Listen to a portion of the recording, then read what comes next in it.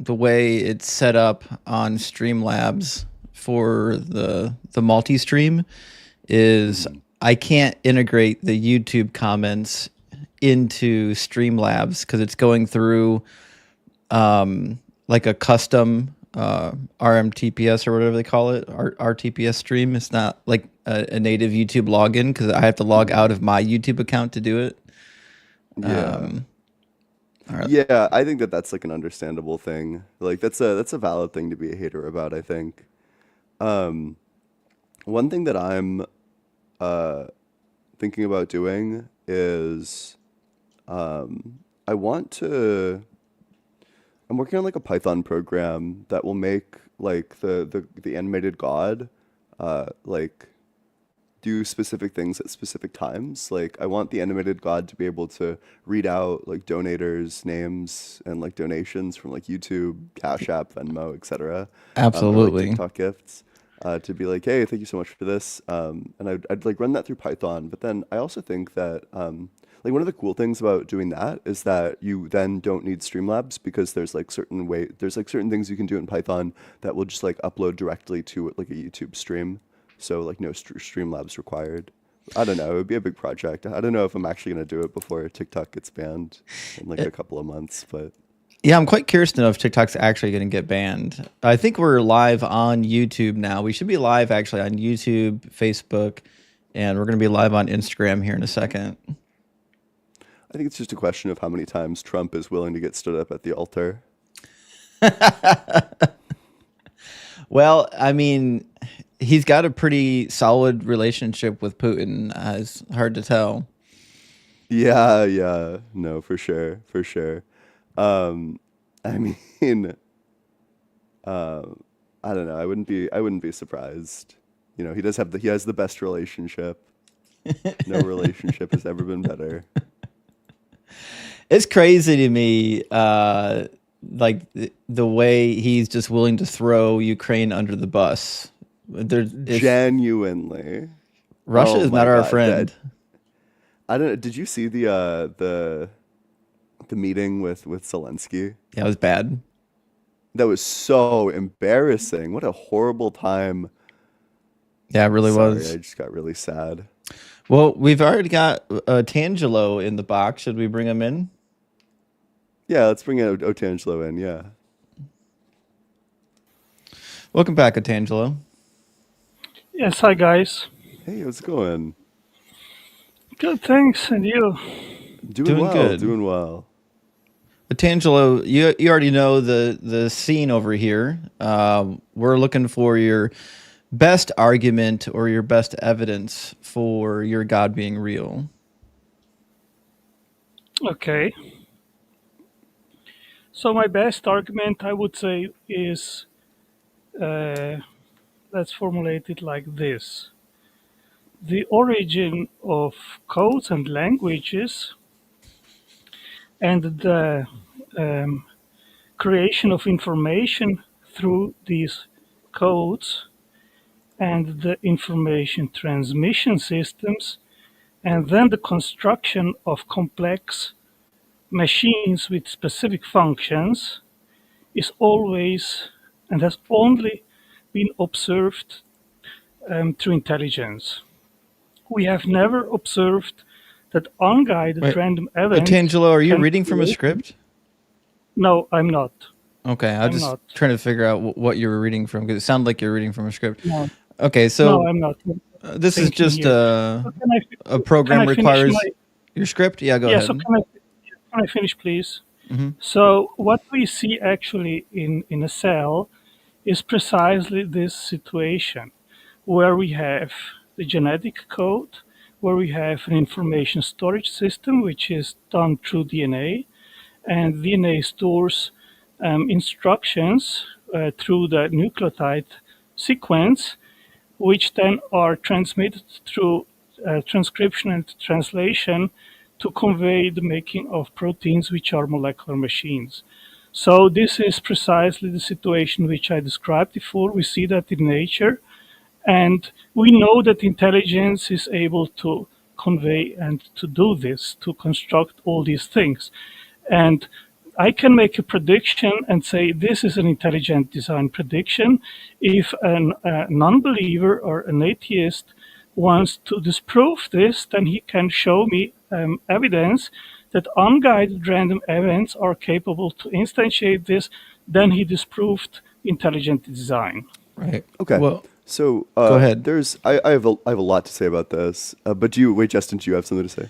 I had one very quick thing to say about it, and then I'll Yeah, go for it. let you tear it apart. So your argument is based on, well, something must be true because we only see this thing happening. Like we only see information coming from a mind. So therefore, this information in the natural world must come from a mind. But if that's the only burden you have is saying, well, we only observe something. Well, we never observed a mind outside of a brain. So you've just disproved your own God using that argument. Go ahead, Ian. Yeah, true. That's a great thing to point out, I think. So I'm a programmer just by my profession. My job title is software engineer.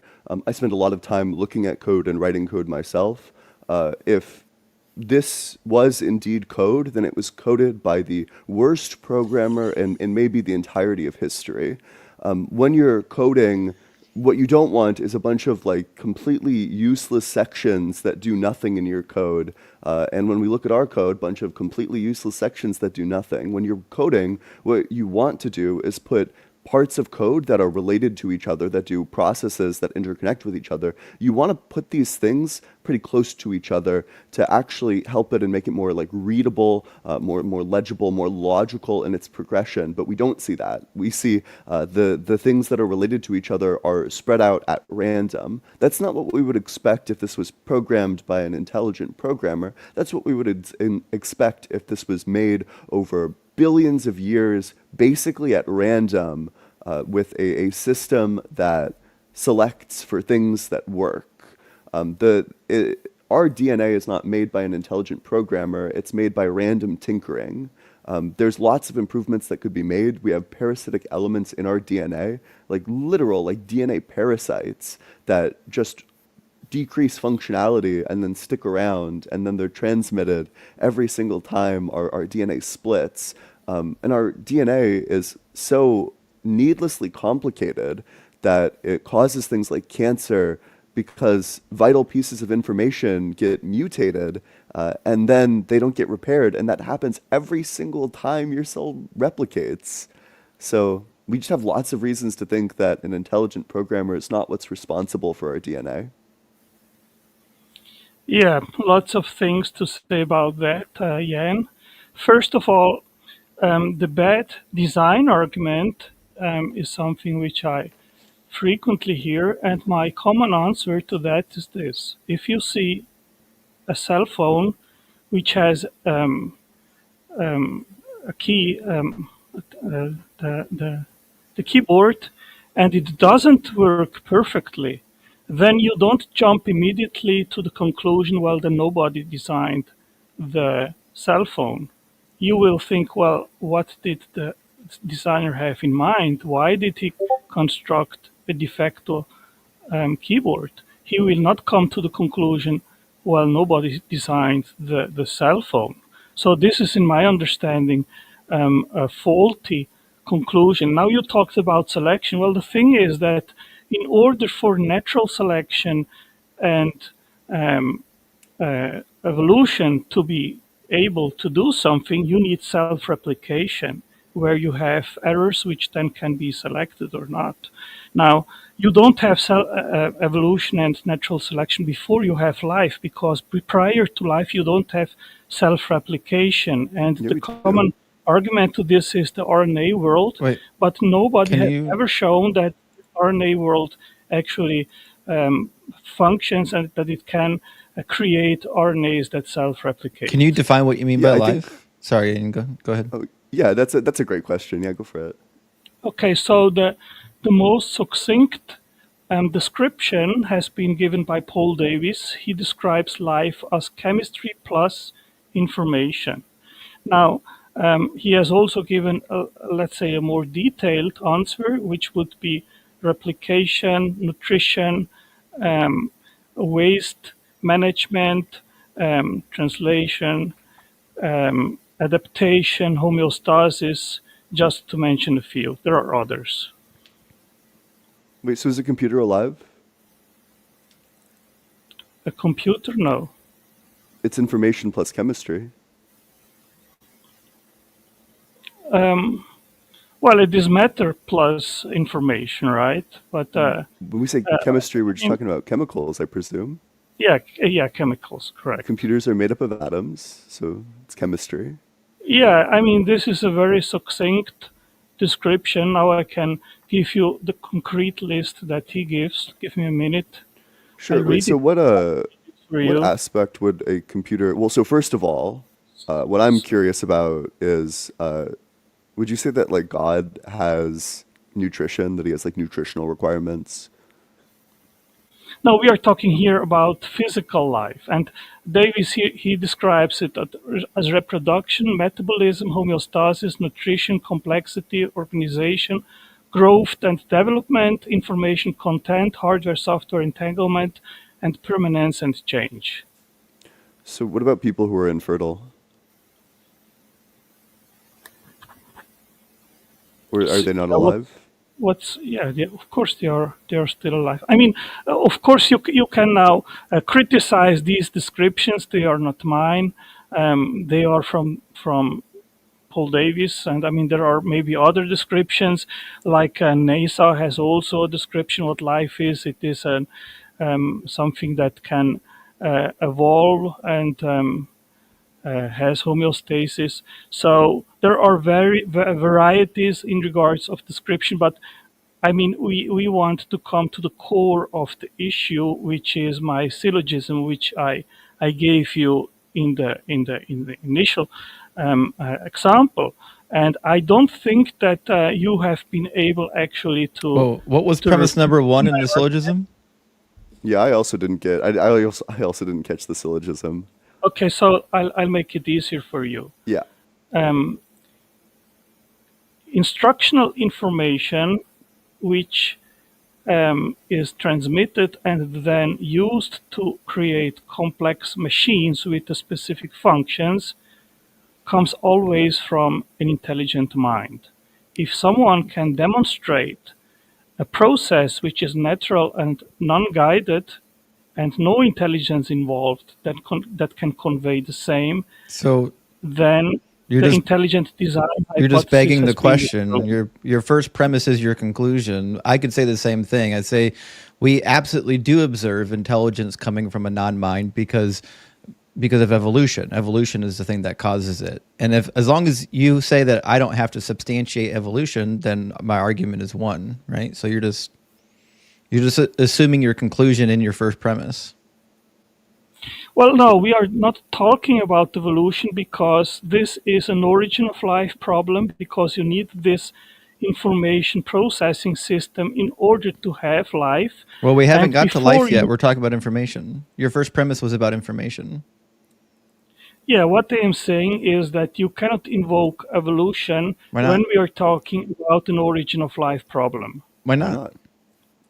Because evolution starts when you have a self-replicating system, and then No, it doesn't. eventually errors can be selected in order eventually to improve one feature of or the other.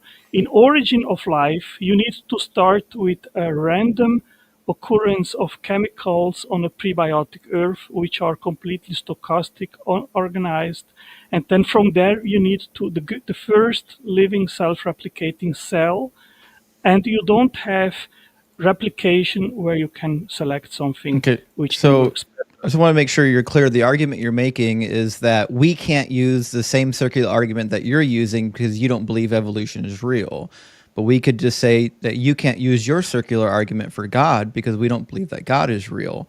For the same reason that I pointed out at the beginning of the conversation, which is that if by induction you're assuming that we must think that these things come from a mind because they seem to always come from minds, then you must also induce that your God doesn't exist because we've never seen consciousness arising outside of brain matter.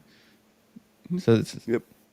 so maybe address that. Okay, so first of all, I am starting with observable evidence, I would pivot which as well. requires Yes. information. Okay, so the evidence is that molecular biology and science has discovered that life depends on information which is stored in genes and instructs how to make the machines, the machinery of life. So this Yeah, is the evidence. We know that yeah. this life depends on that. So that And we know requires that the an mind depends on a explanation. brain. Yeah, so that requires an explanation. And you have basically two explanations here. Either intelligence was involved in instantiating this or not. Now, if you think that the non-intelligence hypothesis has superior explanatory power, then you need to substantiate this. So, and we're making like a parity argument, which is that we know through the exact same biological things that you're appealing to, the field of biology that you're appealing to, we know that minds require a brain, that the mind can only emerge from a brain, which means that we would conclude that God doesn't exist because God is a mind without a brain. Yeah, this is a sidestepper. It doesn't address exactly the argument which I am Well, if presenting, your which argument I is am true, then saying, so is ours. which I am saying this, Jan. We have a phenomena which has been observed, which is a fact, a scientific fact. Cells depend on information And which is have stored we in genes. observed minds That outside of demands bodies? that. Well, that's another question. It has nothing to do It's the with exact what same I am argument. putting on the It's the table. exact same What I argument, am saying, Otangelo. I need you to actually address what we're raising. You're suggesting that because we observe something in the real world, then we can extrapolate that outward.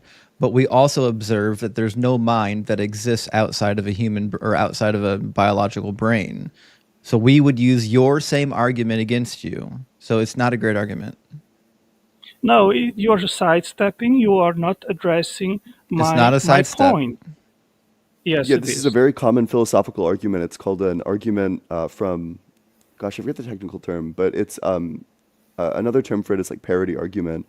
It's basically saying like, well, if these premises are true, then this other conclusion would also be the case, which defeats your conclusion. So if you're basically saying if we've observed a phenomena, then that phenomena is true.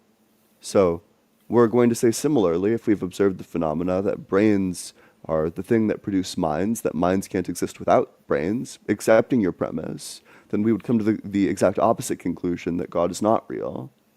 This Well, is like I a am very, not. it's not like a sidestep, it's like a very robust philosophical line of argumentation. Well, the thing is that I am not talking about if we can observe minds outside of a brain. What I am saying But here we is are. this. Can I finish, please? What I am saying is this. We have a phenomena which is corroborated by solid science, which is not disputed, that life depends on instructional information stored in genes. That demands an explanation. My inference is not a truth argument. It is an abductive argument to the best explanation. You have basically two explanations what explains this phenomena. One is that intelligence has set up this system, and the other that no intelligence has set up this system. Now, on the one side, we know by our own experience, I'm as a professional machine designer, that I can actually, through my intelligence, create codes, languages, instructions, an information storage system, information transmission system, machines that are complex, that have a specific function. This is a known fact. Intelligence is capable to do and instantiate all this. Now, I have never, and nobody has ever seen a non-intelligent phenomena instantiating this. So if you We think that literally have. intelligence is not, no, So if you this have this is actually an the point of the argument that argument that shows, we've been making the can I entire finish, time is you're please? just Can I saying finish, please? Can I finish, please? I didn't you've already finish, said so it I don't like twice, to and we interrupt. want you to actually address Right. the argument that we made against Well, it. no, I So said you have repeating not the refuted my argument. so You repeat have to. repeating the same bad talking points doesn't reinforce your argument. We want you to address the rebuttals that we made to your argument.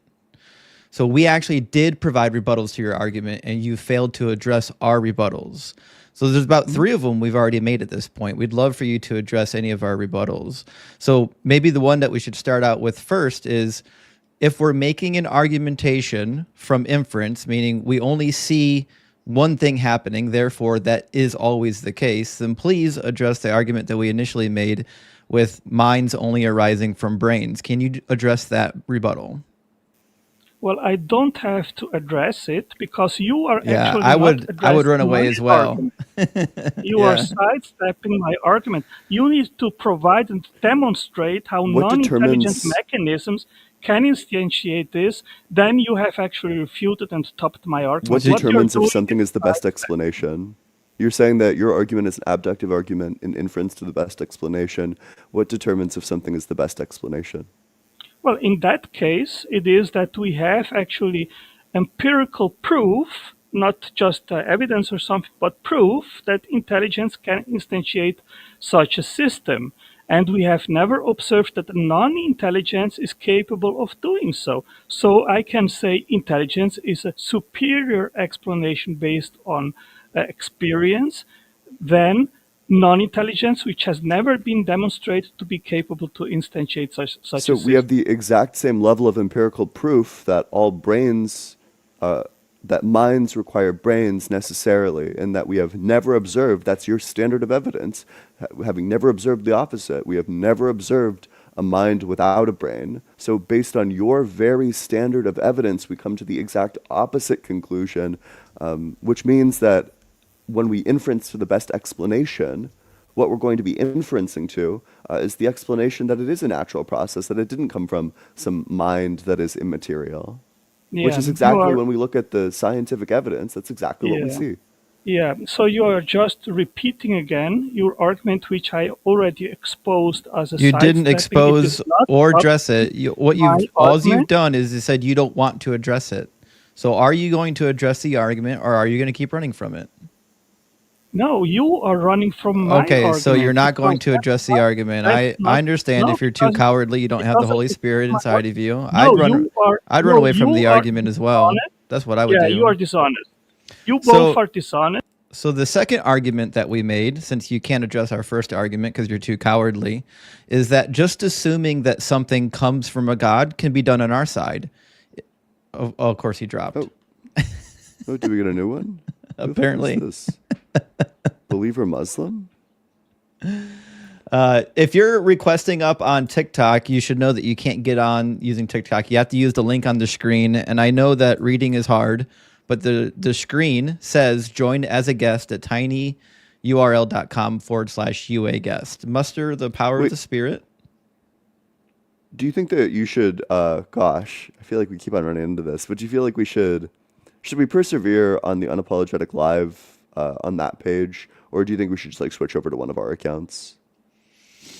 I don't know, actually. Let's see what happens. Okay, yeah, cool. Yeah, that's fine. We'll see what happens. Some people will be filtering in still. It's Sunday morning, Yeah. waking up, getting their coffee. We've got a believer in the box, so let's bring him in. Team Theism, I know you're eager to get cooked, but you have to use the link on the screen and join via the third party. But you're welcome to come in and get cooked. Yeah. Welcome in, believer.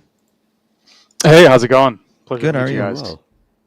well. Good. Just woke up, went on YouTube and typed in "God does not exist" live, and just wanted to see what's out there. Yeah, Sure. Well, this is the first you thing that found came up. one. Cool. Yeah, awesome. So, are you at least 18, and which God do you believe in?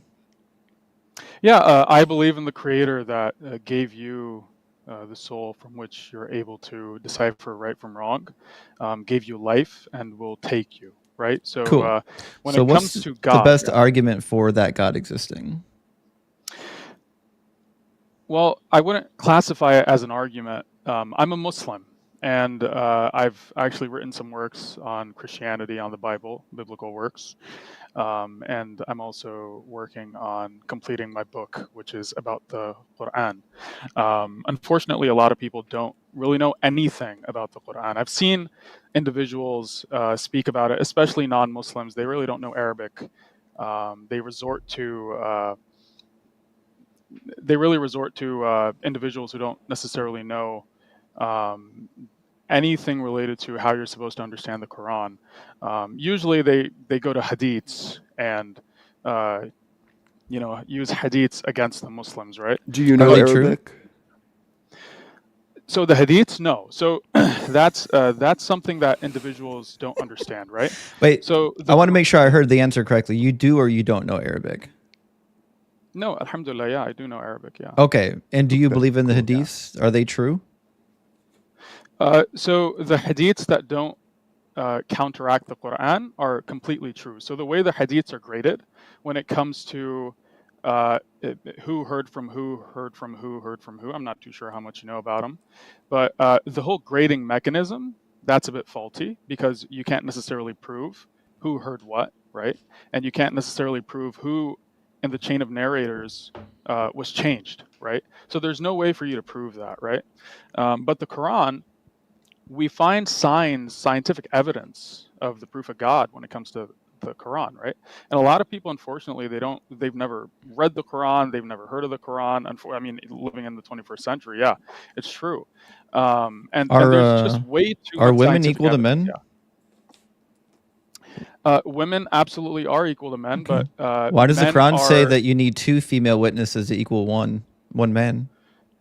yeah, that's only regarding one instance. The Quran actually mentions that when it's talking about a specific context. If you further read the Quran, it talks about how if a man commits adultery, he should bring 4 witnesses, right? And if a woman commits adultery, she should bring 4 witnesses as well. Doesn't Okay, matter so if it it's That's contradicts male or itself interesting. then. yeah. So there's like one instance where it seems like it's not equal. So men and women are equal, but it seems like men might be like just a little bit more No, equal. I never said men. I never said men and women are equal, right? There's Wait, differences, do you right? believe they are? Yeah. No, they absolutely aren't. No, Do you say are or They aren't? they aren't? they are not. No. Okay. Oh, Yeah. okay. And I'm So pretty sure you as a man would know that as well if you're men and married or women you've ever had a aren't girlfriend. equal. No. I figured that. That's why you're okay with marrying 9-year-olds. No, so the 9-year-old thing comes from hadiths. We actually can't necessarily say how old someone was. Actually, I mean, I don't know. Are you a believer or Well, are what's you an what's your atheist? position on Or marrying 9-year-olds? Should it be allowed? if I mean, in today's culture, it doesn't necessarily seem reasonable. Ever? But should Did it be ever seem legal? reasonable? Yeah, go ahead. Did it ever, sir? I mean, you live in the 21st century. I'm pretty sure if you lived 200 years You earlier, can't say you'd it. realize that the majority of the world Why can't actually you say accepted no? individuals. Why is it Is so it- difficult to know if marrying children is wrong? No, sir. If a child is marrying a child, right? In today's age, a child is considered someone who's maybe under 18. Okay. Before that wasn't the case, right? We're talking about Even in 9-year-olds. America, it wasn't the case. Track with us. Should it be okay for Yeah. adult men to marry 9-year-olds? In today's age, I Ever? don't think necessarily. Yeah, in today's age, no. But ever. Right? Should it was it ever morally just, morally correct, morally perfect, whatever? Maybe not morally perfect, but was it ever like morally acceptable? This has nothing to do with God at all. by It the way. does. But It yeah, really Well, does. because the Quran says that if we have any reason to not believe it, then that's justification for not believing it. And Yeah, the when you reason talk I about the take Quran, you for have to not keep in believing mind. it. You have to keep in mind you're talking to someone who knows it in and out, right? So what are you Yeah. talking about when you're saying So that Quran says? Yeah, let what are you me saying? let me find the verse. Yeah, pull I it thought up. there's like a verse that says if you have any reason to not trust Muhammad. Uh-huh. Okay, and now you're bringing it to the hadiths, right? So once again, I just mentioned the Quran. He didn't say the hadith. It's almost like you weren't listening to what he said. He said that he's looking for a No, verse I in know the exactly Quran. what he's saying. No. He's looking for a verse in the Quran that says if you don't believe Muhammad, and then he's going to go to the hadith and he's going to say, okay, well, Muhammad did this, right? So Yeah.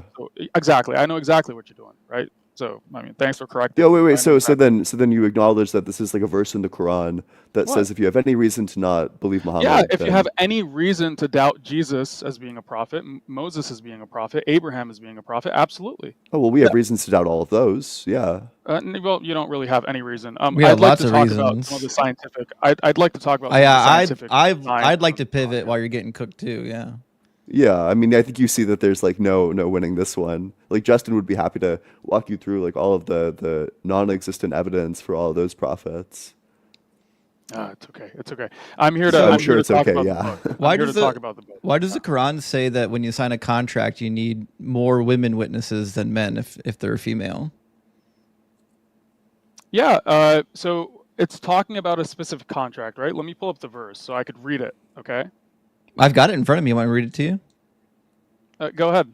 It says, "O believers, when you contract a loan for a fixed period of time, commit to it in writing. Let the scribe maintain justice for the parties.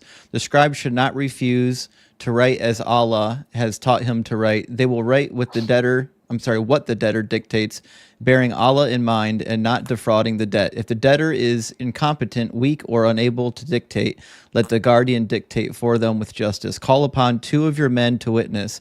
If 2 men cannot be found, then 1 man and 2 women of your choice will witness. So if one of the women forgets, the other may remind her. Yeah, so God actually explains right there why he suggests 2 women as compared to 1 man. Are women more When it forgetful comes than to- men? Because scientifically, that's actually the opposite. We've tested No, it says if the woman cognition. errs, sorry, you don't know Arabic, brother. It says if the woman errs, right? If you look at the Arabic word, Do you're Oh, talking right. about two So the translator do from women Quran, do women err more? 282, the 282, right? the translator that's from where- Quran.com got it wrong then. Okay, let me see. No, I mean, I would love to see your. Well, so even if screen, your translation is like 100% correct, like what's the empirical evidence that like women like drop the ball more?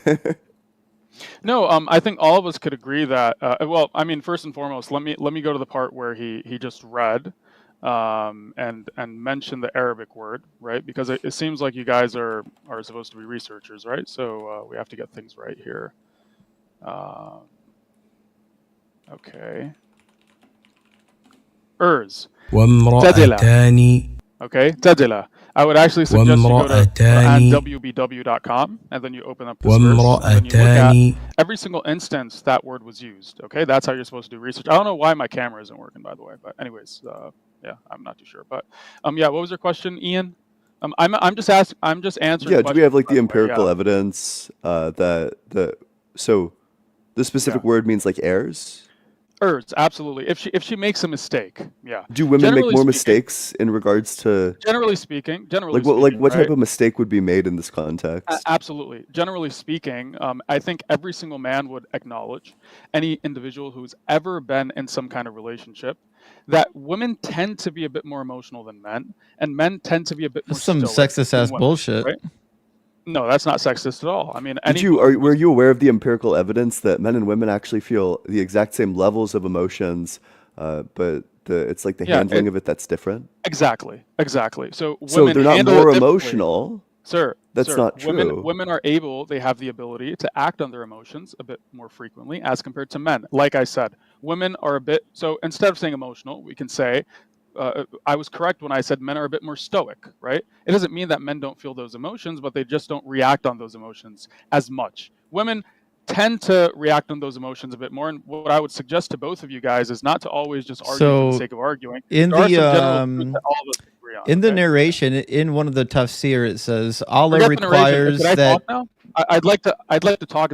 in the tafsir from Quran.com, it says this requirement is only for contracts that directly or indirectly involve money. Allah requires that 2 women take the place as 1 man as witness because of the woman's shortcomings, as the Prophet described.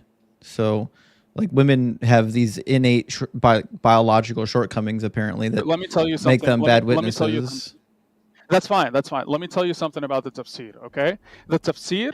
There's probably going to be around like 100 different tafsirs you can read, and they're all going to be a bit different from one another. Okay, the Quran is unequivocal and it doesn't change for anyone. Okay, the tafsir are individuals' philosophical takes. All right, they found some piece of writing and they use that to understand a certain verse. So you can't necessarily use tafsirs as in you're quoting the Quran. The Quran is completely sovereign to the tafsirs first and foremost.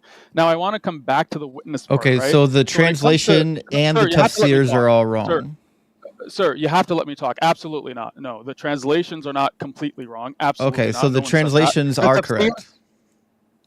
Absolutely, yeah. But it just Okay. sometimes individuals, they may there are instances where they may resort to hadith context, right? But that doesn't really Because have much there's to do with another the Quran. tafsir that says, referring to if one of them errs, it says refers to 2 women witnesses whenever one of them forgets a part of the testimony. Okay, that's fine. It's error, brother. Oh, It could be anything. okay. It could literally be Wait, anything. can It you doesn't matter actually just about go the through and like give a association. list of like the type of errors, and then after that substantiate by providing evidence, like empirical This has evidence nothing to do with that whether women God are? Well, it exists or not, does, by right? the Because way. otherwise, I actually want to then talk God's about the just like a scientific sexist. evidence. No, no, no. I mean, you guys Yeah, are just wait, talking wait. and We're talking. trying I to mean, talk about the scientific evidence that women make more mistakes than men. I would love to hear the evidence on so we that. just talked about that, right? So we just Well, talked you about that. haven't Ian, provided any you evidence seem a for bit too this. young to understand this. Maybe I just You told seem a you bit too that women. patronizing to realize how bad you're doing in this conversation. Do you think It's that you're okay. winning even a single soul for Allah in I don't this need to win, dialectic? brother. I don't need to win. The Quran, Allah Subhanahu wa Taala, God the Almighty, has said He is the one who guides. You could. It Yeah, doesn't maybe you matter. could guide Yeah. us to the sources for the empirical claims that you made. Yeah, it's okay. That's yeah, it's okay. So I so already you told you, sir. concede Okay, you let me talk. concede Let that me there's talk. something wrong in the Sir, let Quran. me talk. Let me Perfect. answer. Let me So you answer, right? concede that Because the Quran is not perfect, therefore sir, you all concede that I've there's been a reason to doing. not believe in it. Therefore, by the Quran's own standard of evidence, Okay, you concede that we're justified in not it's believing in okay. it. It's okay, sir. Perfect. Sir, all I've been doing is answering questions. By the way, I've never been given the room to speak for 2 minutes about something I need to speak about. Okay, so let me answer this question again, right? I think we both already talked about this. Women are a bit more easily able to act on their emotions, and men are a bit more stoic. Okay, And how is that so relevant? So I don't accept this, but even if I did, like, okay, how does no, you that did. You actually impact? did. You actually did. Or you're a No, bit too I young to even actually understand didn't. I this. actually Yes, you didn't. did. I actually Yes, you did. didn't. When we already talked about this, How does you this said okay, and then affect we in just terms moved of being on, like a right? witness for a Anyways, contract, even if it is true? what was your question? So even if this is true, which I don't accept, how would this implicate contracts, and why would you need two women? Because God said so. That's it. God said if she errs, no So then problem. God's a It's sexist. I mean, no. Biology is sexist. Science is sexist. And I'm saying, wait, who made? If There that's are, what you believe, then sir. who Let made me the talk. biology? Sir, let me talk. Sir, let me talk. Right. So there are cases in which men are definitely more superior than women. By like Absolutely. some You would metrics, have to be yeah. a Like very if no, you're talking exactly about by some like bench metrics. press on average, then sure, I agree. Absolutely, on many metrics, right? I mean, would you say that you're a master of psychology and psychiatry? Absolutely not. You seem like you're like maybe what 22, 23 or something. I'm not too sure. But it seems like you would 24. okay, you're 24. Exactly. Yeah, there's It's my plenty fucking still birthday. plenty to Let's learn. go. Happy birthday, Thank you. I sir, right? appreciate it. So, but what you're going to learn is I don't know how many relationships you've been in or if you've seen your mother and your father's relationship. It's very unfortunate in America the kind of relationships we're having. Anyways, Yeah, I we don't even don't. really We want to talk typically about don't this, but like justify beating our wives over here. I mean, yeah, I guess absolutely. if The you're Quran marrying doesn't. 9-year-olds, you Yeah. have to beat them. Yeah, I mean the whole 9-year-old thing. Once again, that's in hadiths. That's not in the Quran. Number one, I'm okay. sorry. So Number Muhammad didn't two, marry yeah. a 9-year-old? I don't know, and I don't really care. You know why? And let Okay. me answer this by the way before you jump in. Right. Wait, you just Once said again, that what I've the told hadiths are true when they don't contradict the Quran, right? Wasn't that the absolutely, standard? Okay. Does it contradict the yeah. Quran? The hadith that says she was married at age 6, consummated at age 9? So the Quran mentions a marriageable age. Okay. It says that you can And divorce women that are prepubescent after a 3-month waiting period. no. You're quoting 46:4. Yes, or 47:4. Sorry, what are you quoting? I can find it for you. I'm pretty sure it's 47:4. I think. Aren't you the I'd Quran like to expert? read. Yeah, I mean, do you have You you should know memorized exactly every where it single is. It's Well, 60. 47.4. It's in It's not 47.4. 65.4. 65.4. 65 4? Okay, As for your 65 4. women past the age of menstruation, in case you do not know, their waiting period is 3 months. And those who have not menstruated as well. Oops. What? Yeah. Those who have not menstruated, their divorce waiting period is 3 months.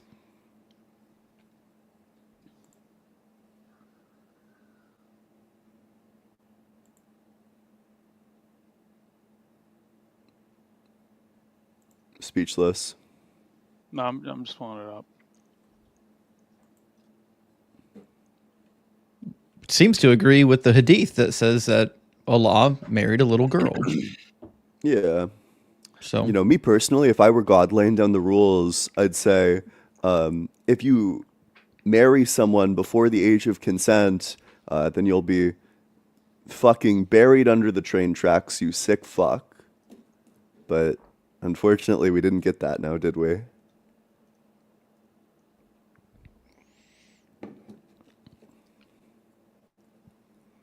Just wait until we introduce them to Yeah. the medical readings in the Hadith. Those are wild.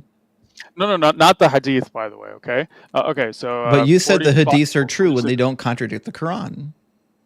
So Yeah, are they true absolutely. or not?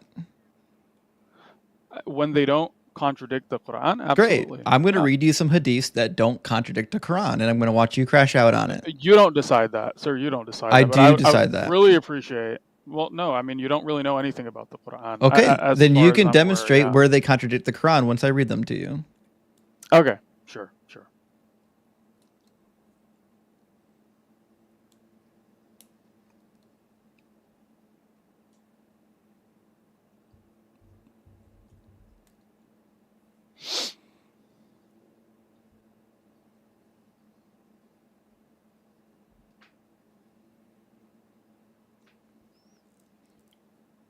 A lot of reading for a guy who's an expert on the Quran.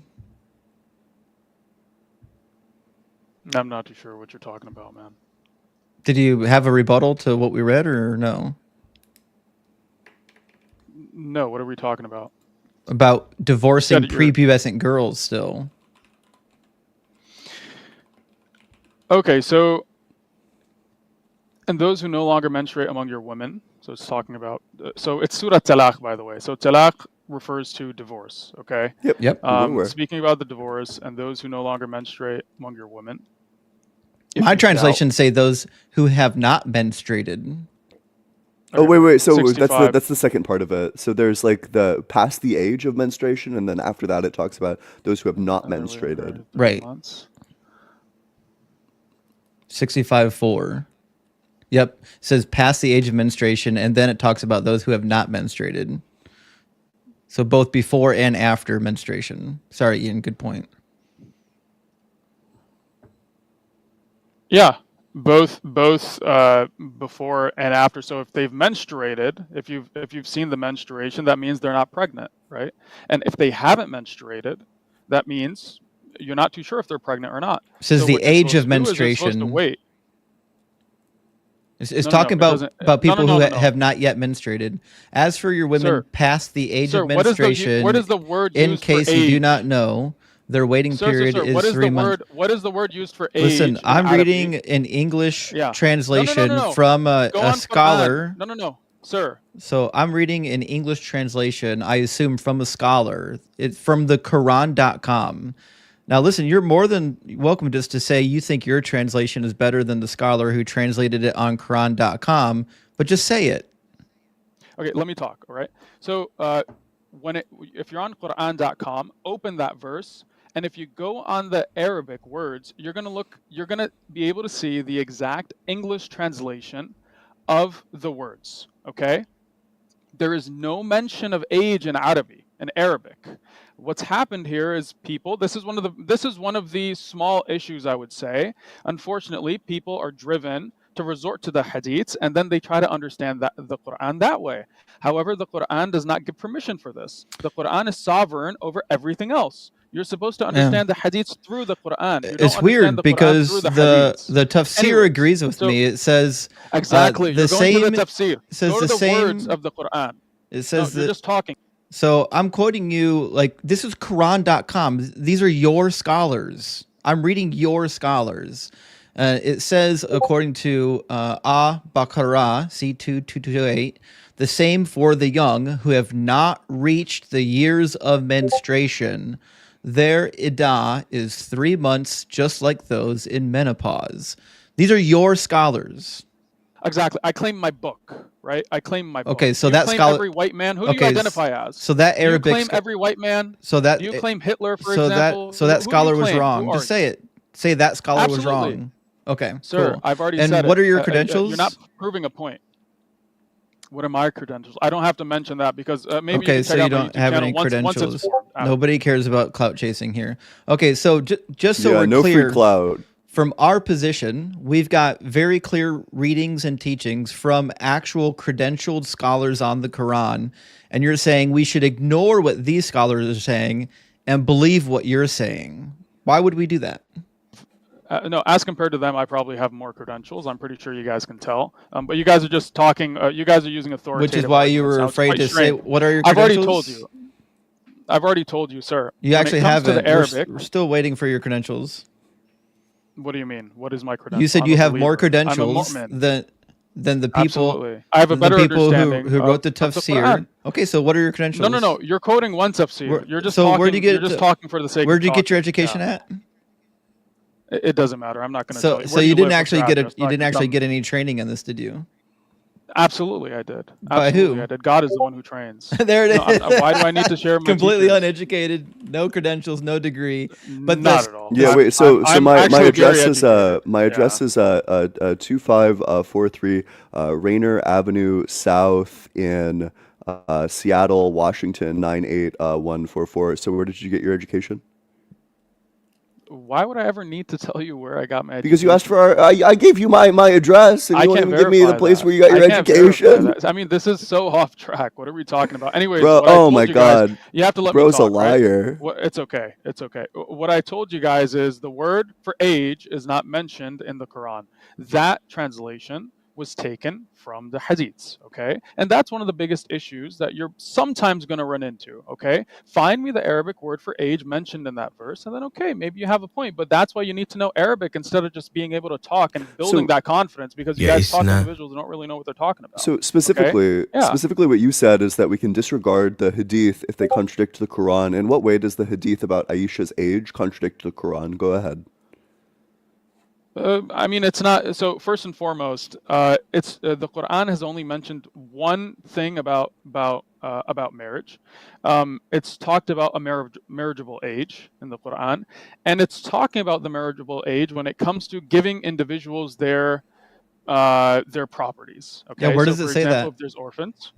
Well, so no, specifically let me because now pull the that burden up. is on him to demonstrate that there's a contradiction. So his default position is that the hadiths are true Brother, you have unless they no idea contradict what the you're talking Quran. about. That's have no literally what idea. you said, that you accept the hadiths unless they Dude. contradict the Quran. Yeah. Okay. And what are you So saying? then you need to demonstrate a contradiction. You need to point to something in the Quran that would make it impossible for her age to be this. That's what a contradiction is. Oh man, no, not at all. Do you not wait? Yeah, what? And I'm sorry. Do you just not know what a contradiction is? See, you just keep talking, man. Can you I'll talk define to the what a other guy. contradiction I'll talk to the is? other guy. What's the I older accept your brother's surrender. name? Yeah, you should run. What's the older brother's name? I'd Because all I've done is run answer questions. By the way, can I start asking? I'd run as well. Listen, you can crash out and be like every other Muslim that comes on here, or you can be a full-grown adult and engage in like honest dialogue. Do you want to crash out, or do you want to have an adult dialogue? I think I'm having an adult conversation. You guys have not given me the permission to ask any questions, by the way. All I've done is answer questions, right? And then you guys claim that, for example, you can mute me again and you can talk. What do you want to say? Can I talk? I just want to talk. Are you gonna address what Ian said, or? Okay, exactly. I'll keep addressing what Ian said rather than you guys addressing what I said, what I haven't been able to say, and then claim that I'm typically running, you right? address what's Okay, been said as opposed to what hasn't been said. Yeah, that's how conversations work. Yeah. Yeah, typically you let other people converse as well and talk about what they want to talk about. That's what Not in every conversations context. are, not what dictation Not is, in every right? context. What we don't do Okay, is let you so you guys pivot are, and you guys are run. dictating everything, and I'm not pivoting anything. I think I've answered every single question. Anyways, Ian, what's your question once again? Yeah, so you said your standard is that if there's a contradiction within the Quran, or if the Quran contradicts the Hadith, then you disregard the Hadith. Cool, fine, but that means No, your not default the Quran position. contradicts the Hadith. Anything in the Hadiths, number one, okay? If something is found in the Hadith that is not found in the Quran, number one, it can't be proven. For example, historical things, right? You can't necessarily prove history, number one. Number two, if something in the Hadith completely contradicts the Quran, like for example, if it says there's two gods, you completely disregard that hadith, okay? And number three, if there is something in the Quran that's mentioned, like a concept that's mentioned, I'm teaching this to you guys because you guys definitely don't know this, okay? So just try to learn instead of just trying to bash, right? He just It's couldn't help completely himself. fine. He had to be condescending. It's not condescending. There's nothing wrong Imagine with getting this, the guys. platform and not I might actually not be as smart addressing as you guys. any questions and just saying, No, "Well, no. this is my viewpoint." Sir, We're asking for the I may not know argument. something. Sir, I may not know something. I'm brave enough to say I don't know it. You guys definitely might be smarter than me in certain things, right? So There's no issue. It was like a two-word uh, answer. The question is, how do you Yeah. determine if a hadith is true? So wait, so you're saying that all the historical stuff in the Hadith you just like throw the fuck away? You cannot prove anything historical, unless, for example, So try you to understand. disregard all the Wait. historical Try to parts of the understand this. hadith? Understand this. Number one, the Quran is Furqan. The Quran is Hakim. What does that mean? God I don't know. I has don't said speak exactly. Arabic. God has said that the Quran is the only thing that He has kept preserved. Okay, the Hadith, He did not make that promise for the Hadith. There's a reason why there's something called the science of narrators. Okay, there's a science of Hadith in which you have to figure out which Hadith is good or bad or so on and so forth. With the Quran, you haven't seen that happen, right? You don't need to do this. So the Quran is on a completely different level. Number one. Number two, if you do find something in a Hadith, right? Whatever you're able to find, you take it back to the Quran. And we actually find the mentioning of this in Surah 5, Ayah 42, all the way to 48. I would instruct you guys to read that. God actually tells us the method. For example, if you find something in the Bible or the Torah, they've been corrupted. And I've actually written a 100-page document after extensive research on this, no problem, on the Bible, right? I've done extensive work on I don't know why you keep bringing up the Bible. We're not Christians. So, okay, you're just letting me talk, right? You're actually so just proving. We're on the fucking ramble roller coaster. Yeah, you're actually proving our You're point. trying to land the plane and it's like 9/11. Like, what the fuck? Yeah, I don't know what you're saying. Anyways, so when it comes to the Hadith, right? If you do find something that is historical in nature, let's just say it's related to Moses, right, and the Pharaoh. Maybe we find a Hadith that says, okay, the Pharaoh's name was XYZ, whatever. You can't prove that. Okay, there's no way you can prove that unless you scientifically prove it, because the Quran does not mention it.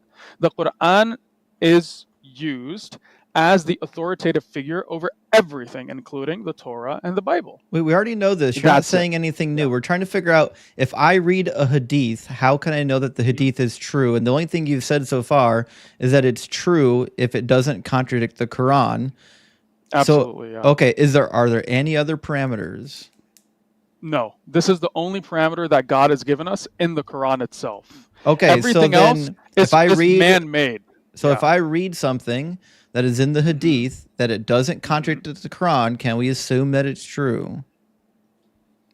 If it doesn't, for example, yeah, I mean, but I don't know what you're. Yeah, it's easy. Exactly. It's just a yes or no. Find something in the Quran. Great. Okay, yeah, if you find something in the hadith that doesn't contradict the Quran, absolutely. Okay, yeah. Cool. So we were already reading one. We can move on to the next one when you actually address it, which is, can you find us something in the Quran that would contradict the idea that Muhammad married a 6-year-old and consummated the marriage at age 9?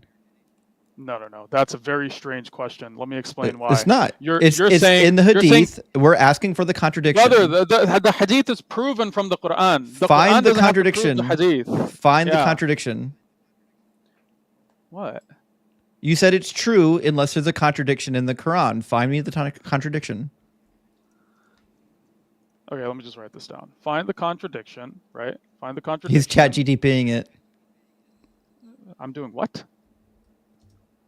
What's the exact question? Because this is not the right question to ask, because this is so questions aren't completely against what I propositions. said. So okay? questions aren't true or false. They're questions. Like, how is your day? Isn't like true or false. Like, what the fuck? It's a question. It's okay. You're just talking. You're just talking. And I understand that we don't really understand like basic philosophy, right? He's Which is why I'm terrified trying to of educate you on basic philosophy. Questions aren't propositions. Saying that's the wrong question is silly. Questions aren't true or false.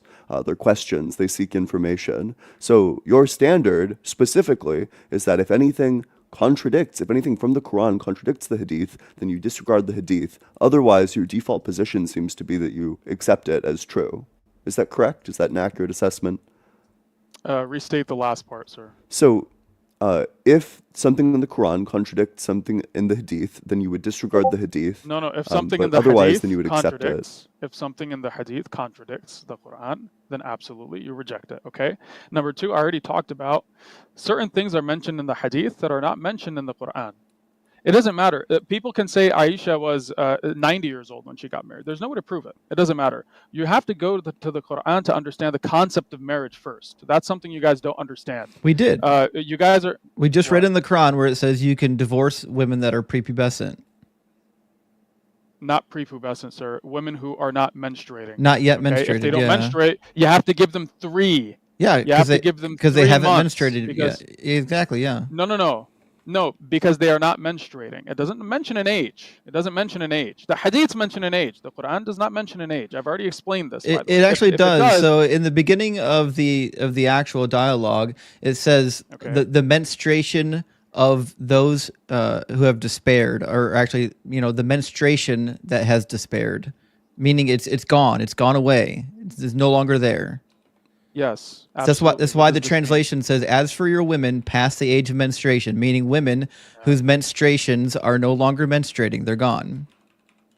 So these are women that are now, past the age of menstruation, and that says their waiting period is 3 months, and those who have not yet menstruated.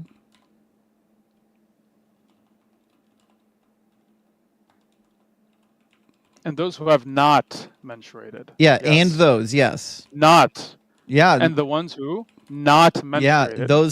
Those who have not menstruated are prepubescent. No. So the first part is referring to older women, okay? Older women. And the second part is referring to, and if you doubt, Younger women, yeah. and their period is 3 women, and those who don't mention, who not, lem, I'm aware. yahidna, Keep going. menstruated, okay? Mhm. They are not menstruating, okay? So you're not too sure. Because why? Why This aren't they doesn't mention an menstruating? age. It can be any reason. They could even be pregnant. Okay? Because they're prepubescent. So, what are you?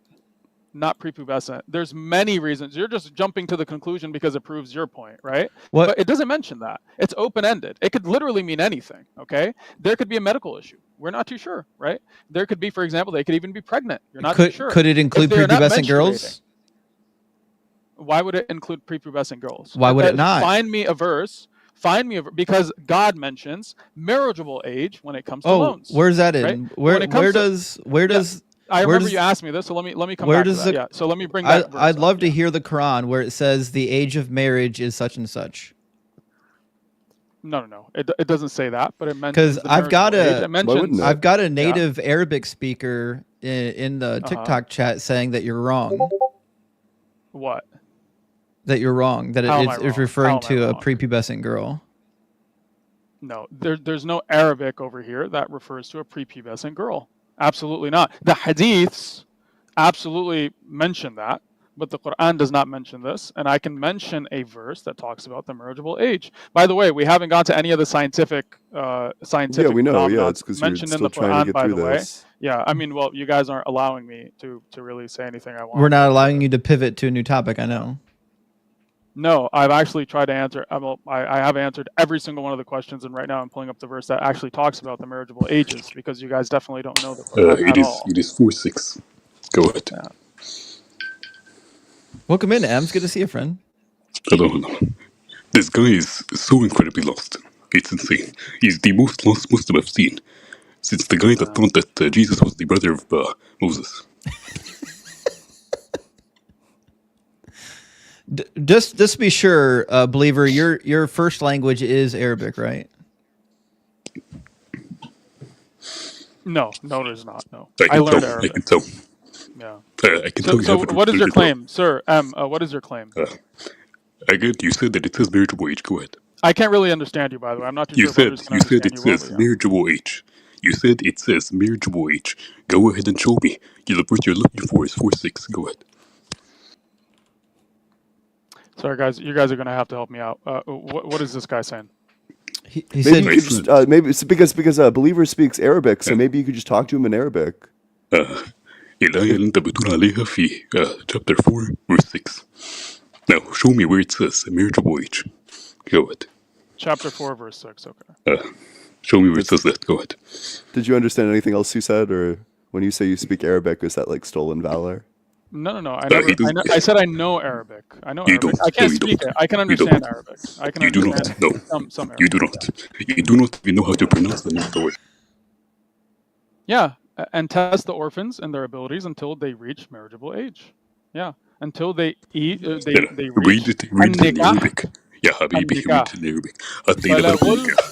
Brother, يا حبيبي. بلغوا النكاح.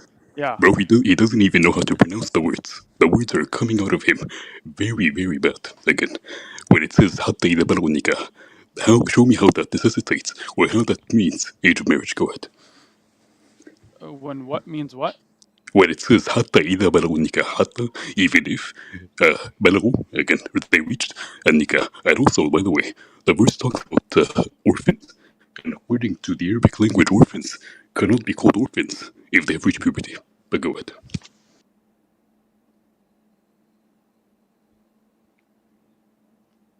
Okay. You're saying, what was the question? Because I feel like you answered the question when you I spoke. did. Yeah. I did answer it. Yes. When it says حتى إذا بلغوا النكاح, that Yeah. doesn't mean marriageable age. Nikah. Can you tell me what nikah means? Go ahead. Nikah is when you marry. Yeah. No, What? the root of the word. Go ahead. I don't know the root of the word. You can tell me. Yeah. So you don't know the most basic Arabic word. It's Mashallah. okay. It means to It's fuck. okay. It means to It's okay. fuck. It's okay. It means to fuck. Okay. Yeah. When they've reached Yeah, the age no, in no, which. no, no. Yeah.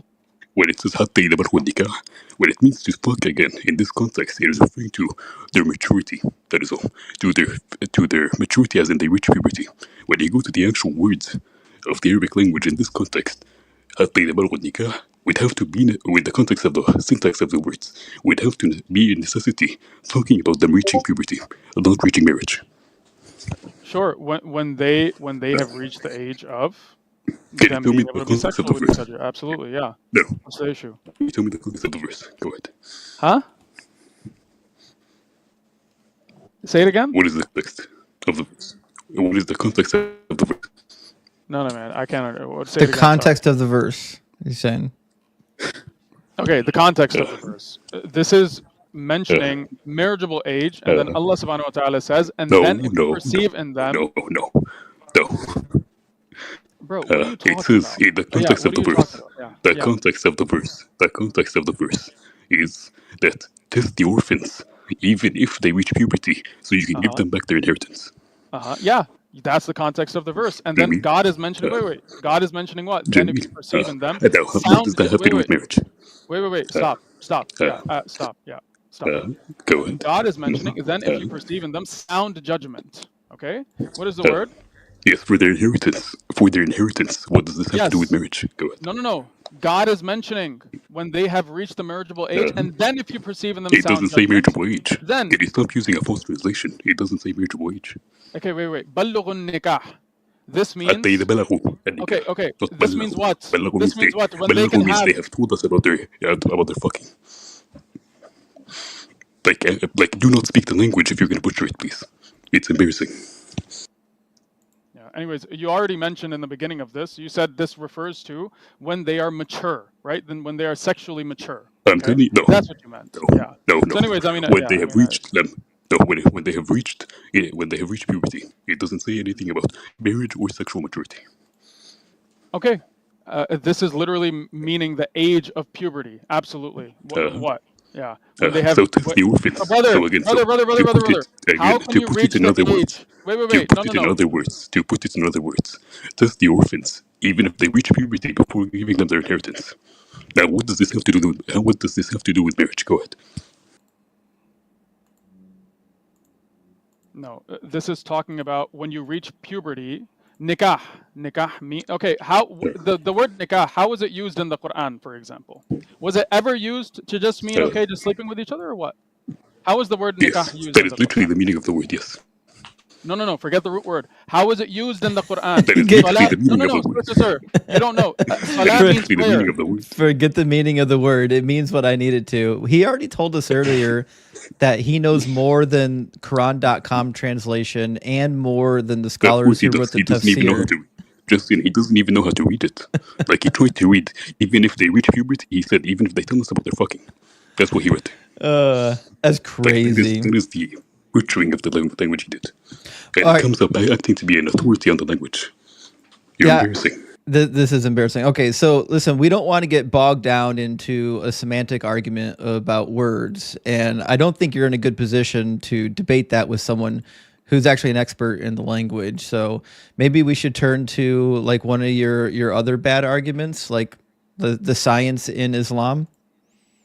Yeah, let's hear it. Yeah, absolutely, no problem. I appreciate Mo, you coming on, but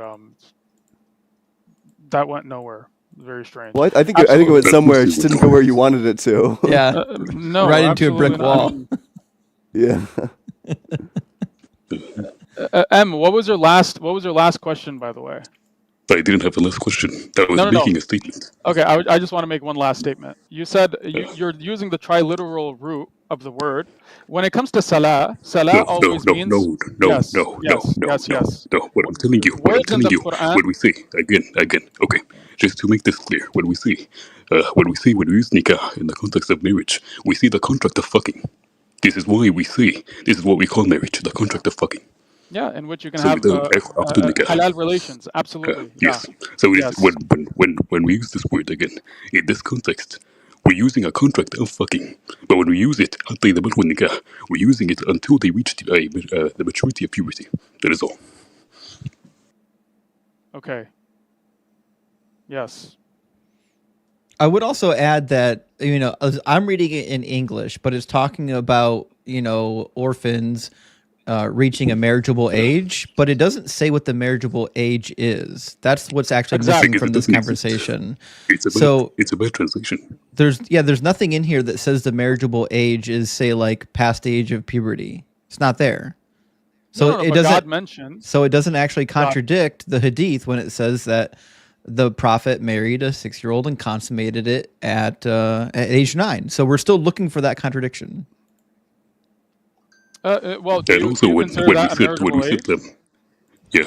Also, guest believer, when you said lam, can you tell me when we use lam, and when do we use lam, and when do we use len? Brother, all I've done here is answer questions. Now that this individual has know. given me a chance, no. I mean, dude, I want to talk as well. Okay. We're still waiting for the contradiction. What contradiction, sir? You said there's a contradiction. Go ahead. Just say there's no contradiction, or find us the contradiction, then we can move on.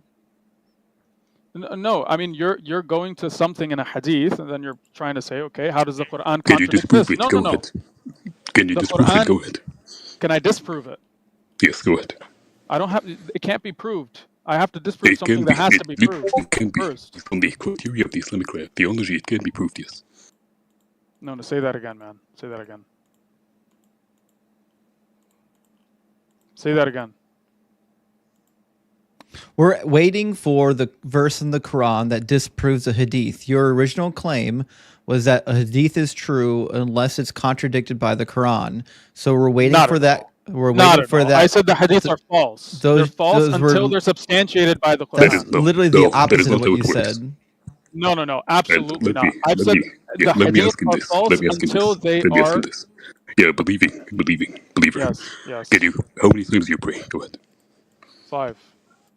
Can you substantiate that from the Quran? Go ahead. Yeah, of course I can. I've actually written about Yeah, go ahead. Yeah. Show me the 5 prayers in the Quran. Go ahead. One moment. If you guys are interested, I could do this. Are you guys interested? I could do this right now. I am very interested. The verse. No, forget you. I'm talking about he's in the conversation. We want the verse from the Quran that says pray 5 times a day. Okay, no problem. So for context, let me share this. It says what? To pray in the beginning of the day, and then the middle of the day, and then the end of the day. So again, we have a contradiction here. It says to pray 3 times, and the hadith says 5. And he prays 5. Why? Give me 1 sec.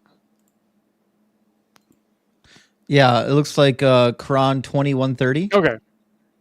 Surah Rum, 17 to 18.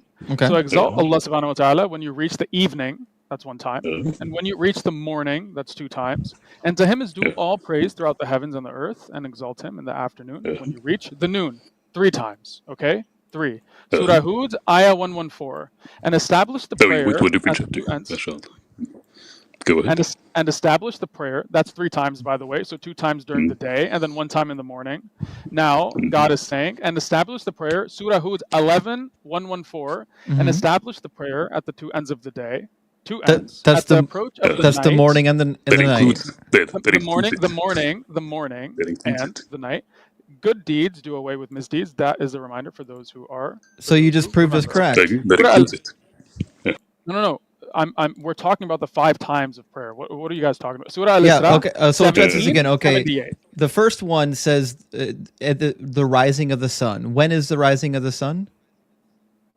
The rising of the sun is when the black thread can be seen, Well, or the white thread can be seen against the that black thread. that's This is in the that's Quran. the beginning and the end of a day, right? The rising and the setting That's of the the beginning. sun is the okay. Yes. And so in Yeah. 11:115, when it says establish prayer at the two ends of the day, that's the Yeah. beginning and the ending of the day. That's the rising and the setting of the sun, right? It includes it, yes.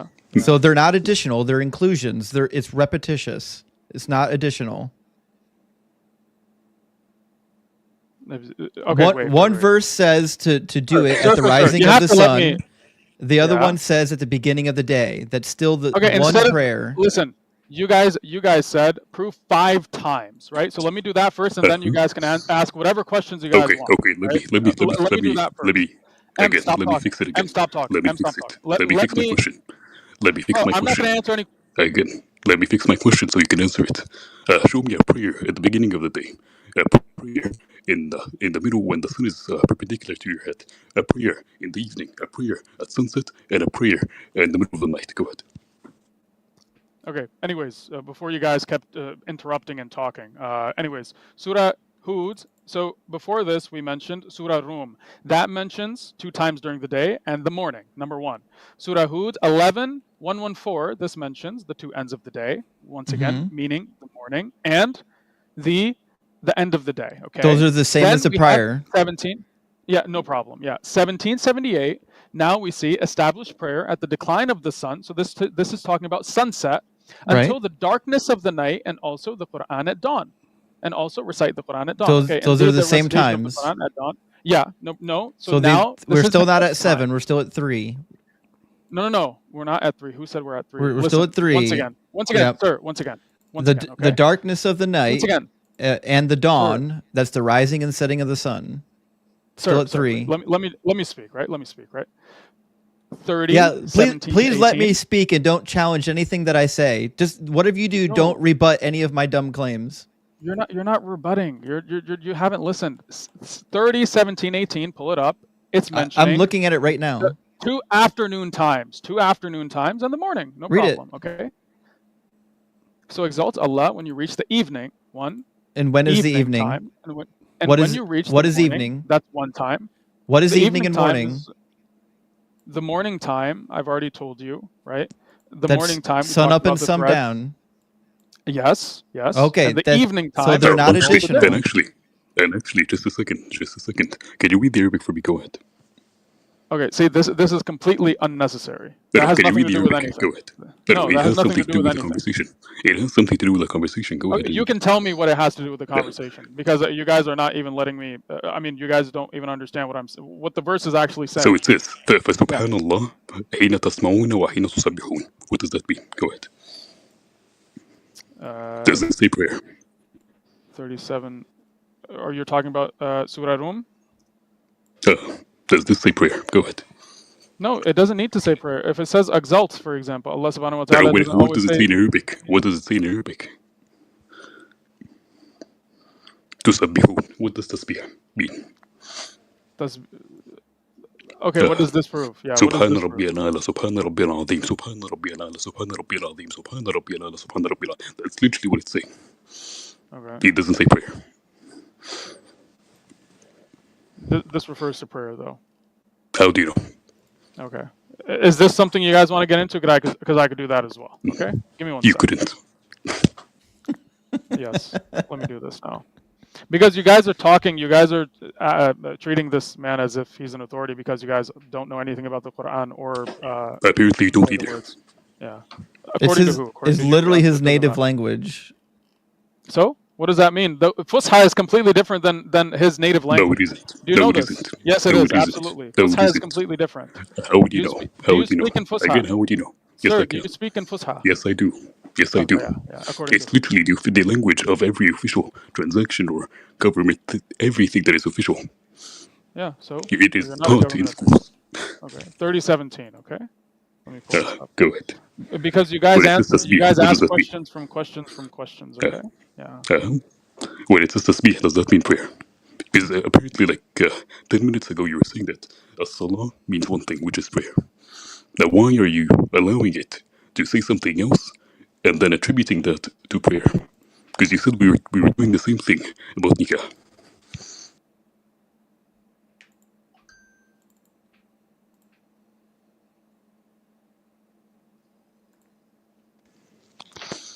For subhana, right? You're asking about this word, subhana?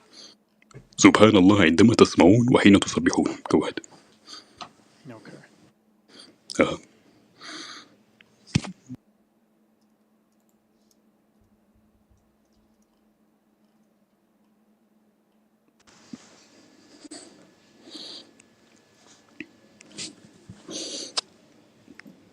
and then the second verse says what?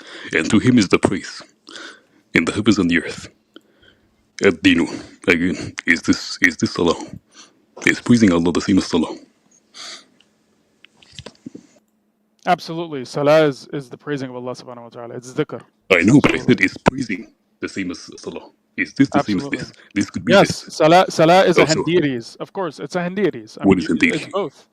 What is Hendiris indeed? both are the same thing. When Allah subhanahu wa ta'ala says Quran wal hikmah, it's talking about the same thing. Kitab wal nubuwwah. JB. So when I'm sitting in my room alone, I say Allahu Akbar. Am I doing salah? Are you doing salah? Absolutely. Yeah. So you do salah millions of times a day. Saying what? So you do salah millions of times a day. Bro, what's your first part? What's the first part you're saying? I said, so you're doing salah thousands of times a day. Yeah, salah, as in dhikr, So absolutely, as in it is not praise, five as in times. dua, As in worship, again. absolutely. So Not it is not as-salah, 5 times a day. It is not not 5 as-salah. times a day. It is thousands of times a day. No, not as-salah. You're talking You about said it is salah, the same thing. absolutely. No, You said it salah is the is same thing. not at all. As-salah is You said it something is the same different. thing. You said No, it I is the didn't. same thing. No, I didn't. You quite literally said it is the same thing. As-salah is different. No. And I know Jimmy, these guys don't know no, Arabic, and what is the distinction? you're just talking about something No. that completely doesn't. Explain the distinction between salah and as-salah in Arabic. Go ahead. Salah just means general. It can mean prayer of any kind. It doesn't matter. As-salah is referring to the obligatory prayers that No, God has it isn't. instructed us. You just added a definitive article. That's all. It's the same word. Yes, it's a definitive article. It's the same as bayt and al-bayt. It's the same as al-dhikr and al-dhikr. What are you talking about? You say you know Arabic. What are you Jamil, talking again, about? this It is has, no distinction. brother, it has This is ma'rifah. no distinction. It's This is not a definitive. distinction. It's If I'm a talking big about the now, distinction. What are you talking about? again, You know again. Arabic. تكلم Yes, Arabic. I do. How do you know بتكلم Arabic أحسن if you don't منك. know the بتكلم difference أحسن between منك. ma'rifah and nakra? Again, If you don't again, know the difference between ma'rifah again. and nakra, what are you talking Stop about? butchering the language, please. Stop butchering Yeah. the language. All right, so Again. I Brother, think just because you have a heavier accent doesn't mean. I think Anyways, we're yeah, getting what is the bogged topic? down into a semantic argument that most of the We could move audience on, can't yes. actually follow. Exactly. Yeah. So I don't know if this is really beneficial to our discussion. M is the one asking questions. So by let the way. me ask a question. We Go ahead. had a Christian that was really dying to get in, and they ran like a coward. So I guess we'll keep you on for a little while longer. My question is, can you give us a single reason, anything, just one reason why we would want to believe that your prophet was sent by God? Absolutely. So I would refer to the Quran for this, and this is exactly what I want to get into for the past 55 minutes. I'm not too sure how long I've been here. So the Quran actually mentions scientific evidence, okay, and it mentions scientific phenomenons that were not known prior to the Quran ever being revealed, and some of those mentions are, for example, let me just pull up the all the references. I love talking about the actually- miracles in the Quran while you guys simultaneously ignore the scientific inaccuracies of it, but keep going. We could definitely talk about the scientific inaccuracies. I haven't come across Can't one, wait. but yeah, I can't wait. absolutely. Yeah, no problem. So the Quran talks about, for example, in Surah 51:47, right? It says, "And the heaven we constructed with strength, and indeed we are expanding it." Right? So, That's not what it says, no. okay, what does it say? It says, السماء بنيناها بعين وإنا لموسعون. جميل. When it says إنا لموسعون, can you tell me what type of statement that is? What say the last part again? Can you tell me what type of statement that is? What is? جملة شرطية.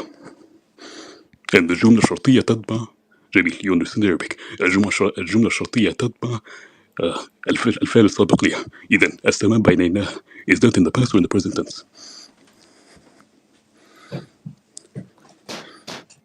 Bro, talk to me Is in it past English or if you can. present? I'm sorry. I'm sorry. Talk to me in English if you I can. did. I said when it says والسماء بنيناها, the verse, is that in the past or in the present tense? بينها, that has to be in the past. Yes. جميل. Now when we have a جملة شرطية coming after a past tense verb, can you tell me what tense does the جملة الشرطية take? What does that matter? Just explain what your point is. Okay, جميل. When it says وإن الموسيون, that is in the past tense. Okay, yeah, and where it's expanded, جميل. absolutely, yeah. جميل. We are in the past tense, not in the present. Yeah, the argument's pretty simple. You're suggesting that this is describing the universe continually expanding, but the actual grammar suggests that it is in the past, not the present or the future. Yeah, this would actually be like a great science fact that it gets wrong. That the universe that he did it and then he stopped. Right? So It also gets like embryology wrong, and it doesn't know where semen comes from. Yeah, I mean, that's from the rib, right? Absolutely, yeah. So Yeah, that's something that has... no. Listen, I'd love to see the scientific study talking about rib semen. Let's have it. No, so that's maybe something that's going to come in the future. I'm not too sure, but absolutely. I believe that this book, I mean, because the Science thing is, hasn't revealed it yet.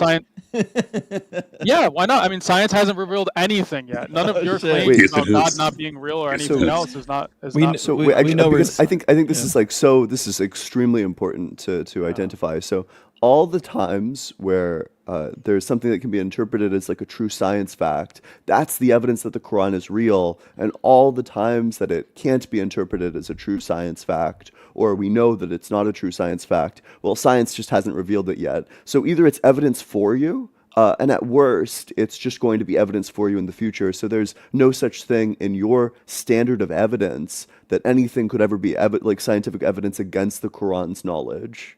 Do you see the double standard? Like No, I by the completely same understand what you're logic, saying. by the I same completely logic, understand, yeah. by the same logic, we could find out in the future. Science could discover in the future that even if what you're saying is true about the heavens still expanding, that like the universe isn't still expanding. Because if your standard is like, well, we can't possibly look at like the best science now. We have to look at what science could say. Then science could say the opposite of that. So it's a self-defeating argument.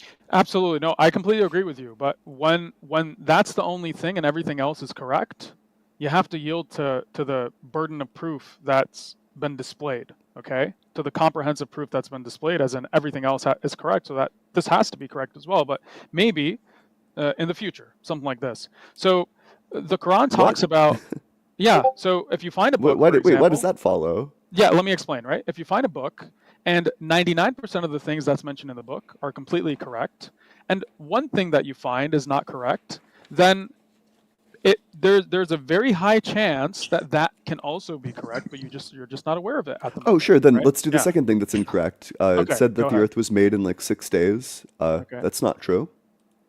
How is that not true? Because mean, the let me- Earth so let formed me- over billions of years. So let me go over everything mentioned in the Quran, right? So we just talked about the expanding. The Quran also talks about iron being sent down. That right? is wrong. Iron. How is that wrong? Because again, if you say that the word أنزلنا الحديد means that we have sent it down from space, you're gonna have to grant the argument that cows came from space, because it says the same verb for cows and for clothes. Okay, say that again. Okay, if you say إنا أنزلنا الحديد, it means that we have sent it down from space, that iron has been sent down from space, then you're gonna have to grant the fact that cows have been sent down from space in the same fashion.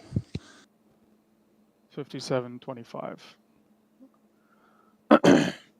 No, we sent. إنا أنزلنا جميل, and it says the same thing about cows and clothes. 57:25. What's the ayah number that you're By quoting? talking about الحديد or the cattle. Which one are you talking about? Yes. Okay. One moment. Yeah, anzalna, we sent down. Absolutely. So does that mean Yeah. we sent it down from space? Does anzalna mean we sent it down from space? What does it mean? Okay, what does it mean that we sent I'm down? asking you. I'm asking you. What does it mean? In this context, it means that it was not present and it was sent down. Am I sure where it was sent down? From where? I'm not too sure. From where? Not too sure. I don't know. Jimmy, can I show you when it says that we have sent down clothes, the things you wear, and we have sent down cows? Or you can just say that it came from the same place that iron came from. No. Jimmy, so when it says and we have sent it down, this is usually referring to we have created it or we have given it to you. Yeah. Jimmy, so how is this a miracle? Go ahead. Let me see the verses that you're talking about when it comes to you can. I'm gonna give you the 3 verses. It is 7:26, 10:59, and 39:6. This is the iron one. Go ahead. 57:25. Yes. Let me pull them for you one by one. 7:26. What does it say?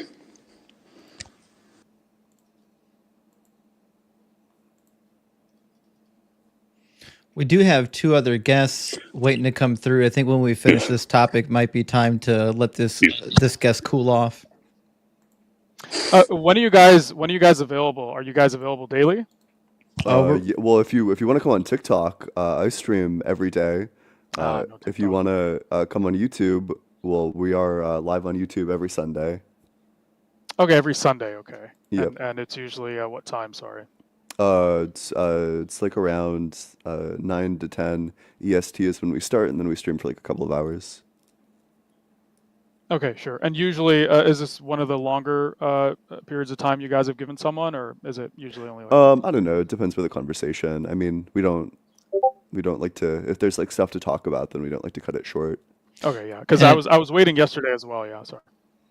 Yesterday, who was live yesterday? I mean, I was live yesterday. Yeah, I think you were live. I saw you. Yeah, I saw you. Okay. Yeah. Unfortunately, and are you going to be live? What's your name, sir? What's the older gentleman's name?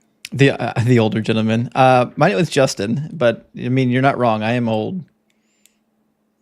Yeah, compared to Ian, of course. Okay, Justin, right? Okay. I wish I had Ian's brilliance when I was Ian's age. Aw, the glazing is crazy. I'm not too much older than him. No problem. Sure. Absolutely. It was a pleasure. So are you going to be available tomorrow as well, Justin? Do you do this daily? Or? I stream Wednesday, Friday, and Sunday usually. Okay. But I mean, you should know that we've talked to a lot of Muslims, and you haven't presented a single argument we haven't already heard from 10 others. So you might want to do some really deep diving before you come back. Well, I mean, I was only able to speak for maybe the past like 5 or 10 when I actually wanted to bring up the scientific. I mean, if you guys are willing, we could definitely continue this. If you'd like to change, I have absolutely no problem. I could join maybe some other time as well. Yeah, but I don't know, not to condescend. This isn't meant to be like condescending, but I think like one of the reasons why we got bogged down is because you had like this opening speech about how like we have no idea what we're talking about. So it just has like a lot of like material that we can respond to. So if what you're really interested in is talking about like scientific arguments, then what you should open with is the Quran is true because of the scientific evidence, and then just dive straight into it. That's exactly what I did. If you guys watch this back, that's exactly what I did. But you guys jumped right towards the marriage age and the contradiction. So I mean, I would appreciate you had like a if you let speech that me. allowed for that. If you let me do that next time, Ian, absolutely, I would clap for you. Yeah, I'd appreciate if you could let me do that next time. Yeah, I'd love to see you next time, but appreciate it. Absolutely. Thank you guys. Thank you so much. All right. Bye-bye. Good to hear from you. M, my friend, thank you for coming through, man. I was literally just incredibly frustrated in the comments because he kept lying about your language. Like when he said "lem," like it was insane. Like he doesn't even speak it. You can tell by the way he's pronouncing the words. Like, you know, when somebody's like, he doesn't even pronounce the name of the language right. The name of the language. Right. Yeah. But anyways, yeah. Thank you for having me. Thank you so much, my friend. Go now. Cheers, brother. Bye.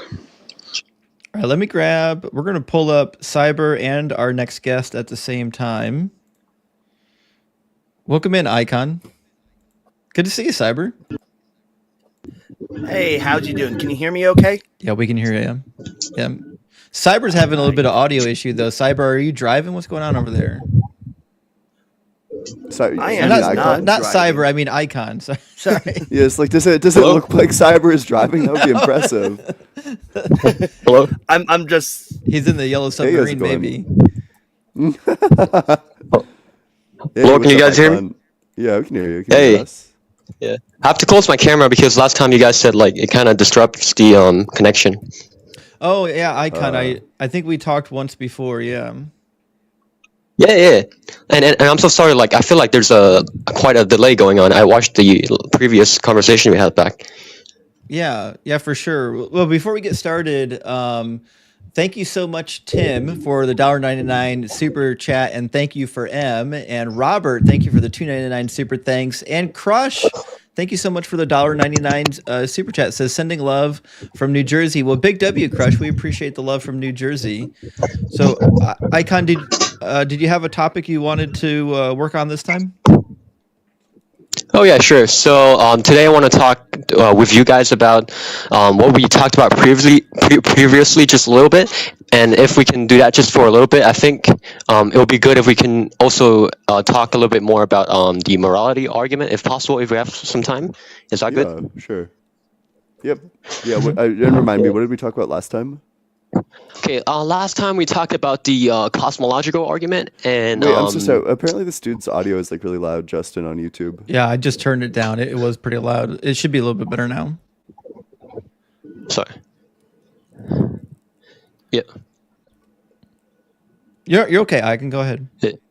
Okay. Yep. So last time we talked about the we discussed about the cosmological argument, I believe, and we were talking about the I believe we had Dr. Bliss with us, right? Mhm. Yep. Yeah, and then we were talking about the beginning of the universe argument. We were mostly arguing about the premise. The second premise which is did the universe have a beginning? Like that was what we were arguing most about. But yeah, and then I think we just left off there. So I guess where should we continue? Well, I don't know. What's the evidence that the Okay. like? Do you have any reason to think that the universe is not eternal? Yeah. Okay. Yeah, I think let's start off with that. So do you? Okay. So what I want to present is like do you know the new Kalam cosmological argument, or like the new Yep, Kalam I'm being brought familiar. up?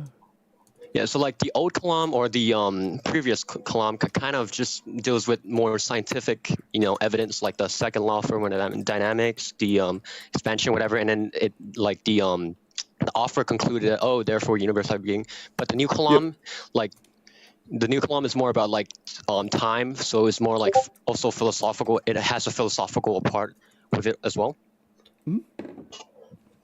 Yeah.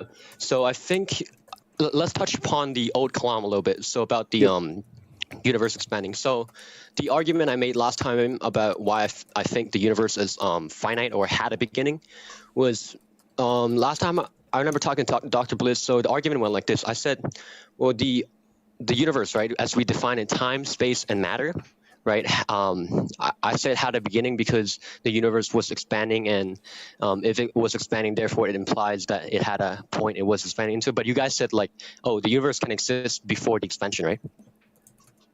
Yeah, just that on my model of the universe, at least, what would be is that so the Big Bang happened like 14 billion years ago, whatever. But before that, the universe still existed. There was like more universe before that. Okay. Yeah, so I want to clarify now. So like, would you agree, first of all, that we define the universe as time, space, and matter? I don't know. I'm not sure I take a stance on that. I don't think I'm in like I don't think the educational background to say this is what the universe is, this is all the universe is. That would be more of like a Dr. Blitz question. But yeah, for like the sake of see. argument, I guess we can roll with this. Yeah. See, yeah. So we'll define the physical universe as space, time, and matter. Let's say, okay. So we do agree with each other that the universe is in fact expanding, right? And it is expanding into something, right? Or not? Yeah, but would we agree with each other that dark matter is getting weaker, and the acceleration of the universe is slowing down, which indicates that eventually the universe will no longer expand and will start contracting? Do you agree with that? Okay. So Yep. my question to you is, if we agree that the universe is expanding, right? Then you guys would also agree that the expansion had a beginning, correct? Yeah. I mean, there was a so, beginning state. like- No, we don't. Yeah. When we say beginning, I want to make sure we're agreeing on what beginning means. Okay. Okay, so beginning state, you mean the expansion had a point when it came into existence, you mean? I mean, the act of Well, just that, expansion like, this- had an origin point. Okay. It hasn't always been Yep. expanding forever. Yeah. Yeah, because like that would be contradictory to say like it has always been expanding. Otherwise, it's not have points of difference between when it's expanding into, right? Yeah. Okay, so my question is that like, well, if the universe is expanding, why don't you guys conclude that the universe itself had a point of that beginning? Like, why do you say it had a beginning before or something? Yeah, so the way I arrive at that conclusion is twofold. So first, the quantum eternity theorem indicates that the universe has always existed, and then the new DESI data talking about like the dark matter getting weaker indicates that it's going to end in something akin to like a big crunch, which could plausibly end it in the same state that it was in for the Big Bang. So in this sense, it could just be, it could be that the universe goes through infinite cycles of rapid expansions and rapid collapses. There's no reason to think that there was just like a starting point, and then it rapidly expanded, and then it's just going to keep on expanding. So this model of the universe is perfectly compatible with the data, and doesn't require like a beginning to time. So if I understand you correctly, are you siding with the model called the is it the cyclic model? Cyclical, I believe, right? yeah. I tend Cyclical towards model. I tend to think so. Of course, like the data's still out. I have as much credence in this as the data permits. If new data comes along that disproves the model or suggests like another model is more likely, then I'm probably going to hold to the new model that the data supports. Yeah, I want to talk about the cyclical model for a little bit. So like, Yep, go for it. the cyclical model is like a loop, right? Correct. So it goes through a cycle of phase. It's like basically like a loop, correct? Yeah. Yeah. Yeah. Okay, but and I want to argue that like, well, a loop has an end, right? Because a loop is finite. It has an end the end to is the begin beginning. something new. Yep, the end is the beginning. Yeah. Yeah, but it has like a finite like a phase until it begins again, right? Yeah. Forever. So if that's the case, then wouldn't that imply that, like, it came into existence before, like, because it has a finite phase before it came into existence? No. Yeah, and then there's just like infinite. Well, so there's just like infinite series of like finite phases, right? So the universe exists for a finite amount of time, and then it completes the cycle, and then it goes through another finite phase, and Yeah, that's but just been wouldn't it happening need- infinitely.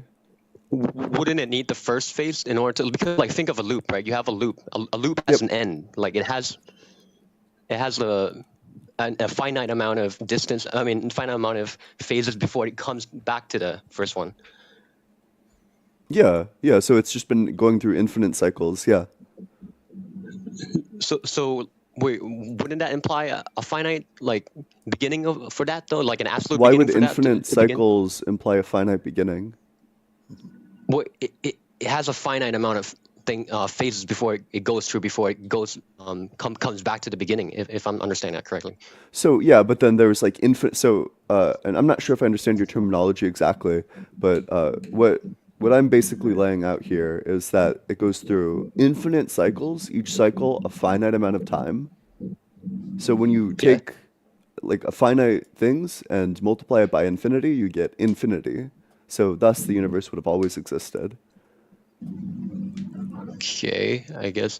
And okay, well, I think I'll just leave it. I'll do more research about that. But another point I want to make is going back to the why do you say the universe could have existed before like the expansion? Like what was your reason for that again? Can you recall that? Well, so on the model, right? So it would have existed before the expansion because there was another cycle before the expansion. Okay, so like, what evidence do you have for that? Or Yeah, so just the quantum eternity theorem combined with the data that we have about dark energy, it's more parsimonious to assume that it's going to that it went through infinite cycles of big bounces and big crunches. So the quantum eternity theorem indicates that the universe has always existed, and then the going through infinite cycles of big bounces and big crunches would thus follow from the data we have about dark energy. yeah, actually, last time when you talked about the quantum eternity theorem, I actually did some searching about that, and then it was you said the Schrodinger's equation or something like that, right? Yeah, from the it derives from the Schrodinger's equations. Yeah. Okay, so and then I did more research about it, and it kind of said that although the theory is linked to Schrodinger's equation, but it has no evidence we have ever observed before. Right? Well, it's a derivation from the Schrodinger's equation. So the evidence for it follows from the Schrodinger's equation. So the evidence for the Schrodinger's equations is the evidence for the quantum eternity theorem. Yeah, but my question is not have we ever observed the evidence for the model, because we can make models, but we don't have the evidence for the model, right? But the Big Bang has evidence, like the expansion and stuff. So what you can do with mathematical equations is that you can derive theorems from them. You can say, so if this equation is true, then it's also going to be true that these specific things are going to happen when the variables are at this condition. So based on that fact, we're capable of arriving at the conclusion that if there's a non-zero amount of energy in the universe, then the universe would have always existed. And last time I pressed you a little bit on the odds on favor. So basically last time I said to you, would you also agree that the quantum theories are very tentative? No, these are the most so they're tentative in the sense that everything in science is tentative. They're tentative in the sense that the germ theory is tentative. That maybe we get down there and we realize that it was actually fucking computers that were made by an alien or something. Yeah, but there's just no reason to think that that's going to happen. Quantum mechanics specifically is some of the most verified science of any field of science ever. It has been extremely scrutinized because the results are so unintuitive and because people have tried so hard to prove it wrong, that it has the status of a very robust theory because of the overwhelming totality of evidence. So it's tentative in the same sense that anything in science is tentative, but we should still go with the best data. But I did some research about the history of this debate going on about the cosmology. But you know that in the past say 30, 40, 50 years, the Big Bang model has been getting a lot of attacks about the cyclic model, the oscillating universe and stuff. But it still stands at the standard model that we teach in schools, and as a standard model of the universe. Why do you think that is, though? So the new data related to dark energy is quite recent. So right now, cosmology is fractured. It's in a fractured state. The data is compatible with a good number of models of the universe. So what we teach in schools is always going to lag behind the best, newest research. So in time, and I mean, we still should teach the Big Bang because it's still the Big Bang is still a part of the model. It's still a part of every model, and it's still extremely well substantiated. But what we shouldn't teach it as is definitely for sure the beginning of the universe. That seems to not necessarily be the case, but I don't know. And then I think there probably is something to be said about in high school, we teach things in a way that's not per se 100% true, but is rather lays the foundation for you to learn the actual truth in college. It's a good general picture to say the universe started 14 billion years ago and it's rapidly expanding. It's a good picture. It's just not the full story. Okay. So the other point I want to make about this was that for the Big Bang, right? You said there could have been something before the Big Bang. Are you very sure about that position, or? Well, so could it's possible there was something before the Big Bang. Yeah, it is certainly possible there was something before the Big Bang. Yeah. I guess the question I would ask is, why would we assume that there was nothing before the Big Bang? No, I mean, like you guys, like your guys' position is more towards like the universe didn't have a beginning, so like the Big Bang couldn't be the beginning. If that, But if we I'm don't. understanding it But correctly. we don't believe the Big Bang is the beginning. You do, right? So we're asking, like, why would we believe that Well, there was nothing prior to the Big Bang? oh, my position is this: if you ask for me, like I believe the universe was at the Big Bang. I'm 50-50 on that, but I do believe the universe had a beginning, even if it's not the Big Bang. Is my position. Why? Yeah. So, but like, well, okay, like from like the evidence that I've like been receiving, like second law for thermodynamics and the expanding universe, like from that evidence or from that data, like I deduce that like, well, if it's the universe is not static, right? As I remember talking to Dr. Bliss last time, is the universe static? And he even leans towards no, the universe is pretty much dynamic and moving and flowing, right? So my question and my deduction from that evidence is that like, well, if it's moving and in dynamic, then what caused that? What could possibly cause that initiation for the universe to be so dynamic and moving and floating? Like, what's the initial cause? You know? That's just how the universe behaves. Yeah, so I think, are you asking like an ontological question? Like what's like the Yeah, metaphysical foundation of it? Are you asking like a causal question? because Like what caused the universe to behave like this? Or like what are you asking? like basically like I want to be sure that like if your position is that the universe didn't have a beginning or was eternal, then are you then saying that you believe in a static universe? If I'm No, understanding just correctly? that the like so depending on what your question is, if I understand it correctly, Hmm. what we would hold to is just that the universe is dynamic and it's always been dynamic. So there's Okay, no moment where it's like caused into dynamism because the dynamism just has always existed. but I mean, like how can you have a dynamic that has always been having like okay this actually goes into the philosophical time argument, so I think it's better if we Yep. jump into it as well. So Yep. basically the new column are about more about time. So like if like time is in an infinite past, right? Then my position is last time I said that like if the past was infinite, there was no beginning, then this moment would have never arrived, but this Arrived moment from has where? arrived Arrived from where? from the past. Because last time I asked you From guys, do where? you From guys where in believe the that? past? What do you mean from where? So, okay, the problem with this argument is that it presupposes a starting point. So you're saying like we could never get here, but to Hmm. say like you can never get here like assumes like some position in it. So the argument just like it turns into like an external critique. So what needs to be the case in our worldview for the argument to even make sense is for there to be like a beginning from which you can't get to this point from, but we don't believe in that. So there's like it's literally just not a problem. And then of course But like B theory solves this really easily. but my question last time also was like why doesn't this make sense? Like if you imagine like a finite, like let's for the sake of argument, let's say the universe had a beginning, right? So you had a starting point of non-existent to existence, right? From that point until right now, why doesn't it make sense of the reality we see now that oh, it had a beginning, so therefore we can arrive to this moment? Like does that not make sense? Like what's the problem with So, that model? well, I think that your model, at least in this aspect specifically of like, well, if we had a beginning, then we could arrive here. I totally agree, it's coherent, but the problem is, so the way like philosophy works, like this type of argument, like a deductive argument for God's existence works, is that you are saying necessarily this is the case, that there is no other possible way it could be. But if there is a possible way that it could be, then it's not necessarily the case that this is the model. Does that make sense?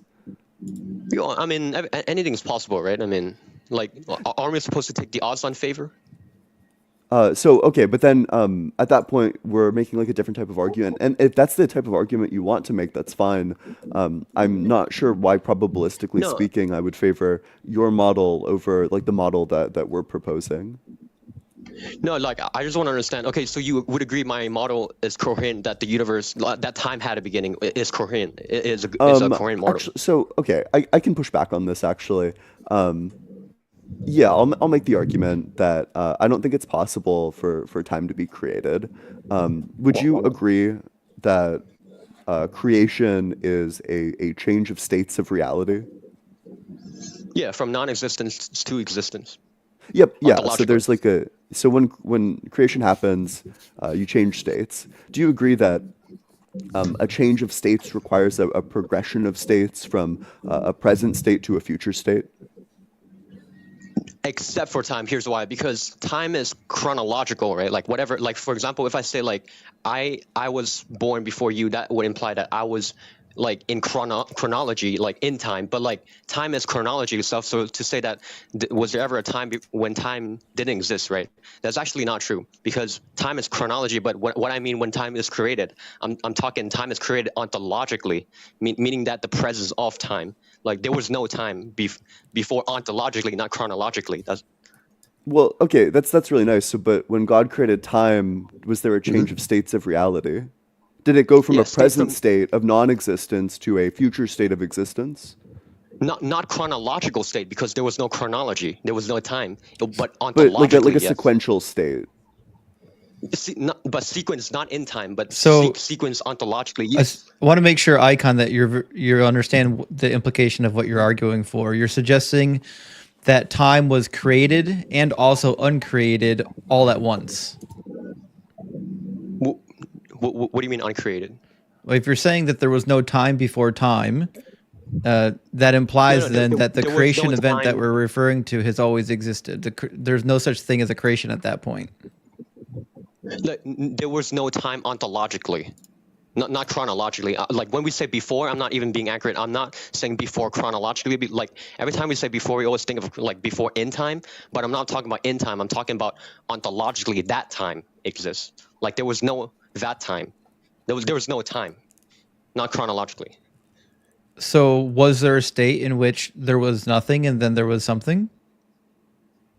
Yeah, ontologically, not chronologically. Okay, well, if it's not chronologically, then that okay. means that there's no change of states. Well, Because no, if there's no chronological difference between nothing and something, that means there's no change of states. You've just Yeah, it disproved means creation. that it's like the same thing. Yeah. why would you say that chronology has to be for every creation state, except Because itself? so if you have the thing that drives a change of states, when you have a change of states, you have a progression of states. Mm-hmm. Time is the progression of states of existence. That's just the definition of time.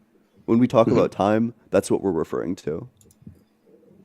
So that means that that's to progress from the state where time doesn't exist to the state where time does exist, it requires for the progression of states to exist. So it would require for time to exist as a necessary condition for the creation of time, which means that if time doesn't exist, if time is non-existent, then God is ontologically deadlocked. He can't do anything. He can't progress to any state because time doesn't exist. yeah, but like what we mean by God, he's not in time, right? So we're talking about he's not affected by the chronology we're in. Like we are in time. So when we say before our creation, we're always like we're talking in a sense of like they're happening in time. But like time itself, when we're arguing this, like I'm arguing that time itself, and if indeed it had a beginning, it didn't have. There was no time before that. That would be a contradiction to say so. I'm talking ontologically. So there's wherever. Well, wherever God is at, God could be in like the 2 bajillionth dimension. Wherever God is at, there is still time. Yep. So no, because like, are you saying time's not finite? Time is necessary for anything to happen. You can't have happenings. You can't have changes. You can't have actions. Okay. You need time for those things to exist. Well, okay. Yep. So I think in let's fact, get I to- would. Well, real Sorry. quick, and I would even argue that like we can. Do you believe that God is a mind, or God has a God is mind? Yeah, God is immaterial, not made of. Yeah, so the if physical. God has a mind or is a mind, then we can also have a change of states within our mind, right? We could go from the idea of no creation, of thinking about no creation, to having a thought of creation. That's still a change of states, and that requires time. No, like for example, number 1 came before number 2. There was no chronological affection of those. That is an ontological Those are sequence. descriptions. Well, so the Yeah, key but difference here is that, well, it's exactly what you're saying. Like, that's like an ontological difference. But when we talk about events, states of reality, when we have one state of reality that comes before another state of reality, that's chronology. What we're describing there is chronology. So if well, I numbers think you were kind of just proved states my of point there, because reality, if numbers were states of you, reality, you, then it would be chronology. you kind of just proved my point there when you said like things have to happen before, like there's a causal chain of events. If that's the case, then there was a beginning to chronology. Otherwise, you wouldn't get to here. Like imagine you're flipping an infinite number of pages of book. Would you ever flip to the last page? No. Same thing's happening here. Like if there was it was no end to time, and then you would never get to where you are right now. Yeah, this presupposes A theory, but if I hold to B theory, then none of these problems occur. In the same way that there can be infinite numbers, so too can there be an infinite amount of time. But how would you ever get to today if you have to So do an all infinite moments things? are equally real. In the B theory, all the moments are equally real. It's like asking, like, well, if there's an infinite number of negative numbers, then how do you ever get to zero? It's Okay, because all of them exist. talking about the A theory and the B theory, here's my view on it. My view is actually neither. My view is like more the hybrid. So I believe that past, present, and future exist. Okay, it all exists, but like the past existed, the present exists, and the future will exist by definition, right? But from our That's A theory. in my view, there's two perspectives. From our perspective, we're in time. We say the past already existed, the present is existing now as we're living, and the future will exist. This is from our perspective. The future is yet to exist for us. But like from our perspective outside of time, like all of it already, like all of it existed. Like all of it, like like that perspective can see before it exists before us, the present and the future. So like the future exists, but the future will exist from our perspective. But from perspective outside of time, like the future exists. If you know what I mean. That's my I'm perspective on not the A theory entirely and B sure theory. I understand. It sounds like that's like a bit contradictory, but like regardless, I mean, how would you account for things like time dilation, that time is relative to the observer, and that if the observer was traveling near the speed of light, then time affects them differently? Like, how do you account for this? What does relativity have to do with time not have a beginning? So it just demonstrates that B theory is correct. Yeah, well, I agree with B theory. The fact that the future does, because A theory says the future doesn't exist, right? That's what A theory says. So yeah, it says that the only moment that's real is right now. Yeah, I disagree with A theory on that, because I think the future does exist, but not from our perspective. Like because we don't know the future. So, but like from this a second perspective, that's my view, which is if from someone of a perspective outside of time, the future, relative to us, for them already exists, like a fourth dimensional creature or whatever, the dimensional creature higher than us, if we can Yeah, think cool. about Wait, that. so then if time already exists, then there's literally no contradiction in positing that that time has always existed, that there's like an infinite amount of time, because at that No. point, it would just be the case that we, in the same way that there's no problem that zero exists, and also like so do infinitely many negative numbers, so too there's no Yeah, problem that today exists, and also infinitely many previous days. but numbers are abstract though. We're dealing with the concrete physical universe. Well, that's fine, but if all the things are equally real, then it's the exact same principle that it exists because it always existed. It's just a matter of perspective. What do you mean by equally exist? I want to know what you mean by that. So it's not that every moment is right now. It's not that like 12:30 is the same as like right now. It's that they all exist, and that we perceive right now to be like 12:19, but that's like purely perceptual. In fact, all of them are equally real, and there's certain conditions under which our experience of time, our perception of time, changes because all of them are equally real. But I don't see how B theory necessarily says that time is not necessarily said time didn't have a beginning, because like you can think of time had a beginning, right, at a starting point, and then time traverses through, right, and the B theory like says the future, like all the essence of time is equally real, the past, present, and future relatively, right? So all of them exist equally real in that sense. But from our perspective, like the future yet to exist from our perspective, but like all of them equally exist, but yet you still have a beginning. So no, I totally agree with you that so B theory does not necessarily imply that time has always existed, but what B theory does is grant a coherent explanation for how we could get to the present if time has always existed.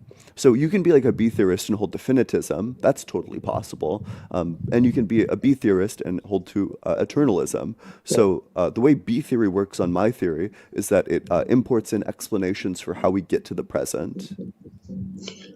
Okay, well, how would you refute that the analogy I gave about the days? If there was an infinite number of days, how would you live those infinite numbers of days before you get to today? So because it holds that the only one that's real is today, when in fact the versions of you that lived on those days are also real. The versions of you that live on all the future days are also real. All of these days are real. The way we get to it is that it already exists. Well, if you're saying the past is infinite, think of negative infinity, right? The past is infinite past. Like negative is past, positive is present, and the future, right? Think of the number negative infinity. Well, infinity is not a number, but like, okay, just think of negative infinity, right? If you start counting from negative infinity, like we're traversing to time, right? And analogously, if we start counting from negative infinity, how can we ever get to zero, which is today? So, okay, the problem again is twofold. So one, assuming that negative infinity is a number is like a really big problem in the same way that like assuming that our infinitist perspective has a beginning. Of course, like when you have like a starting point and say, well, you can't count to infinity, we agree, you can't. But luckily, our view doesn't have a starting point, so this argument doesn't go against it. And second, counting to infinity. So when you're counting, you have wait. Yeah. So when you're counting from something, you have like one number. Oh, sorry. You have one number that you are discretely on at the moment. Like there is a present moment you are counting. There is a present number that is like coming out of your mouth. That's A theory. That's not B theory. That's not an internal critique. That's an external one. You would have to establish that A theory is true in order for this critique to actually make sense. So imagine that you existed forever and that you counted forever. Then if B theory is true, for any number that exists, there will be a moment which is real in which you are saying that number. So that's how you get there. It already exists. It's already real. Okay, so is that number you're starting to count from a finite number? There's no number that you're starting to count from. That's the problem. There is no starting number that you count from. Well, then you wouldn't be traversing to time then, analogously from that analogy. So analogously, we could say that there's no like starting number, there's no lowest number, but zero is still a number. So in the same way, we could think of like today as zero, and then recognize that there's a number before zero, there's a number before that number, there's a number before that number, going back infinitely. Similarly, we have today, and there's a day before today, there's a day before that, day before that, day before that, day before that, so on and so forth. Yeah. So yeah, I would almost liken it. Well, I would almost liken it to like a track meet, right? You'll be at a track meet getting ready to say run the hurdles. Now, time exists, but the only time that matters is as soon as that stopwatch gets clicked and you start running to the time it's turned off. That's a time that matters in the track meet. Likewise, that's all that matters for this universe, right? Whenever the Big Bang happened, that's when the stopwatch for us was clicked, and whenever we start going through the big crunch, right before that big bounce is when it'll be clicked again. Does that make sense? Yeah. Well, wouldn't that just raise more questions about then what caused the initiation of the Big Bang, right? Like, why would you would need faith on that something caused the initiation of the bang? Like, where are you getting this bang? Well, all I was doing with this was trying to help you conceptualize what Ian was saying. Is that like the infinite number, the infinite timeline itself doesn't matter. This moment is the stopwatch. We're under a stopwatch right now. That's what matters. If I'm portraying that correctly, Ian. I'm sorry. I was doing like some editing. I wasn't listening too closely. Oh, not a problem. What do you mean by matter? Like in this sense? Yeah. So like, because you're stuck on the infinite back, the negative numbers, and Ian's been trying to say like, well, those just really don't matter. What matters is the time now. And so likewise in a track meet, the time of what's going on doesn't matter. What matters is while I'm running my event and the time on that stopwatch. That's what matters. I'm not sure if I understand. Like, what do you mean by matter? Can you mind clarifying? Like, what do you mean by that? Yeah, it's just in the moment, the race is what matters. I'm involved in the race. Everything else is still going on around, right? Mm-hmm. That's still equally real. But with me, that race is what matters, right? The racers, that's what matters. And we're in the race right now, living on in this universe. We're in the race right now. And like, how does that show that time had an infinite pass? No. What I was trying to do is help you understand what Ian was kind of talking about when we're not worried about things going around, right? Because what matters is the now with the stopwatch. Well, let me give you another analogy of what I'm trying to present here. So like, imagine a tunnel, right? If you, let's say the end of the tunnel is today, right? And you're starting from the past, which is somewhere before you get to the end of the tunnel. And my question is, if that tunnel was infinitely long, can you ever get to the end of the tunnel? Yeah, there's no starting point. You keep on importing like a starting point. Every day is the end of the tunnel. So you're always at the end of the same now? No, you're always at the end of the tunnel. If the tunnel's infinitely long, not today. If the tunnel's infinitely long, then every day you're at the end of the tunnel. Well, then that would conclude that every day is the same day. No, it wouldn't. Okay, well then, if yesterday was not today, right? Then yesterday precedes today. Then how can you have an infinite preceding days before you traverse until today? Is my question. Because the 0 point is always the present. I know, but you just agreed that yesterday was not today, right? There was a yesterday. Yeah, and yesterday was not today. And yesterday you were at 0. Today you're at 0. Every new day is the end point of the timeline, of your current timeline. Are you saying that every today is 0? I agree. So every day that you're alive, every moment that you're experiencing is the termination of your relative timeline. But wait, are you saying then that yesterday wasn't real? No, I'm saying it was real. It still is real. And we're no longer at that point in time. We're at a new point in time.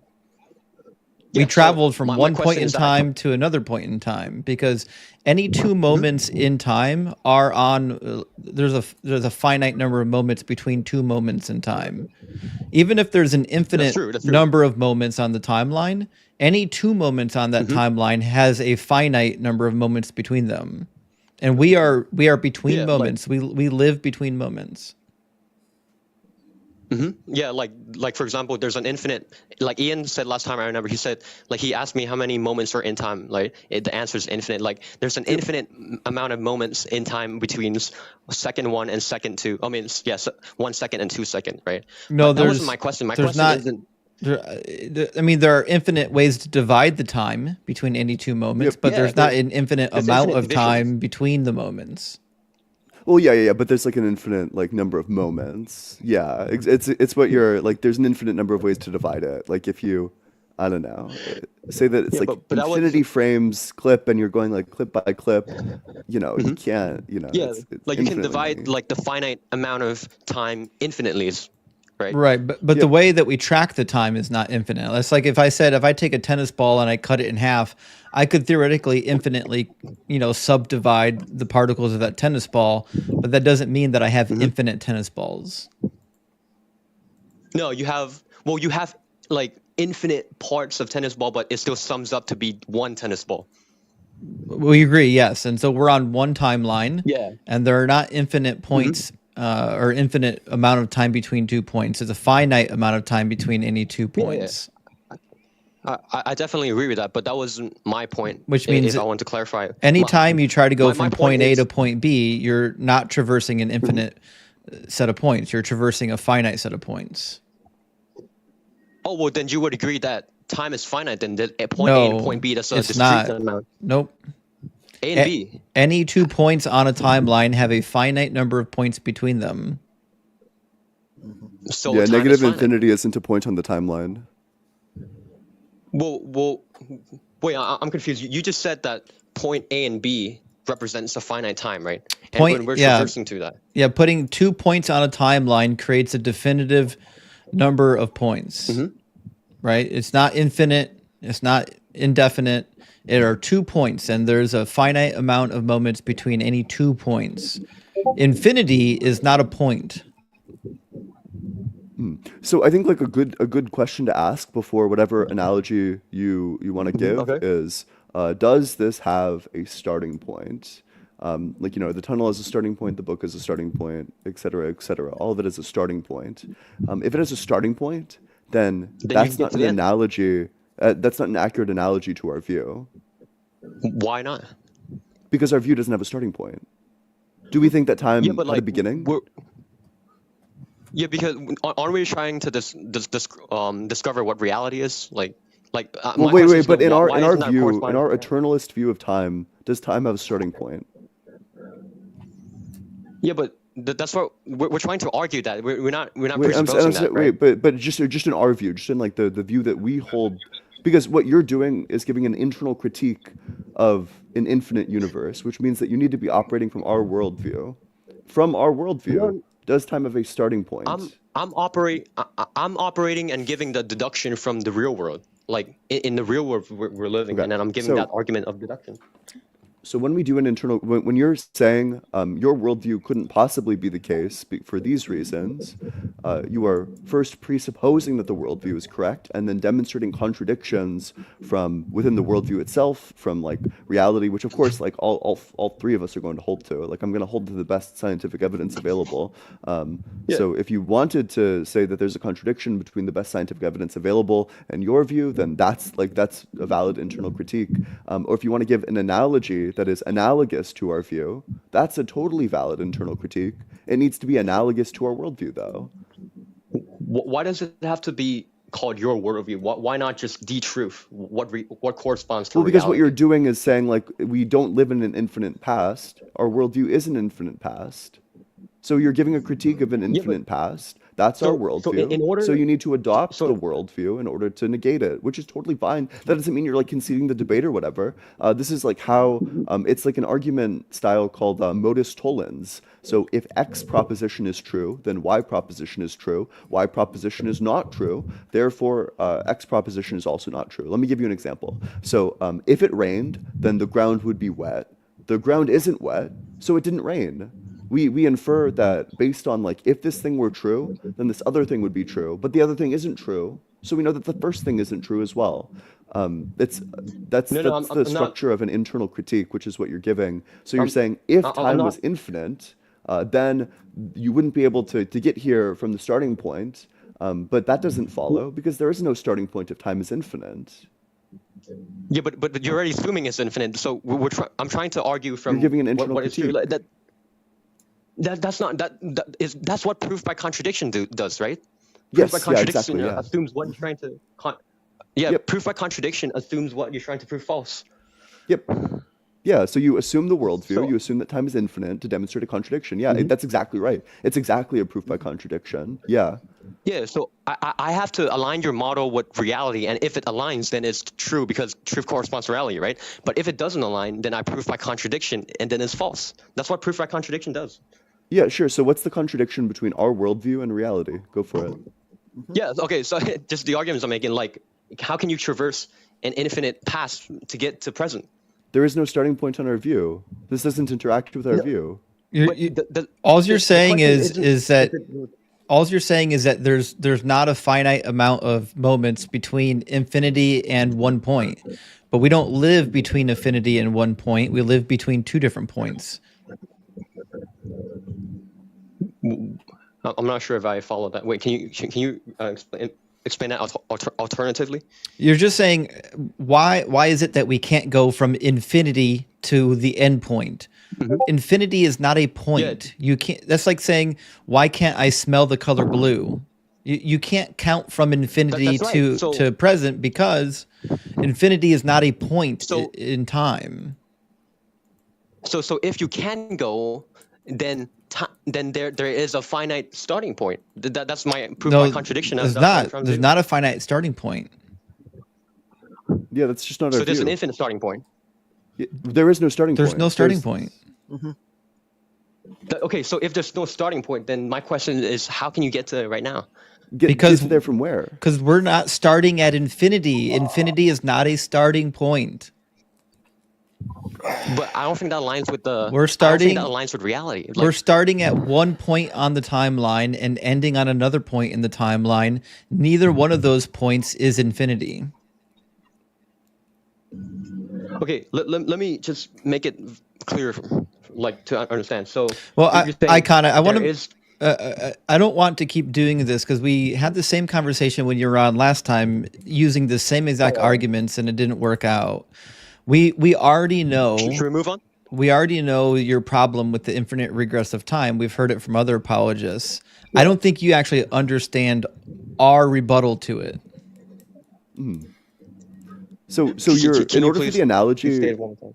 So the way arguing from analogy works is you're saying, well, if this model were true, presupposing that the model is true, then there would be this absurd conclusion. If this were true, then you could traverse an actual infinite, but traversal requires a beginning point. There is no beginning point. Then you wouldn't able even to traverse. There's would. yeah, wait, so Whoa. there's like no, you're not traversing from like a starting point. Like these things Okay, but exist. does that? But If that's the if by conclusion, traverse then you mean that- like have a starting point and then go forward, then like you're certainly not Traverse, I starting mean, we're somewhere and we're then going to living- the present. traverse is like we're living to time, like there was a yesterday and now you got to today. That's what I mean by traverse, like where you're flipping through the pages Yeah. of the book. That's what I mean. You're traversing. You're going in the sequence of time. Yeah, because we're in So time. But if your conclusion is that, I guess Yeah, do you take that's it that, right. that So- traversal requires like a starting point? Because if traversal requires a starting point, then no, traverse would be the wrong word. Like time exists, we exist within time. But traversing through, okay, wait. So specifically, traversing through time from a beginning is not a thing that exists in our view, which means it just doesn't make sense to do that. why do you have to say your view? Why don't you say Because what is so true? Like, if I our don't think view my is view. correct, presupposes our view. Mhm. That's just the way an internal critique works. If you're saying that our view is incoherent, you're saying, well, if your view is true, then this absurd thing would follow. So you need to argue from within the view. Otherwise, it's an external critique. At which point, I would say, prove it. Go ahead and just prove that time doesn't have a beginning. Like, what's the evidence for that? Or prove that it does have Well, a if you beginning. use that What's the same evidence logic, for that? then. But if you use the same logic, then if you were to prove by contradict to me, then you would say, well, if time is finite, then and assume that's true, and then you do the proof by contradiction. Wouldn't you be doing the same thing? No, so my argument about the creation of time not being possible is an internal critique. So I don't believe that time was created, but I say, well, if it was created, then this thing would be the case. So Yeah. that's how it works, that I say, if this were true, then this would be true. That's not true. Therefore, the initial assumption that time was created also isn't true. Yeah, well, I'm doing the same thing, right? I'm saying, well, if time is infinite, then I'm doing my proof by contradiction. The same thing where you would do if you would So say if time is finite, and you do If proof. time is infinite, is there a starting point? No. Cool. So then all the analogies So- are not disproofs of this view. Well, the analogy I'm going to give, does it correspond to reality? That's the question. And if it does, then it's true. If it doesn't, so I have to give examples of reality. That's what proof by contradiction does. Like, for Well, example, so if I it's say just like, not going to line up with it. At that point, you're just saying, well, here's the empirical evidence that your view isn't true. And to which I'd say, go for it. Let's hear it. yeah, well, like the example I give, like if you're traversing to time, right? That's the like. Do you disagree with that? We're traversing to time. We're in Traversing time, we're from using like the time? beginning, traversing from like the beginning of time. No, our action is right now. We're using Sure, time, yeah, correct? sure. So then for any moment, there's a finite amount of time between that moment and another moment. So then you can traverse those 2 points. So my question was that if there was an infinite moment of that, how can we ever get to what we're doing right now? Because if you pick like a starting moment, then there's a finite amount of time between that and right now. I want to make sure, Icon, you actually understand what we're saying. Anytime you say maybe I'm that not- there's a starting point to anything, you're saying that Yeah. that is not infinity. So you can't use infinity as a starting point because infinity is not a starting point. They're definitionally not the same thing. You can't start at infinity and get to somewhere because infinity is not a starting point. They're semantically that's true. not So- the same thing. Infinity has I no agree. starting point. I agree. So you can't start I at agree something with that that. doesn't have a So- starting point. So you don't start is your conclusion. No, I'm saying you can't don't do start anything. at Like, you don't- something that is not a start. There is no start to time. That is correct. That's the correct conclusion. Yeah. Okay, so that's my follow-up. So there's no start, right? That's the conclusion, right? Let me accept that for a second. Like there's no start, so therefore you're not doing anything in time. You are. Because you don't start. that You're doesn't follow. timeless. Everything is done in time. Because No, you're that doesn't timeless. follow. This guy's really struggling. No, we are living on a timeline. Everything we do is on the timeline. What I'm saying is that nothing that we're doing is at an infinite starting point because infinite time is by definition not a starting point. Agree. Okay. I agree with that. Like I don't disagree. Yeah. So the analogy that Yeah, you're it- setting it- up is semantically incorrect. It doesn't work. Well, for the tunnel analogy, like the end of the tunnel is today, right? Represented analogously to the analogy. If the end of the tunnel is today, then you're saying that I cannot say the analogy has infinite, like if the tunnel has infinite length. If the end of the tunnel is today, then we are at the end of the tunnel right now. Yep. That's true. And can we imply and can we deduce that therefore what we came from before we got to the end of the tunnel has to be a finite distance? No. How? There's no because so the analogy doesn't work, right? Because you're saying that there's like a starting point to the traversal, and we're saying that there is no starting point. The tunnel analogy has a starting point. Yeah, you've basically just made the same analogy well, as the how other would you- one, just using different objects. It fails both times. But how would you disprove that? Like, why doesn't it make sense? just That was did. my So it's original your question. burden to prove that our theory is contradictory. It's not our burden to like argue against like your analogy and prove that like your analogy is contradictory. All we need to do is demonstrate that your analogy doesn't map onto our worldview. Or truth is what you mean. Yeah, Or or truth. reality. Yeah, it doesn't map onto reality. Okay, Like it well, doesn't. So specifically, so if it's a that's why I'm disproof of asking, our in reality- worldview, then it doesn't map onto our worldview. Like, that's why I'm asking, Like this is and in reality, Icon, do you- this is not that complicated. This is like very simple. Well, I mean, I'm asking, in reality, do we agree that we're going to like sequence of phase? Yeah, I agree we that we're agree, in like a time sequence. Yeah, I agree. Would that just if that's the case, then that just contradicts what you just said earlier. You said No, it doesn't. There is no start.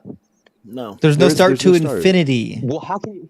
Wait, are numbers sequenced? yeah. Wait, and I'm so sorry. Wait, are numbers sequenced? Is there a sequence of numbers? Yeah, 1, 2, 3, 4. And what's the lowest number? What's the name of the lowest number? There's no lowest number.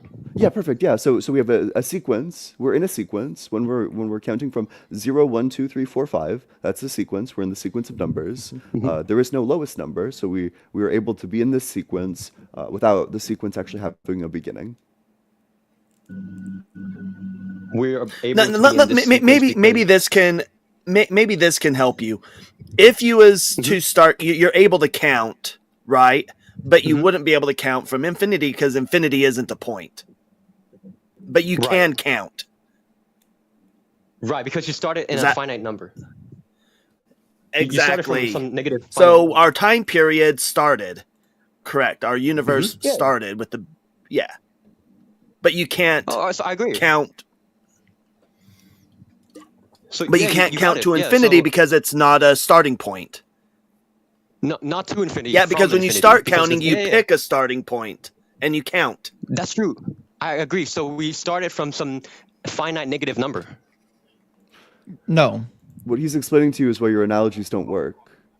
Wait, so in our view, okay, there's no well, starting let's- point. Okay, wait. I feel like I've explained this like 5, 6, 7, 8, 9 times. I don't know how many Sorry, times I'm it's very going sorry. to I'm take. trying to really understand it. So sorry, That's. man. I think that what we need to do is move on to like a different Yeah, argument. I just want to make I sure. just don't think. Yeah, okay. Yeah, so you cannot I count appreciate to talking to you guys too, man. infinity, and you cannot count from infinity, because to infinity and from infinities they don't have a termination point. They go on forever. It's semantically an I agree with that. invalid argument. It's like saying, I agree. I'm going to jog forever until I stop. You can't say that. You I can't agree. jog forever until you stop because they're semantically incompatible. So counting to infinity I is agree. semantically incompatible. Hey, Which that's the argument we're making. hey, I agree with that. Okay, so infinite I agree with time that. doesn't So have a does that- starting point. It doesn't have an end point. But the time that you and I are experiencing is not infinite in the past and present. Like we are on two or multiple points of the timeline.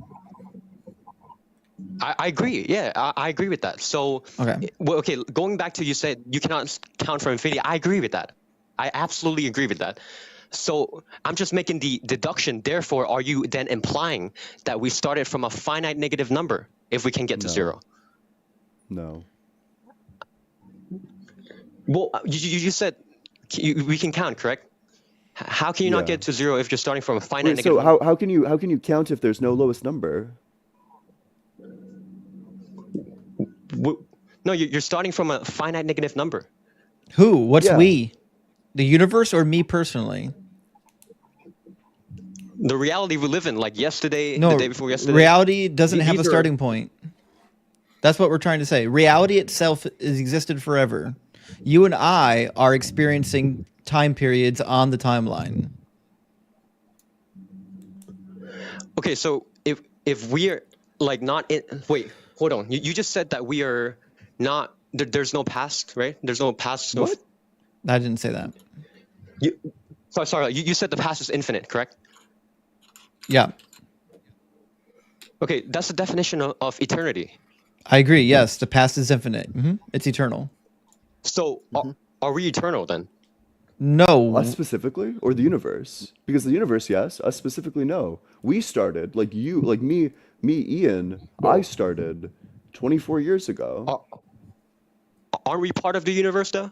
We're Yeah. we're matter. We're space. We're Yes. Okay, so space, time, and matter, a universe, are eternal, including us, because we're space, time, and matter. yeah, we're a product of the eternal universe. Like we are in the Okay, eternal so we're universe, eternal then. but we are not eternal. The universe changes. Some things exist at some points in the universe and not others. We exist at specific points. We've existed for some number of years. Before that, we didn't exist. And then after some more, we won't exist. Wait, how can you have an eternal universe, right? But we not being eternal, how's that possible? How Because can we we are the have universe. how can we have infinite numbers, but each number is finite? What do you mean? There's an infinite number of numbers. What's the? Yeah, there's an What do you infinite mean there's an finite? infinite amount of time. There's an infinite number. That's true. But You're glitching out pretty bad. I how kind are you of comparing with our existence? I'm trying to figure out why this is so hard for you to understand because we've kind of spelled it out in 10 different ways, and I think everyone here gets it but you. And I don't know why that is the case. I don't know if you're actually being obstinate or if you're just not listening to what we're saying. No, I'm really trying to understand. I'm really trying to, okay. Here's what I understand for you guys. You guys are saying the past is infinite, right? Mm-hmm. Yeah, the past is infinite, but we are the universe. We're space time matter, but we're finite. What? So how can So you we- keep Is he, you keep like, misusing the lagging out, word like, "we" horribly? icon. When we say we, we're talking about our conscious experience. We're not talking about the universe. The conscious experience that I'm having with my brain, that Ian's having with his brain, that's the we we're talking about. We're not talking about the universe. But we are made of what the universe, like as we define it. I space-time know. matter. Yes. And the we that we're talking about right now is this very specific arrangement of those atoms. Mm-hmm. So the arrangement And of those atoms that atoms are cause eternal. my consciousness to exist are eternal, but my consciousness, this arrangement of atoms, is not eternal. So this is just a matter of not using words the same way. So when we say we, we're talking about our human experience. We're not talking about the universe. The universe is eternal. Humans are not. Humans are going to get completely obliterated eventually. Yeah. If the universe is is not in time, right? That's what eternal means. Universe timeless, is right? in time. The time doesn't exist. Well, if you're gonna say eternal means timeless, and timeless is not time. Eternal doesn't mean timeless. It means it's forever. There's always time, both directions. The definite. Well, how would you define time then? Time is the sequencing of any two events in my definition. A sequence of any two events. The time is the thing that allows but you- things to happen not all at once. Wait, I'm sorry. Is the Okay. caller like completely like glitching out for anyone else? I mean, his audio? Yeah, is like his audio because it's like fully glitched. Sounds on my fine end. for me. It actually does. Damn. Yeah, it sounds fine for me too. The But fuck is listen, going on here? here's the thing, Icon. I think we've talked about an hour on the same subject of time, and I think it went as far as our last conversation about time. And I'm not sure you're fully grasping our arguments, and I guess I don't want to repeat the same arguments over and over again. So we appreciate you coming through, but the live and try to understand. yeah, we've got someone waiting to come in. They've been waiting for a while, so we're going to move on to the next guest. Okay. I appreciate you guys. Thank you very much. All right. Thanks, Icon. Have a good one. I do remember having almost the same conversation with him last time. It's weird that. I was about. Yeah. Go ahead. It's weird that we literally are still stuck at point number 1 from our last conversation. I think this is. I was going to start Josh. doing the. Oh, No, sorry. if I had an As- infinite amount of time, what I would do, if I could freeze time, I would just read like all the books that I want to read. That's what I would do. And I want to learn like a million different things to get like sharper argumentation on this topic. But one of the things that I want to learn is like better ways of explaining B theory because people just do not get it. Right. We got 2 super Yeah. chats. I was about to start doing the hokey pokey. Oh, turn yourself about. I'm in. Marilyn, thank you for the super chat. It says Justin is God and King. Apparently, he's patient. He is kind. Probably needs his feet rubbed and sandwich on this fine Sunday. Christians, stop choosing violence. Well, Marilyn, I don't know if that's true. You know, I don't believe in any God, but I love a good sandwich. So I appreciate the sentiment. And Jerry, thank you so much for the $10 super chat. It says, why couldn't any arbitrary place in the timeline our time? There's also an infinite amount of time to get to any particular point. There's also an infinite amount of time to get to any particular point. I think that was a typo there. But Jerry, I may not fully understand the question, but I think the point that we're making here, we made it about 5 different times, is that you can't start at an infinite point because infinity is not a starting point. It is definitionally wrong, right? That's like I'm going to I'm going to run forever to my stopping point. It's just definitionally incompatible. Yeah, it's a category error. It's like saying like, coconuts are 3. The starting point is not infinity. Infinity isn't a starting point. Right, exactly. Or it's like saying I have Wait, 3. coconuts aren't 3? You could say I have 3 coconut. Yeah. That would be definitionally incompatible. Kava, history, how you doing? Can you hear us? Yeah, can you hear me? Yeah, we can hear you. How you doing? Good. How are you guys? Doing good. Doing Thank you for well. asking. Kava, are you at least 18 and are you a believer? I'm 37, Okay. and I believe in Ahura Mazda. Oh, That which so I'm an Iranian American Zoroastrian. okay. And I noticed you guys. I'm a little out of breath. I was just exercising, but I noticed you guys have a lot of debates with Abrahamic believers. I think my perspective is very different. I'd love to hear it. Yeah. I also really appreciated that you guys aren't afraid to call out the problems with the hadiths. Mm-hmm. I really enjoyed that conversation. My ancestors were colonized by Muslims, Oh yeah. as you might be aware. Oh, we're Yeah. definitely aware of that. Yeah.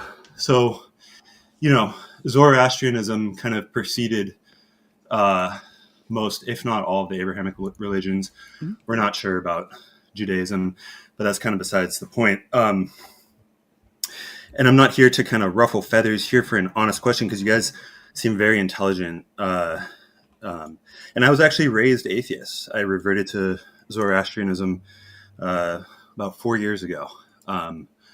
So my question is, I think you guys would agree that we are intelligent, conscious beings, right? Yeah. So my question is, where does that consciousness and intelligence come from? The brain. So, okay, wait, these are two different questions. Or maybe I should get clearer on the question.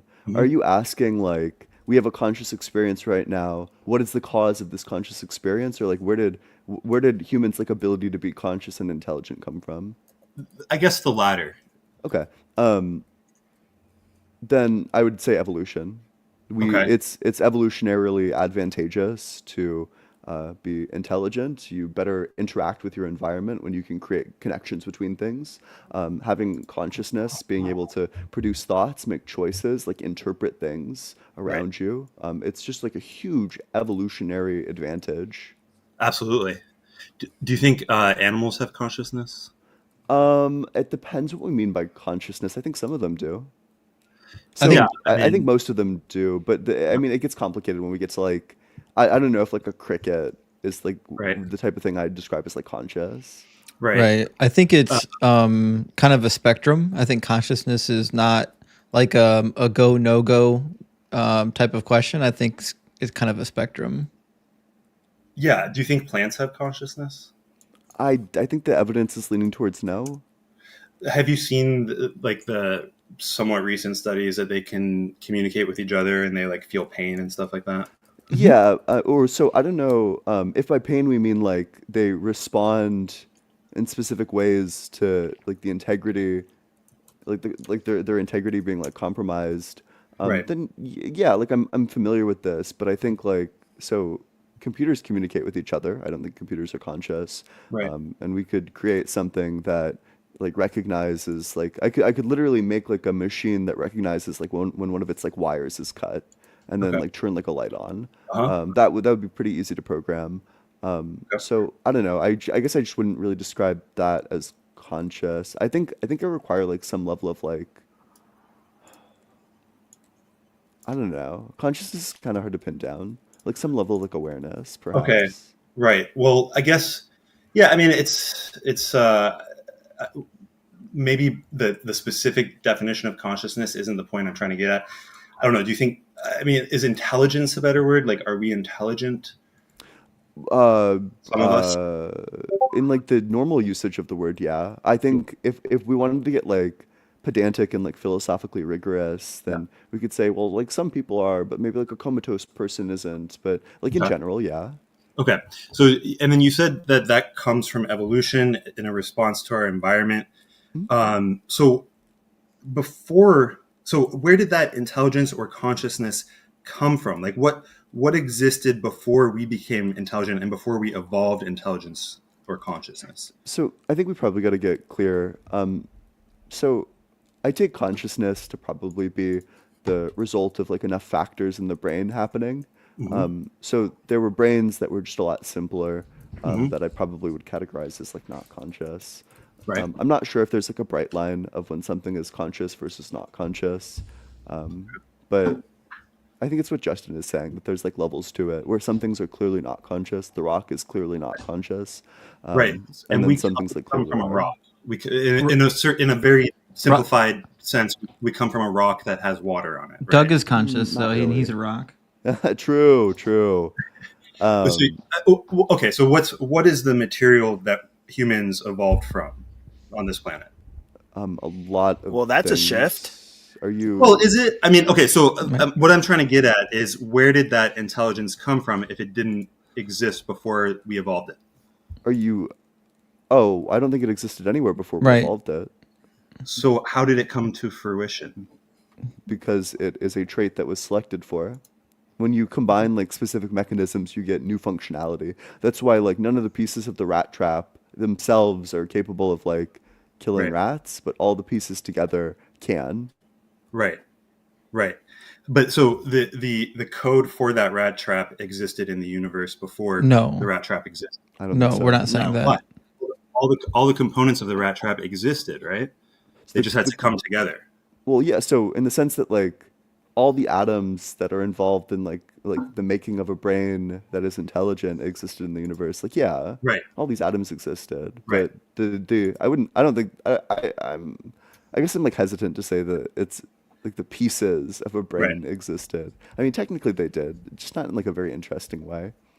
Right. So, but what I'm trying to get across is that the code or the metaphorical DNA for intelligence existed in the universe in order for us to have Where it. at? Yeah.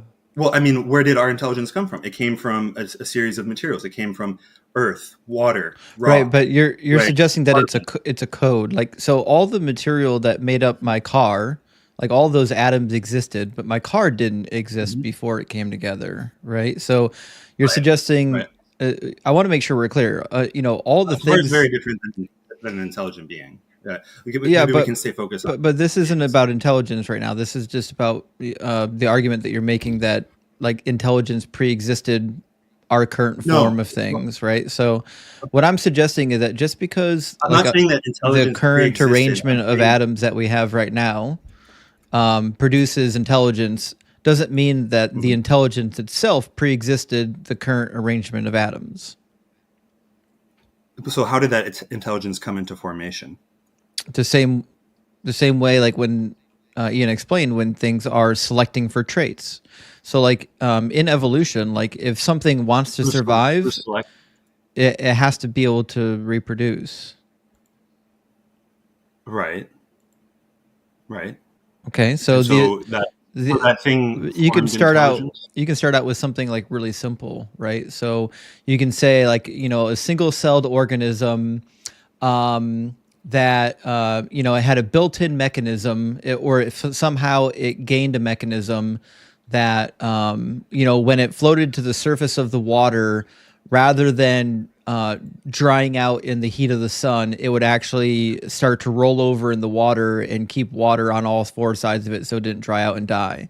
Like this is like a mechanism, like just like Venus flytraps have hairs, and when the hairs are triggered, there's a mechanism for it to close. But if you develop mechanisms for survival over billions of years, then you now have a very complex processing set of mechanisms. Right. But so what? Yes, I completely agree, and I completely agree with evolution, and I believe in the Big Bang theory. I think there's more evidence for that than most other theories. But what I'm trying to get at is that the components for intelligence. Would you agree that those existed in the universe before intelligence existed? You mean atoms? No, I don't think so. Well, unless you mean atoms. We're trying to figure out what the component of intelligence is right now, right? So, yeah. How do you define intelligence and consciousness? How do you define these terms? The ability to, I would say self-awareness is probably my closest definition to consciousness. Okay, so sure, maybe we could think about it like this. So there's like extremely basic like neural structures that we might consider to be like some sort of like knowledge having thing. So when you're touched, this part of your body lights up. Right. That's like basic intelligence. But So at that point, you could have like literally if anything's in contact with you, you're aware of it. As the bodies get more complex and as the neural circuitry gets more complex, you can begin to have a deeper understanding of specific things. You can Absolutely. maybe pick out like, maybe you get like sight, you get more senses, for example. So now when like light is hitting, you can see when it's light, when it's dark, etc.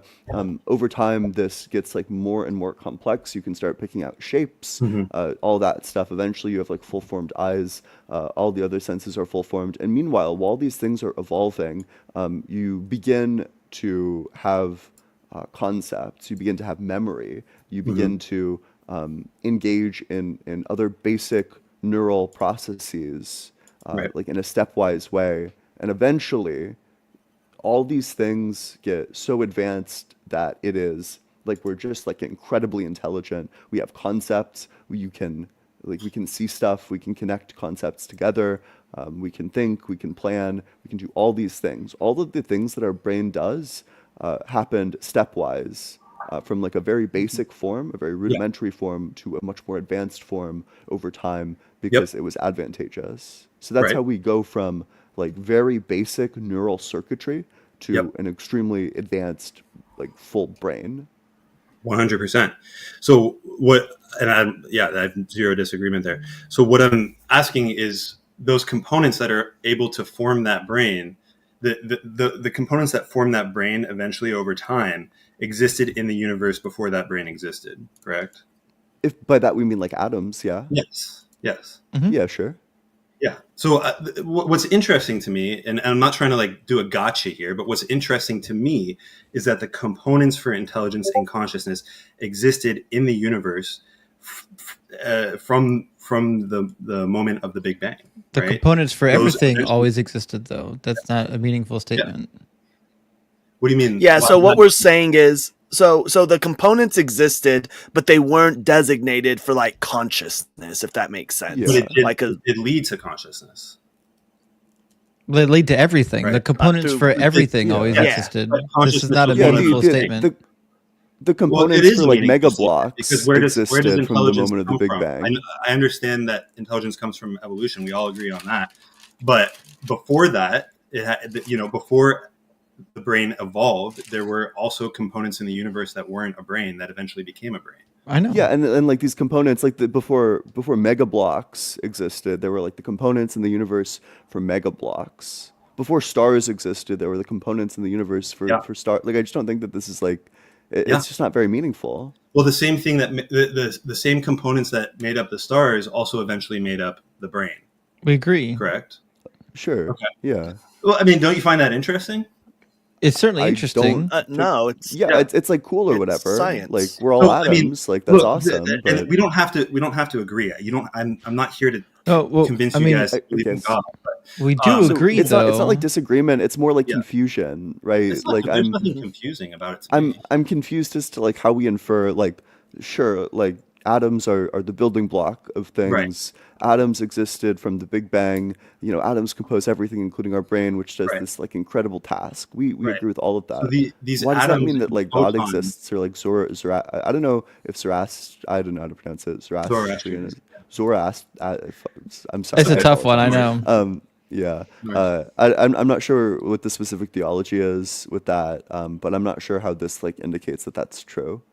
Well, what we believe is that intelligence has always existed in the universe, and that is the reason that we are intelligent, because these components that were in the Big Bang provided a framework for intelligence to exist. I mean, there's no doubt about that. What do you mean Is by a tree a framework? log cabin? Sorry, go ahead. Wait, I'm sorry. We Is come it- from a framework. We come from a physical framework. Is a tree a log cabin? No. Oh, cool. So we would agree that like the components that make something up, even if it eventually will make something up, is not the same thing as that thing existing itself. So even if like the Someone had components to that put will that log eventually cabin- make up the brain, Someone had to though. turn that tree into a log cabin. Okay, so is a star the same as like the atoms that make the star up? The star is made up of those atoms. But is it the same? So before the Yeah. atoms were together as a star, Yeah. is the star the same thing as the atoms that were like dispersed throughout the universe? It's composed of those atoms. But is it the same thing as them? Is it the same thing? Does it have to be the same thing? Because it's For composed your of those. analogy, yeah. What's my analogy? So, or I'm sorry, like for like the worldview, yeah. Like because what you're saying is that intelligence has always existed. No, So I'm you're not saying saying that intelligence has. I'm not. That's not what I'm saying. I'm okay. saying that the components for intelligence have always existed in the universe. Oh, then we agree. Yeah. There's no Yeah. disagreement about that. But why does that mean that the religion Well, is true? if the components for intelligence, if the metaphorical DNA for intelligence has always existed in the universe, But isn't intelligence within that DNA? no, you're conflating different things. Or the potential for intelligence is within that DNA. Let me illustrate the flaw in your argument. You're saying that because the components for cars always pre-existed, that means cars always existed. A car is not an intelligent being, right?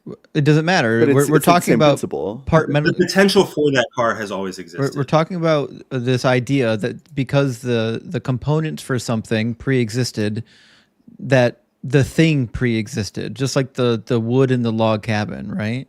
So the question is, why would we assume that just because atoms existed before they formed our brains, that there was some sort of like schema floating out there that was dictating that the atoms would form our brains? Let's stick to your car. If that's the analogy that we're going to look at, let's stick to the car and the log cabin. Intelligence had to combine the materials to create the car. That's not the argument we're making. You don't understand our illustration. Let's not make that analogy. I think you don't understand the purpose of the analogy. Where the analogy is demonstrating that just because it's not, I need you to actually pay attention to it so you understand the analogies. What we're saying is that just because the component of something existed doesn't mean that the thing existed as well. So just because how did the thing come to exist? Just because the atoms existed doesn't mean that the thing that the atoms form existed. Okay, how did the car come to existence? Through intelligence. Right. Okay.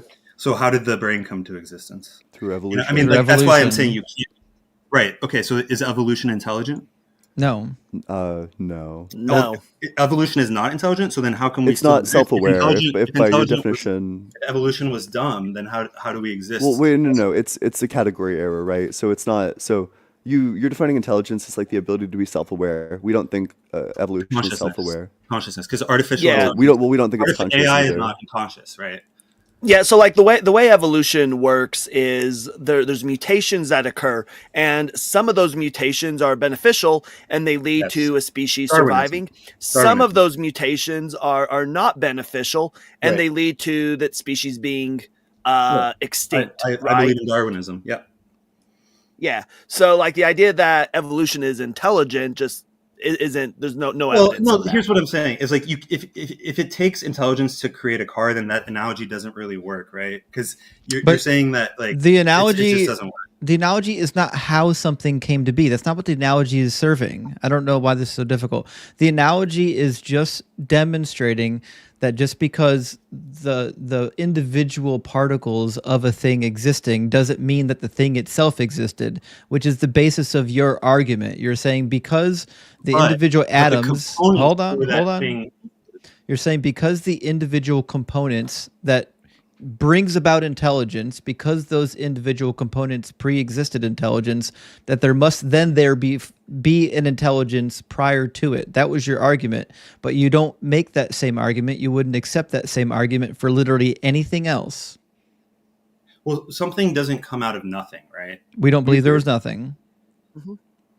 Okay, so if you know, let's go back to the tree or the car. Those components always had the potential to become those things, right?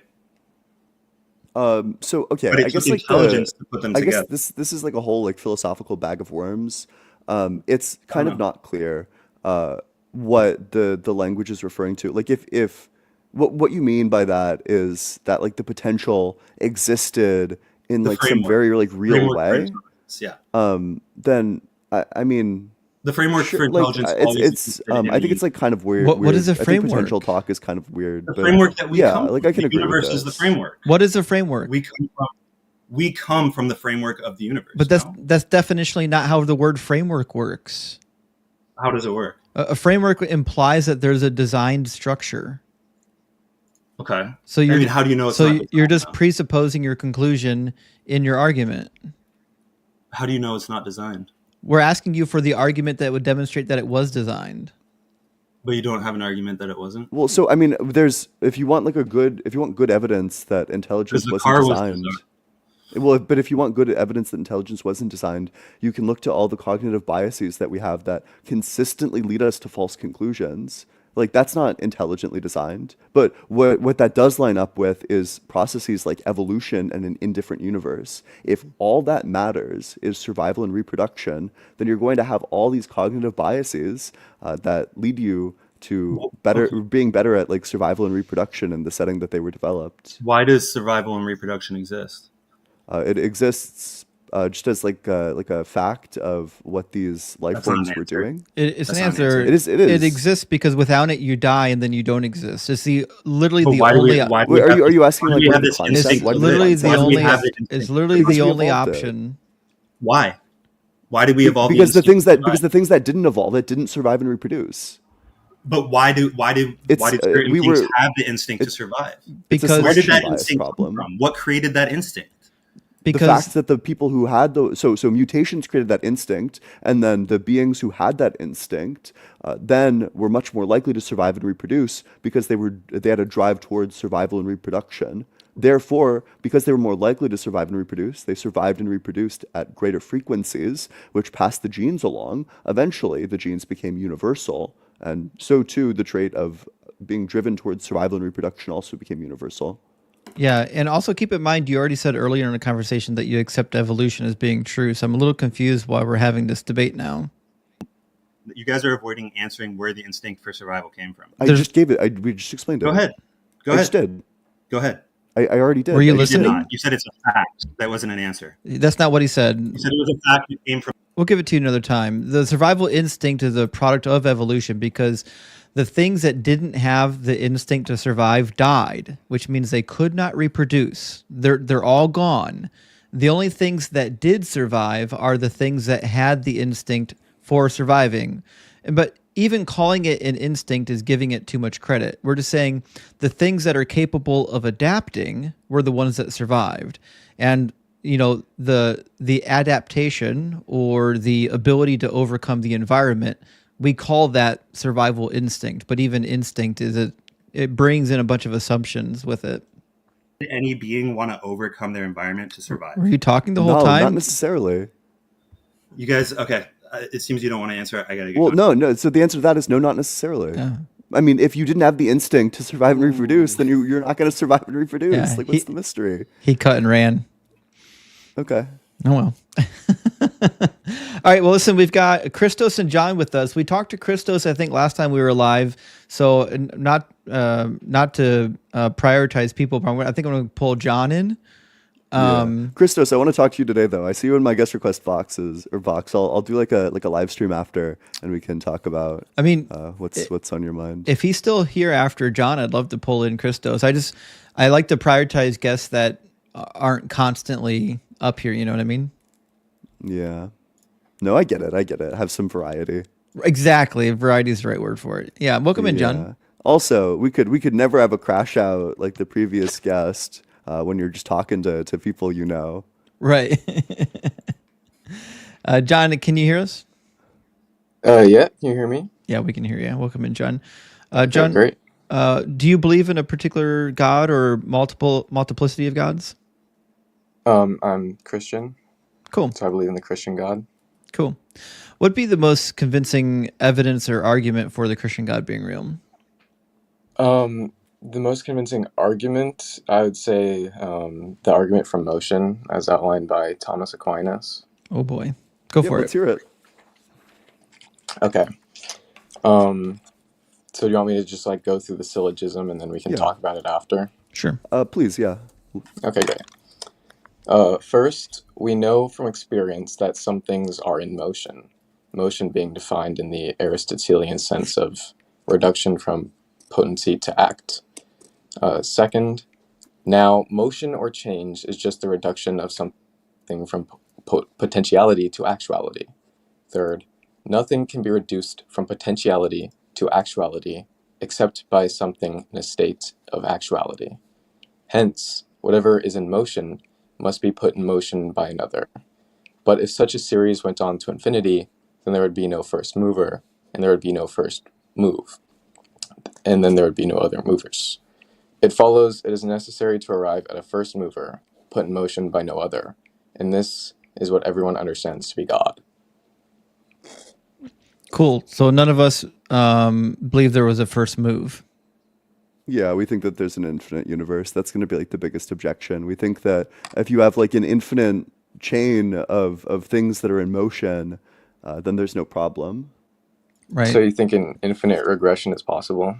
Yes. We think it's possible. We also think that your God is an infinite regress. You're just saying that there must be a prime mover, except for my special pleading. My God is, I'm going to special plead a prime mover without any evidence. It's not a special pleading because the claim isn't that everything is moved by another. It's everything that is moved by another. So then logically it follows that if something isn't moved, then it doesn't need to be moved by another. Right, so there's no special pleading. But you're suggesting that your God can do things. Can your God do things? Yeah. What can he do? Anything that's logically possible. All right. Can he think? Yeah. Does thinking happen in time?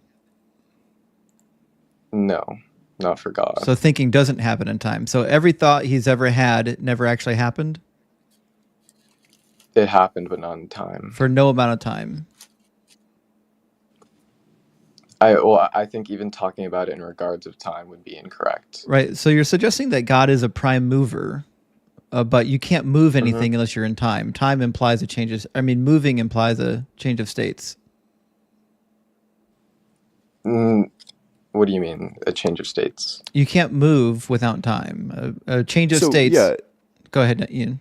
Yeah, like it's the language that you're using, right? Like potentiality to actuality. That this implies like a change from potentiality to actuality. Mm-hmm. So it's going to require a change of states, which means time. So, sure, he moves things in time, but he himself is not in time. Does God know what time it is? Yeah. Okay, so God knows. Let's keep it simple. So God knows today is like March 2nd. Yeah. Okay. Did God know that today is March 2nd yesterday? Sure. Then God knew something false? I wouldn't say that. Was yesterday March 2nd? No. So then if yesterday God knew today is March 2nd, would that be true? God always knew that today is March 2nd. He also always knew that yesterday was March 1st. But I'm asking you, yesterday, did he know the proposition, quote, today is March 2nd, unquote? Okay. Then I would say that talking about God in regards of yesterday would be incorrect in general. Does God exist today? Well, what do you mean by that? So, we're in today. Does God exist? Yeah. God does exist, yes. Does God exist? Like yesterday, was God existent?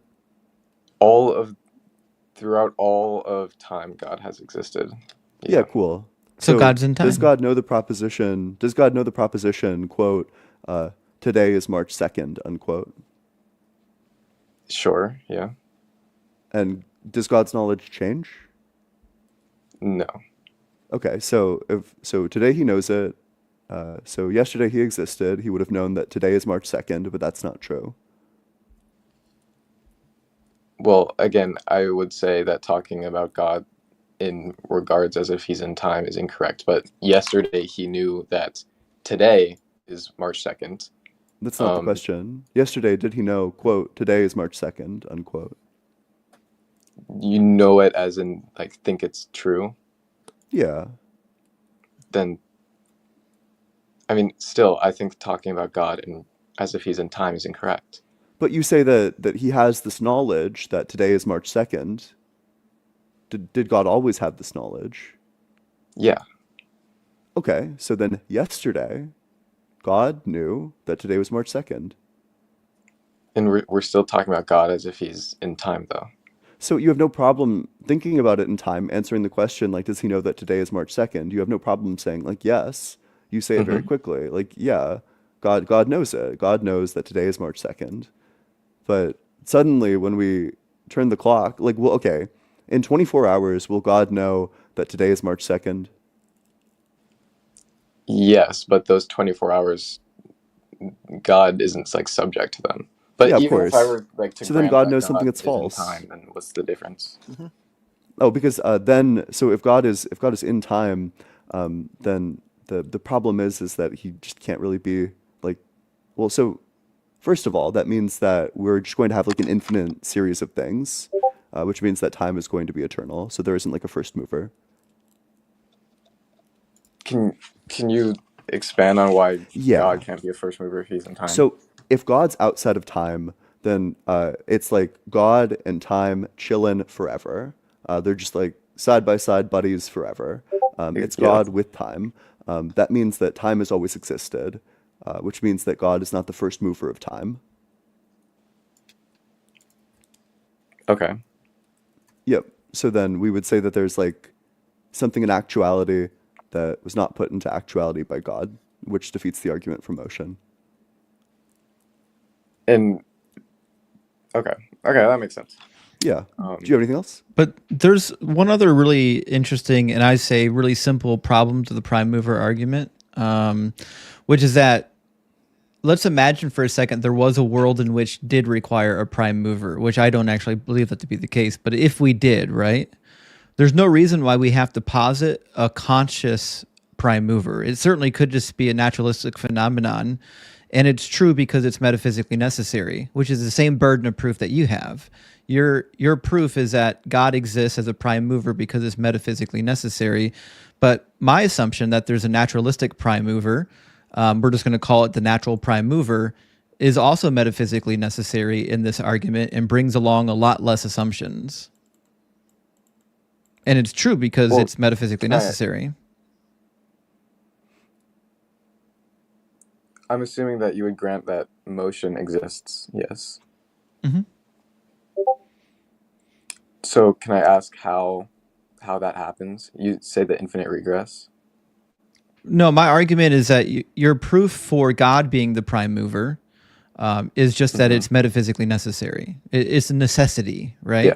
But I can just posit something way simpler that is metaphysically necessary that carries a lot less assumptions.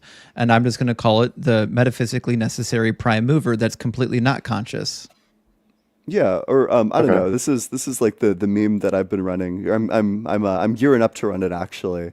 But you know, we could defend like the Aztec teotl, which is just like it's like equivalent to all natural objects, but like transcendent to them. And it doesn't have a mind. It's like itself a natural object. So we can just hold to like, I don't know, some like teotl.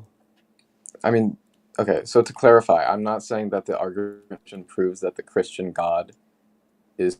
I'm saying it proves a first mover, but the divine attributes are proven in different ways, like through revelation. And I mean, some people would say that and what's they the can all be revelation? proved logically. What's the revelation? Why would I believe that there's revelation from this thing? I would say because of like archaeological evidence, validating scripture, eyewitnesses. So there's like archaeological evidence validating the Quran, and Joseph Smith predicted the Civil War. Yeah. Okay, but you don't believe in those gods, right? Joseph Smith isn't a god. Well, no, he has a God, but you don't believe in the God that Joseph Smith taught about. You believe in a God that Joseph Smith believed he taught about, but Joseph Smith has a very clear and different Christology of the Bible, right? Wait, are you Mormon? I wouldn't really call it different. Are you Mormon? It's complicated. Oh shit! Damn, I was like looking at your outfit. I was like, I shit. It kind of looks like I don't know. We're gonna have fun Yeah, I today. saw him dressed. So it was, I did just. but then you mentioned come Thomas back from Aquinas, so I was Sacramento. thinking maybe Catholic. But That's what I was thinking. what's your view on the Mormon Church? I think there's a lot of strong evidence for it being true. Oh no! Oh no! Do we want to talk about that? Yeah, we do. Okay. If you want to, of course. Like if that's not, it's if that's where you want to take the conversation. I'd love to. So let me just pull up like some notes. So are you aware of like Nahum in that argument? I know the prophet Nahum. What's the argument? The prophet Nahum? Yeah, in the Bible. Who's that? Who's the Old Testament prophet? I don't know about that guy. Oh. No, this is in the Book of Mormon. So in First Nephi, it talks about the journey that the Lehites took throughout Jerusalem, throughout the Middle East, starting at Jerusalem, and then it says they went south by southeast, and they came to a place of burials called Nahum, where they buried their companion Ishmael, and from there they went due east to a place called Bountiful. And later archaeological evidence from like the 2000s or like the 1900s, I'm not quite sure when, they found a place south by southeast along the Frankincense Trail from Jerusalem called Nahum, where there was a burial stone with the name Ishmael inscribed on it. And then due east, in the place the Book of Mormon calls Bountiful. And to backtrack real quick, the Book of Mormon describes 12 essential characteristics in the place they call Bountiful. And those 12 characteristics were found in a place in Oman, the Dhofar region, which was due east of the place called Nahum, and it had all of those 12 characteristics. So it seems very unlikely that Joseph Smith would have been able to just guess all of that. So the place name is kind of spuriously named. It's the Arabic is Nahim, which doesn't actually mean what you think it is. In Hebrew, the word Nahum means comfort or comforter, but that's different from the Arabic word. It's named in Arabic, not in Hebrew. Yeah. Okay. And are you aware that Ishmael was a popular name? I am. Okay, there's like, just like Muhammad, there's like millions of Muhammads. There are quite a few Ishmaels in the Arabic world. Right. So we would expect to find burial places of Ishmael in the Arabic world. They believe that they're descendants from Ishmael. Right. Right. But is it reasonable to believe that Joseph Smith could have guessed that there was a burial place south by southeast from Jerusalem, directly due south of this place with 12 characteristics that would have the name Nahim or Nahum? I don't think there were vowels, so it's not really possible to tell if it's Nahum, Nahum, whatever. You're just asking, is it possible that Joseph Smith could know something about the Arab world? And I would say, yeah, if it's possible that Joseph Smith could guess a person named Ishmael was buried in a region near Arabia, and yeah. It's not just near Arabia, it's like a very specific place. South of Jerusalem? South by southeast of Jerusalem. Yeah. Directly that's Arabia. Due south. No, like yeah, that's where Arabia is. South. I mean, yes, but it's not that broad. It's south by southeast along a trail that would have been followed, and I think it's reasonable to believe that this trail is referring to the Frankincense Trail, which is a trail that was often traveled around the time that in Arabia. The Bible talks about Yeah. it. The Bible talks about how the Arabs were traders in perfumes. Like this is not Yeah, new I'm not. information. We know. I'm not saying no. I'm not saying that part is new. I'm saying if we can reasonably assume that what the Book of Mormon is talking about is the frankincense trail, then we know that Joseph Smith is saying that Lehi and his family traveled down the frankincense trail, and there was a place of burial where the trail turned east. But he would have had no idea that there was a burial place where the frankincense trail turned due east because it wasn't discovered yet. Why could he have not known that? Because it wasn't discovered yet. You're saying that nobody knew there was an Ishmael buried in Arabia? Not in Arabia, in a burial place directly where the frankincense trail turns east.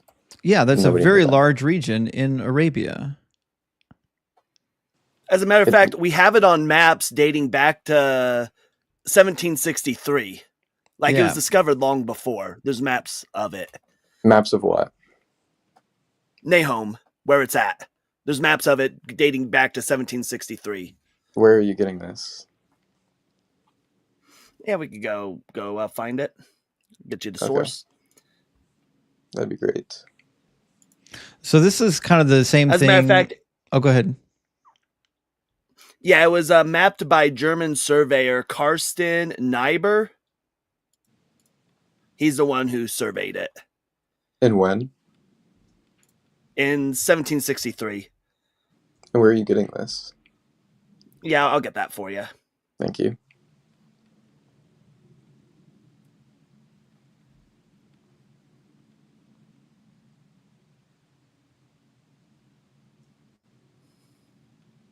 So it's going to be found in the footsteps of Lehi. Oh, sorry, that's the name of the book. Never mind. That's where this is mentioned. We do also have another book that was published in 1792 by Robert Heron, called Niebuhr's Travels Through Arabia and Other Countries in the Eastern Brown. So that was published. And that mentions it. And that talks about a place called Nahum where the frankincense trail turns east? Correct. Okay. From what I understand, this exact place that I'm talking about was found by German archaeologists in 1988.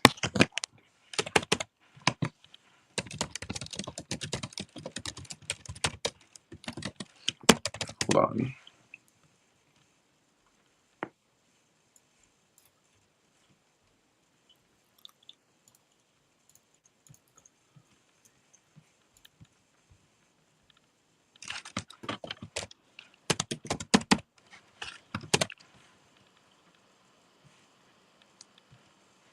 I'm interested about these sources that you have, though.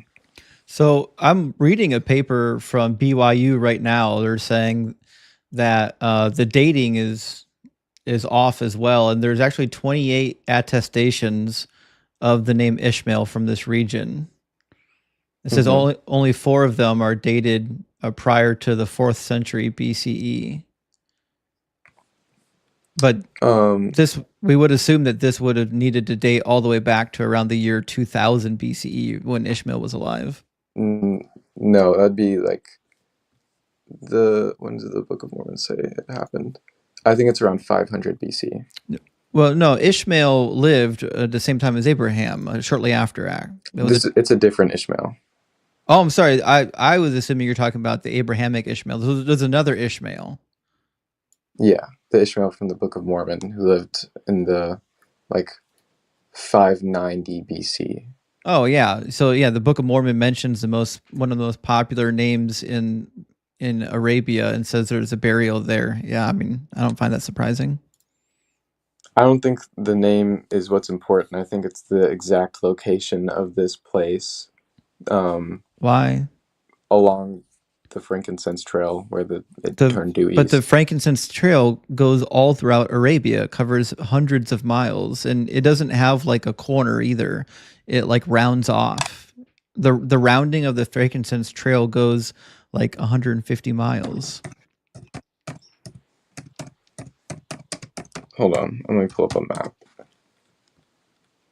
I mean, the BYU article literally says there's not enough evidence to make a positive identification with Yismael of the funerary stela of Ishmael of the Book of Mormon.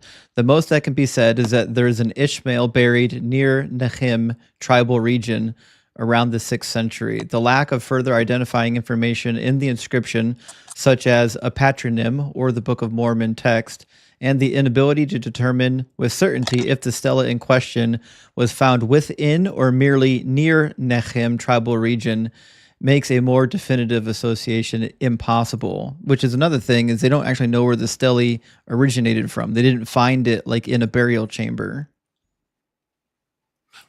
And that would also that's go fine. against Like I said, Jewish tradition. Well, that would also go against the Israelite tradition at the time because they didn't place burial markers. That wasn't until like the Second Temple era where they started placing rock piles to maybe show a burial place. But during and this takes place right before the Babylonian exile with the beginning of the Book of Mormon. And they just weren't doing burial markers at the time. I don't think it's necessary for the Ishmael to be the same for it to be true. I think what still needs to be explained is how Joseph Smith knew that there was this place called Nahom. And I think you're... But he's familiar with ancient Near Eastern texts. Go ahead. Yeah, that's easy. So do you know where Hiram Smith went to college at? No. Do a quick Google search. Let me know where Hiram Smith went to college at. All right.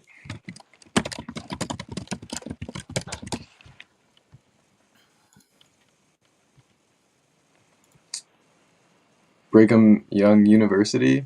What? Hiram Smith did not go to school at Brigham Young University. Google AI overview answer is not helping. That's why you should not trust Google AI. Dartmouth College? Yes, and they have a heavily religious influence in their things, right? So for Hiram Smith to know this information and to pass it on to Joseph Smith just isn't that far-fetched. Okay, but I'm still not convinced that this place was discovered at this time. People were living there. No, I'm talking about the burial site, not like the place, just the region of Arabia. Like, there's many hundreds of Ishmaels that would have been buried there and would have been reported in the archaeology. Like, Joseph Smith is pulling from a number of like popular resources. Like the idea that Hebrews came over to America didn't start with Joseph Smith. There was a popular book at the time period talking about it. Do you remember what it was, Cyber? Is it View of the Hebrews? View of the Hebrews. Mm-hmm. Yeah. Just so happened to be written by Oliver Cowdery's pastor, turns out.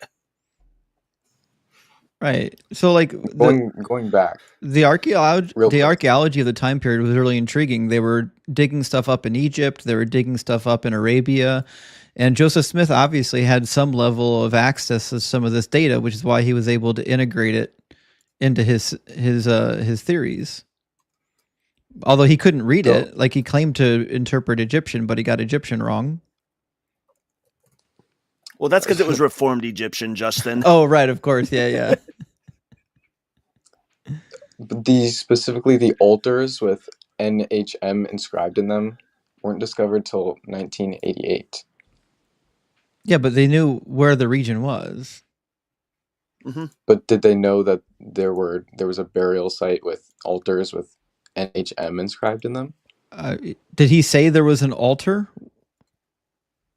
He said there was a burial place called Nahom. Yeah, I'm sure there is. Mm-hmm. What do you mean you're sure there is? Yeah. How would he be sure there is? Are you? Because it was a town. Do you think that people weren't burying people in that town? What do you mean? That's not like what's impressive. I don't think it's I'm impressive sure at all, is what them. I'm saying. But I think him knowing the name Nahom and it being a burial site is impressive. Well, the problem is it's not actually called Nahom. It's in Arabic. It's Sure, Nahim. It's just similar sounding. there weren't vowels. Arabic has vowels. I'm looking at a picture of the altar right now. There's not vowel markings. The altar of what? The altar where... Hold on.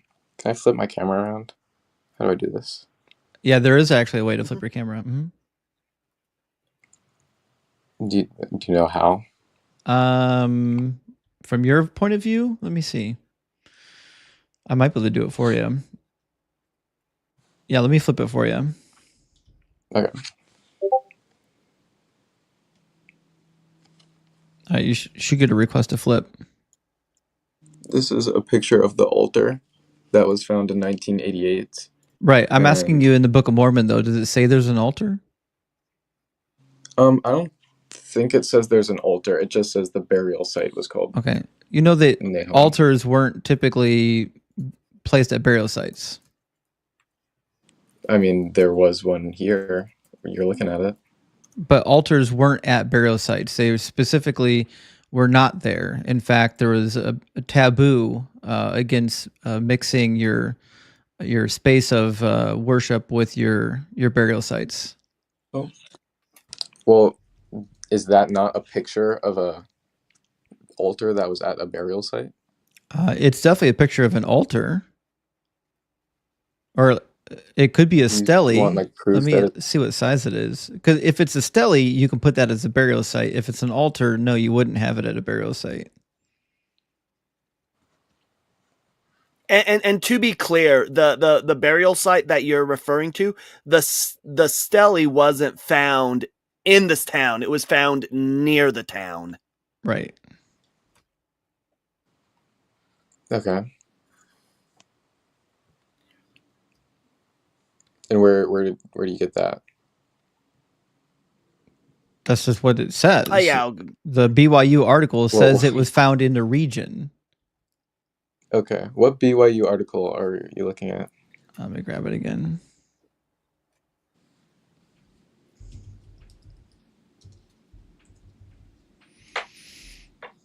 It's called An Ishmael Buried Near Nahom. It's volume 48, article 6 in The Interpreter, a Journal of Latter-day Saint Faith and Scholarship by Neil Reply. It was published in 2021. Okay.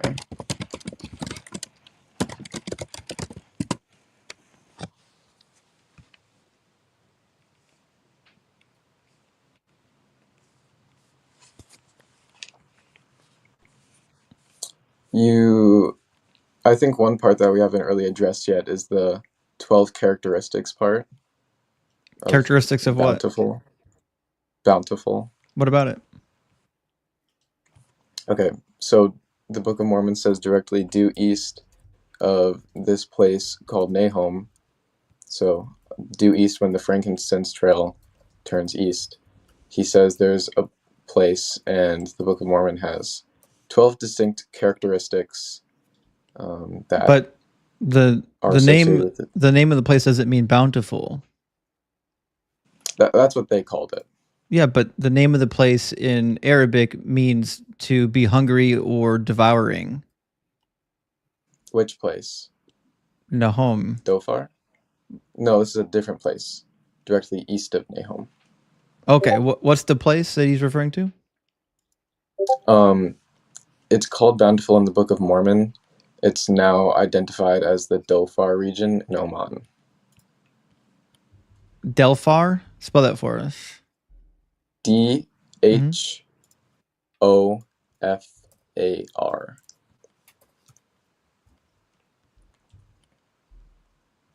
Okay, so there's a place in Arabia called Dhofar. Let me see what it says. The meaning of the name doesn't have a direct translation into English. It's just a specific name for a region. Yeah. So it doesn't mean bountiful. No, I'm that's what they called it. I don't think the name is important, though. I'm saying... I thought you brought that up. Yeah, I'm just... because I'm referring to it by its name. But it gives us a more pinpoint exact view of where this Nahom place is, and is more stuff that Joseph Smith probably wouldn't have known.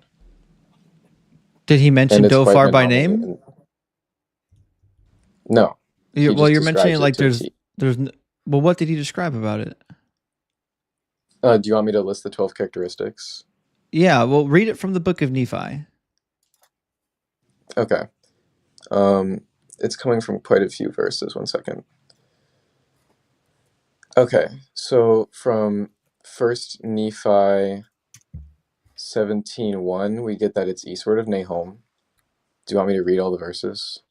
Yeah, that's not special. It's a geographical reference. You can just look at a map and see that it's east of Nahom. They had maps. But there weren't maps with Nahom when the Book of Mormon was written. Yeah, they don't know that. It was they part knew of it the existed. trail. Yeah. They knew about the frankincense trail. But they didn't know about a burial place called Nahom. I think that's the part we're kind of skipping over. It's not a burial place, it's a region. It's not a region. According to BYU, it is. Can you read what you're talking about? Yeah.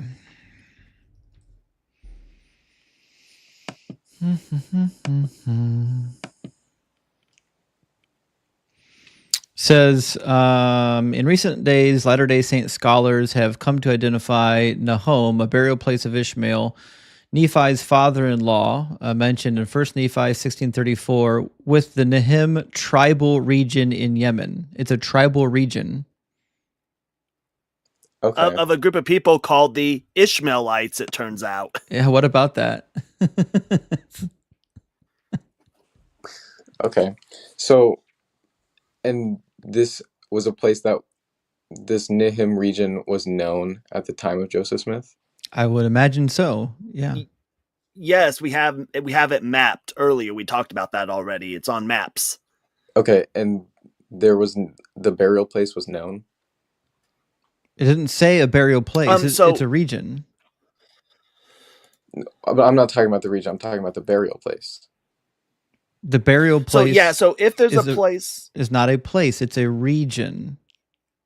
Okay, I'm specifically talking about the burial place that was in that region that was discovered in 1988 by German archaeologists. The altar that you're referring to wasn't located at a burial place. It was located in the Nahom region. Sorry, Cyber. No, you're good. Yeah, it was in the region, right? But what you're missing here is that we have a people called the Ishmaelites that occupy this region.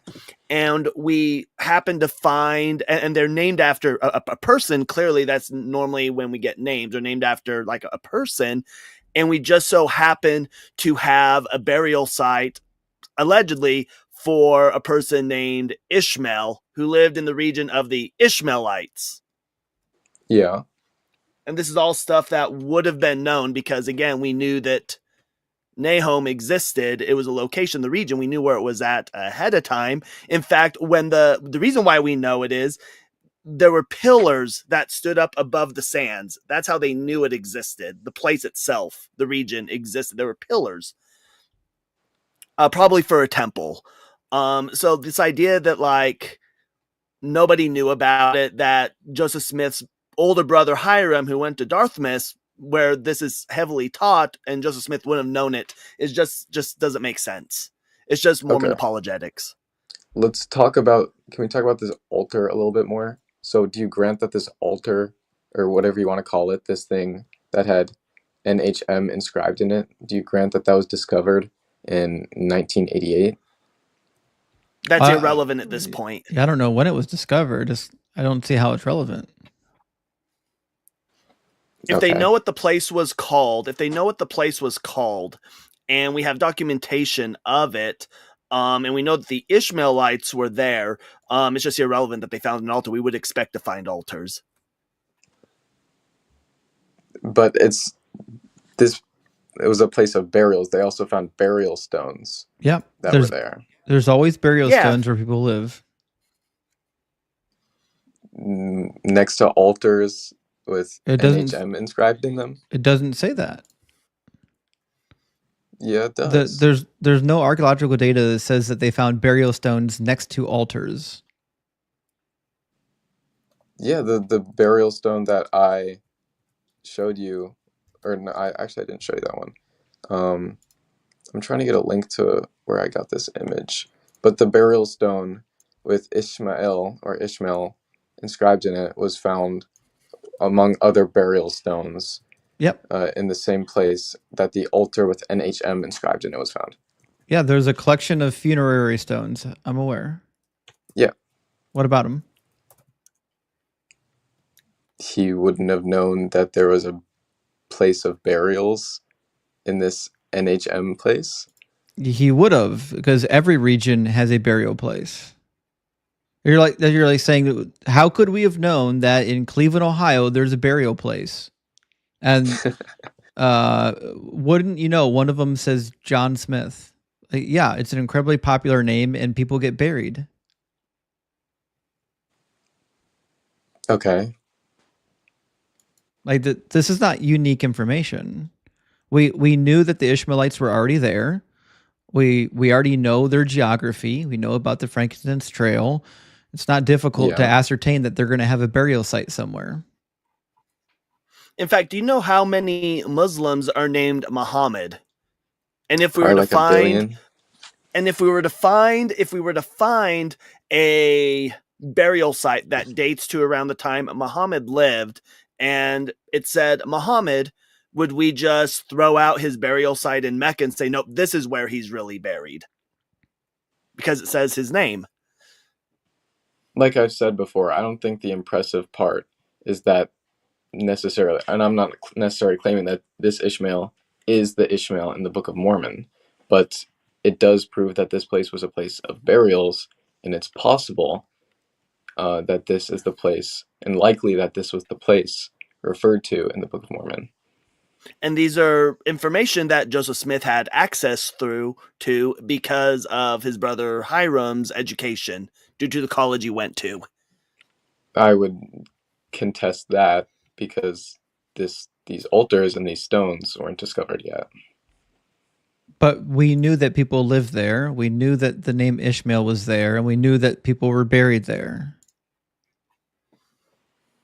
Not necessarily. So I don't think he would have known that people were buried. So all the Ishmaelites traveled out of their own territory to bury their dead.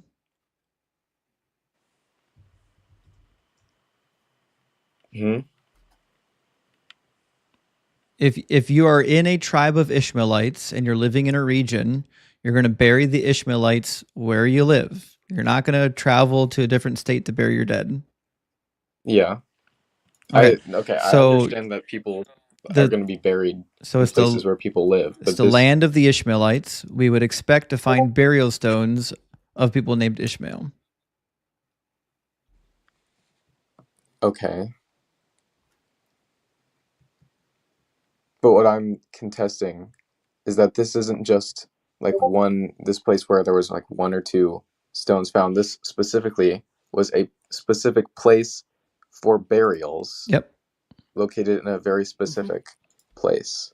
Yeah, in the region. The region has burial places. Just like my city has multiple burial places. We would expect. How many burial places are like in this exact spot? I don't know. There's probably in this region. I'm sure there's multiple. Okay. I feel like we're going around in circles at this point. I think so. If you want to, I don't want to take up too much of your guys' time if you want to get somebody else in here. Well, what other evidence do you have that the Book of Mormon is true?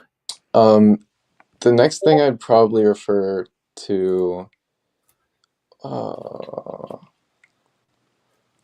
maybe 2nd Nephi chapter 5? Or is it 1st Nephi I'm looking for? I think it's 2nd Nephi chapter 5. Probably want 2nd Nephi, right? Let me check. For what? I just, I've read snippets of the Book of Mormon here and there, and I guess one of the reasons why Yeah, one of the reasons why I find it like probably incredibly improbable is that like the founder of the religion was incredibly racist, and the book turns out to be like super righteous. So like, do you? Are you gonna refer to like the I, pure white thing? obviously, Yeah, do you yeah, think it's that might more be it. delightsome to be white? Well, I'm mixed between black and white, so So, is I it don't more know. I don't delightsome really to be know. white? I like being both personally. Right, but is it But according more to the book, though, right? As in referring to like ethnicity, Yeah, skin. then I'd say no. Okay, so then the Book of Mormon was wrong. I wouldn't say that either, because I think when the Book of Mormon is talking about white, it's talking about purity, which is like a common correlation But it says their in the time skin. that. Yeah. Their skin. Their as a skin matter of fact, was. Go ahead, buddy.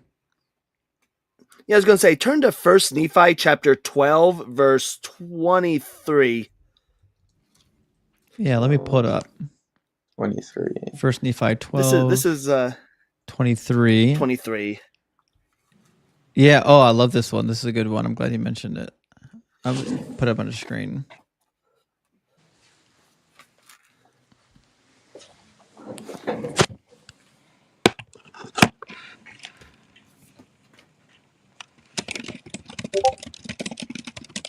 Yeah. So, let me shrink this down. Give me a second.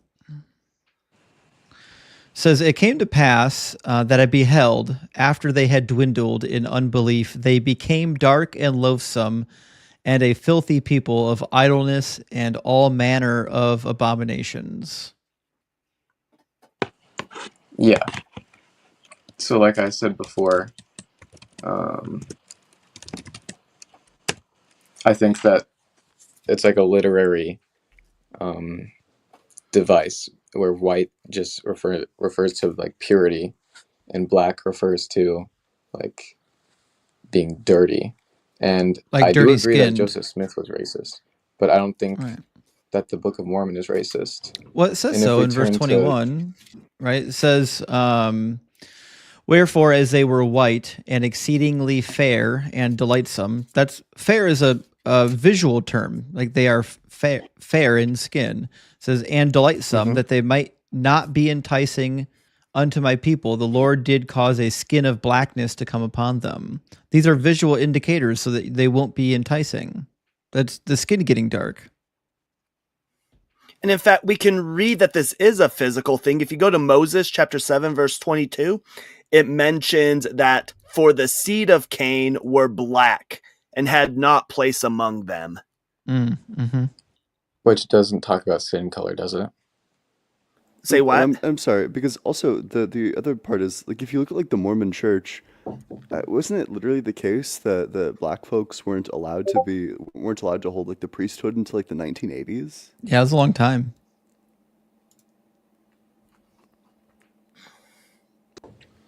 Sorry, my mom was talking to me. You're What'd you chill. say? Well, like, wasn't it the case that the black people weren't able to hold the priesthood until like the 1980s? Yeah. Like it seems like the Mormon Church certainly interpreted this as referring to skin. No, yeah, they did. But I think they were Yeah, I mean, wrong. And that's let's read also Joseph found Smith's own. Well, let's read Joseph Smith's own words real quick. Had I anything to do with the N word, I would confine them by strict law to their own species and put them on a national equalization. That's found in History of the Church, chapter 5, pages 217 to 218. Like I said before, I do think Joseph Smith was racist, but I think the white is talking about purity in the Book of Mormon and in Moses. And if we look at Second So Nephi I just want to make sure that 26:33, you it says, hear the words that are coming can I out of read the your verse? mouth. You're saying that you believe that Joseph Smith was racist, which means that the most likely interpretation of the words that he wrote down should be through his lens. If Joseph Smith is a racist and he No. wrote words that sound racist, the most likely thing should be to assume that the words he wrote were also racist. That's assuming that he authored it. But he also wrote in 2 Nephi 26:33, Christ denieth none that come unto him, black and white, bond and free, male and female. So it seems like that verse is not very racist. I never said every verse in the book was racist. God, obviously, if you're wicked and you've been given a skin of darkness, obviously he's willing to accept you if you repent. That shows up in the Book of Mormon as well. In fact, weren't there people in the Book of Mormon that did repent and God changed their skin back? I'm not familiar, but I wouldn't deny that. I believe I'm checking now. I believe there's a chapter in Jacob about that. Yeah, there was a passage I read once with another Mormon on that particular thing.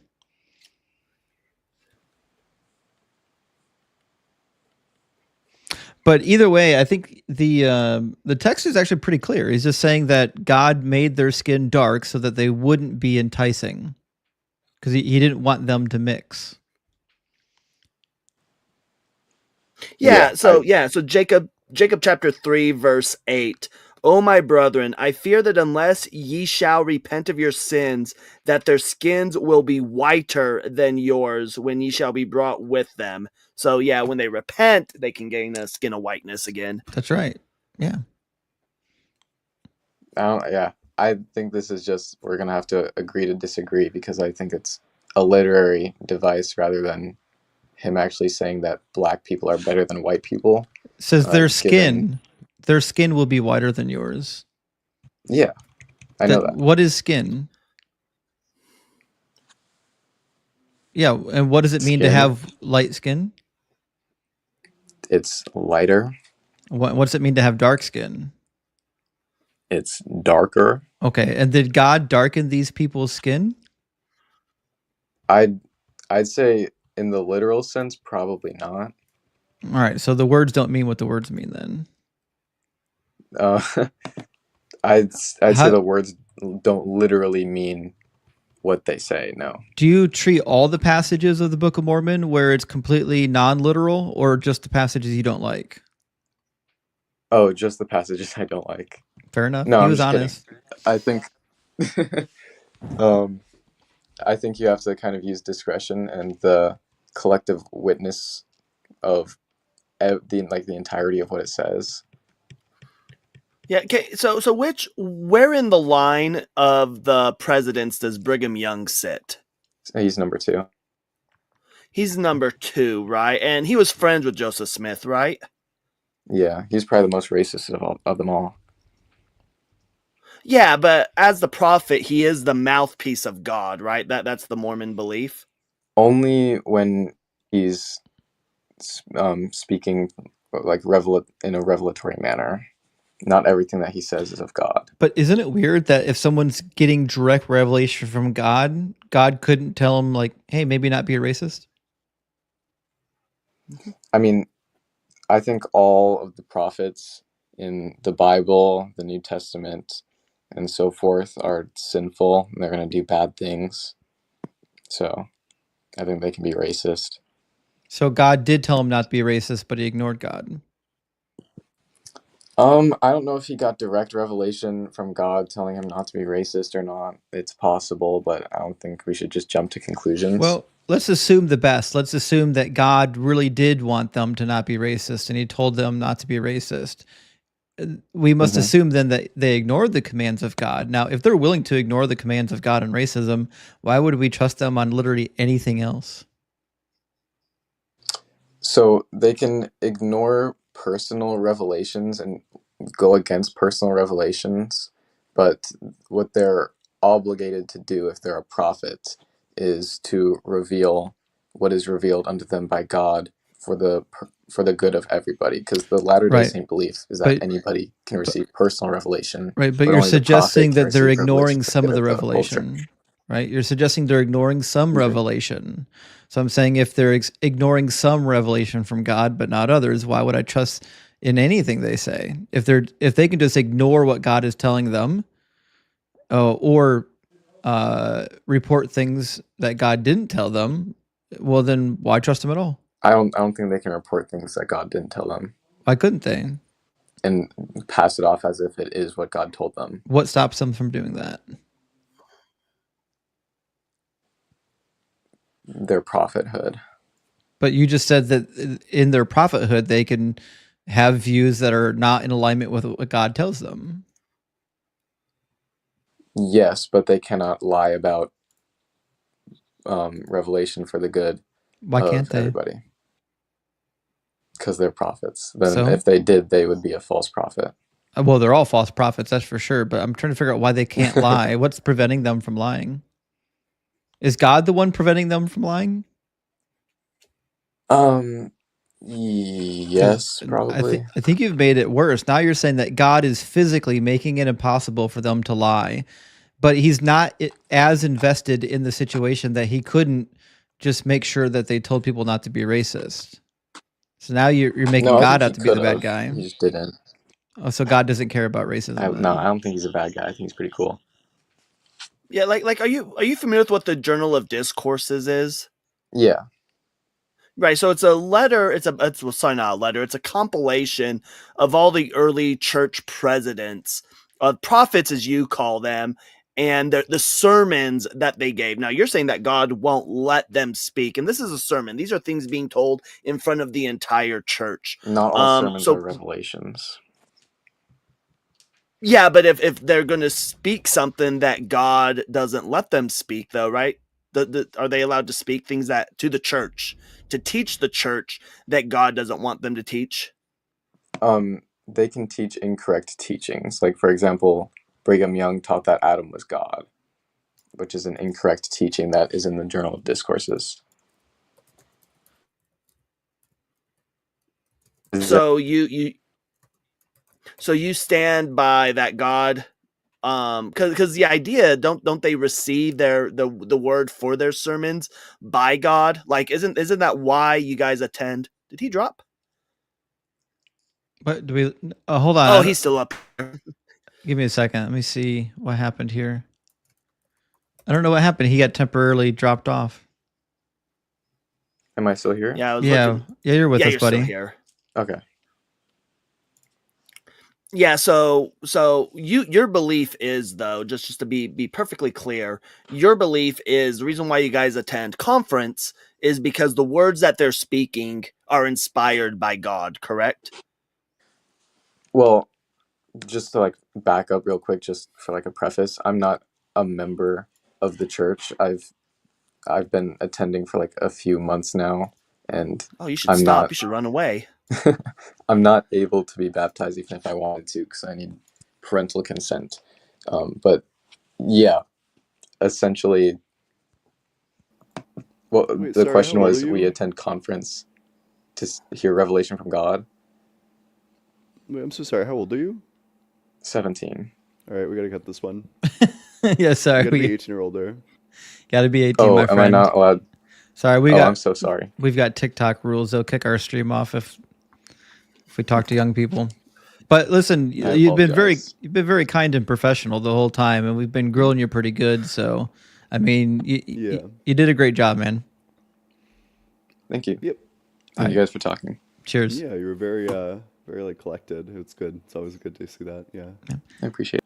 Isn't it weird that like our most rational, or at least our most well behaved guest is a teenager? Yeah. Right. I think kids are the Quite ones a that few are ruining the crash world. outs. Should we bring in Christos Yeah. since he's been waiting?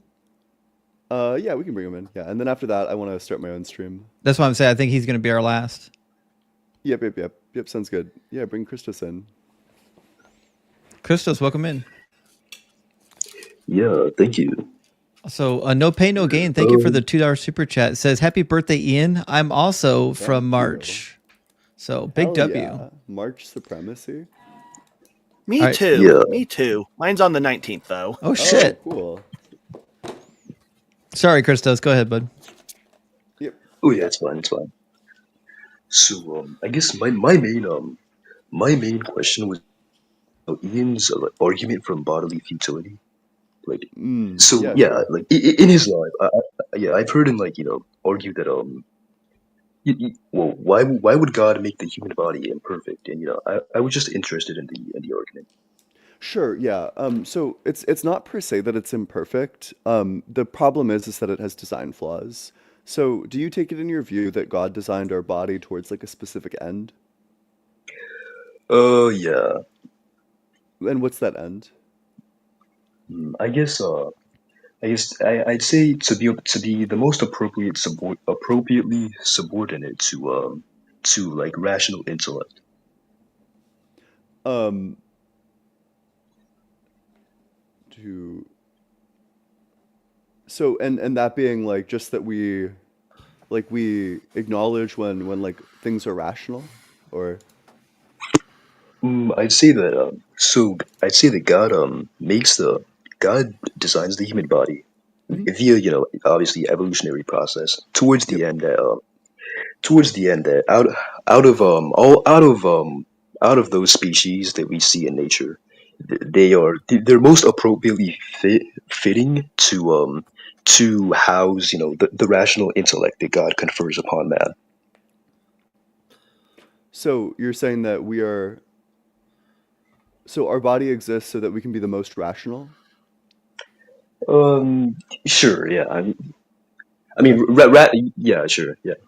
Okay. Yeah. Within Oh, the yeah. natural Then order. I have a really good piece of data that would go against this. So the argument is, if God is perfect and designed our body towards the end of um, being appropriately subordinate to rational intellect, then there would be no design flaw that undermines being appropriately subordinate to rational intellect. Do you agree with that?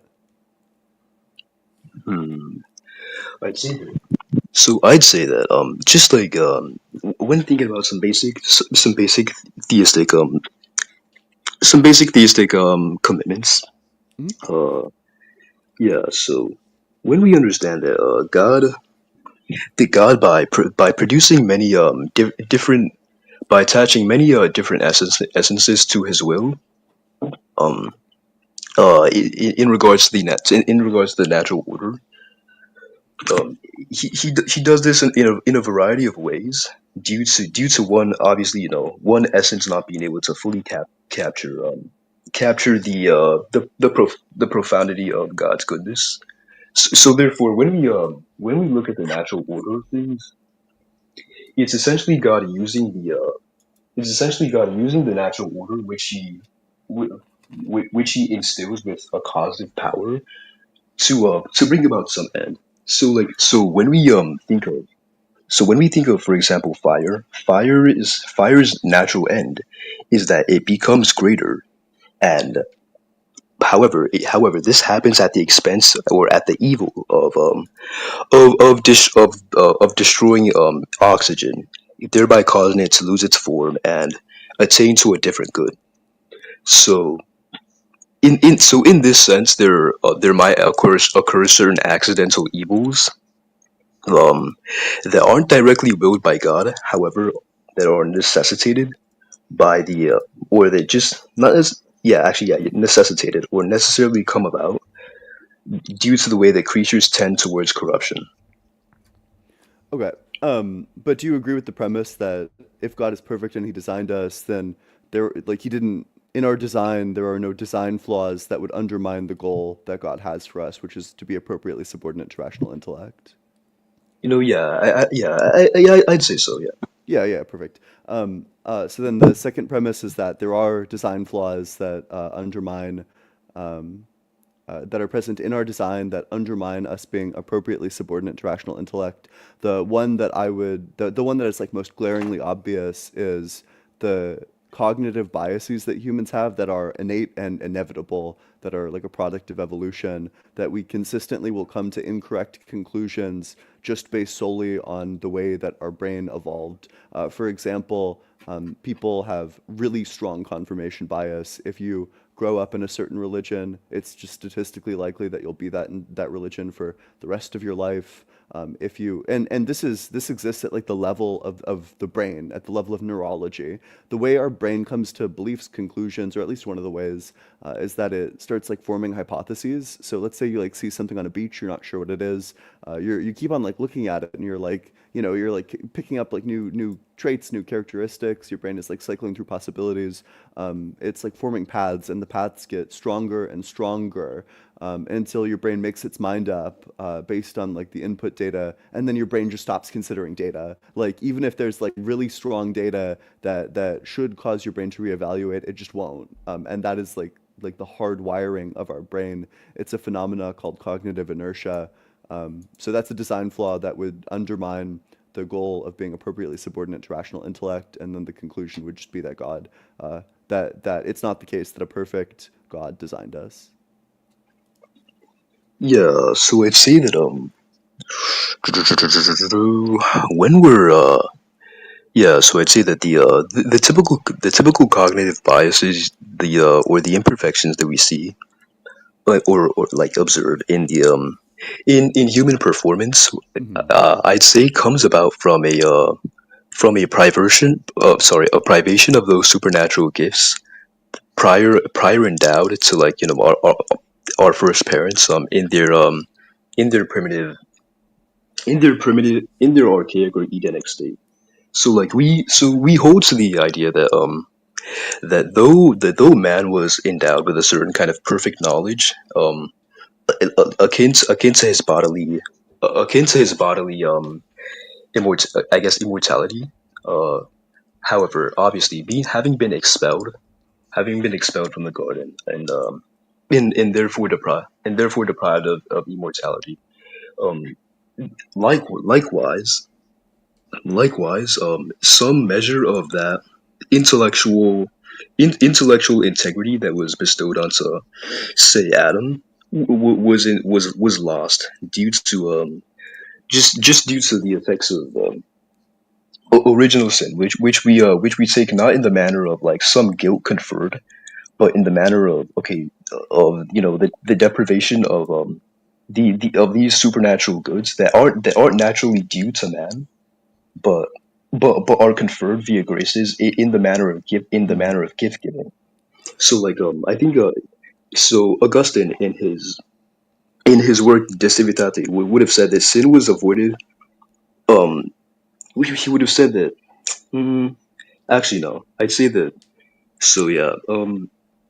I think the Adam and Eve story is just like completely indefensible, like philosophically, internally, and especially scientifically. Like, how literal are you interpreting the Adam and Eve story here?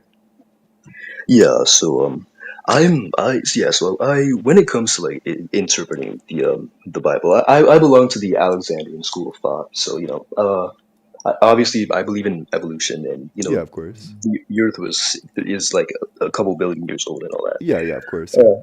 I would just say that, you know, some early hominids were perhaps endowed with the some early or a pair of early hominids were endowed with the capacity for rational thought. And this is what the Genesis account relates to us. Gotcha. So you hold that there were like early humans, and then these early humans like knew God, were immortal. Well, oh, were they immortal?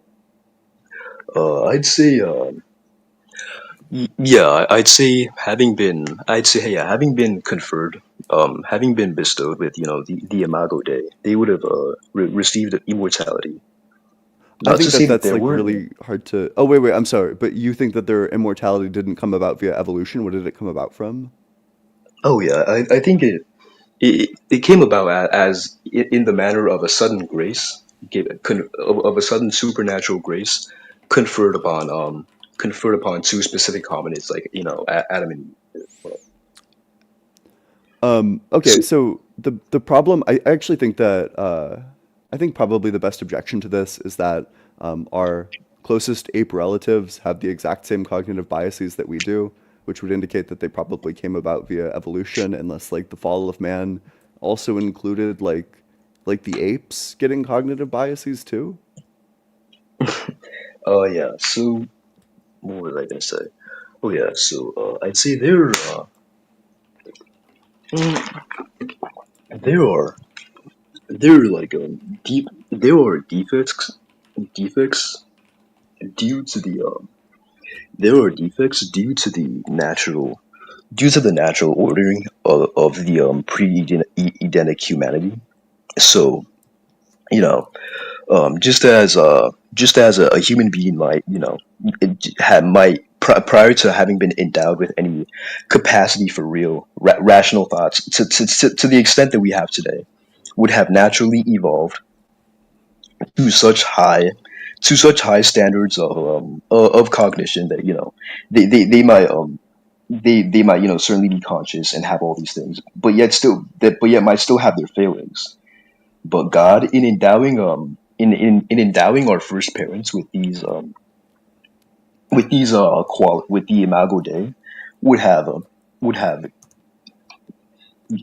would have done so in such a manner that would have that they would have accentuated their abilities and capacities for thought. However, upon their transgression in the garden, in being expelled, just as they would have been not totally but only partially deprived of their bodily of bodily immortality, so too would the functions, with the mental capacities given to our first parents at first been deprived of them.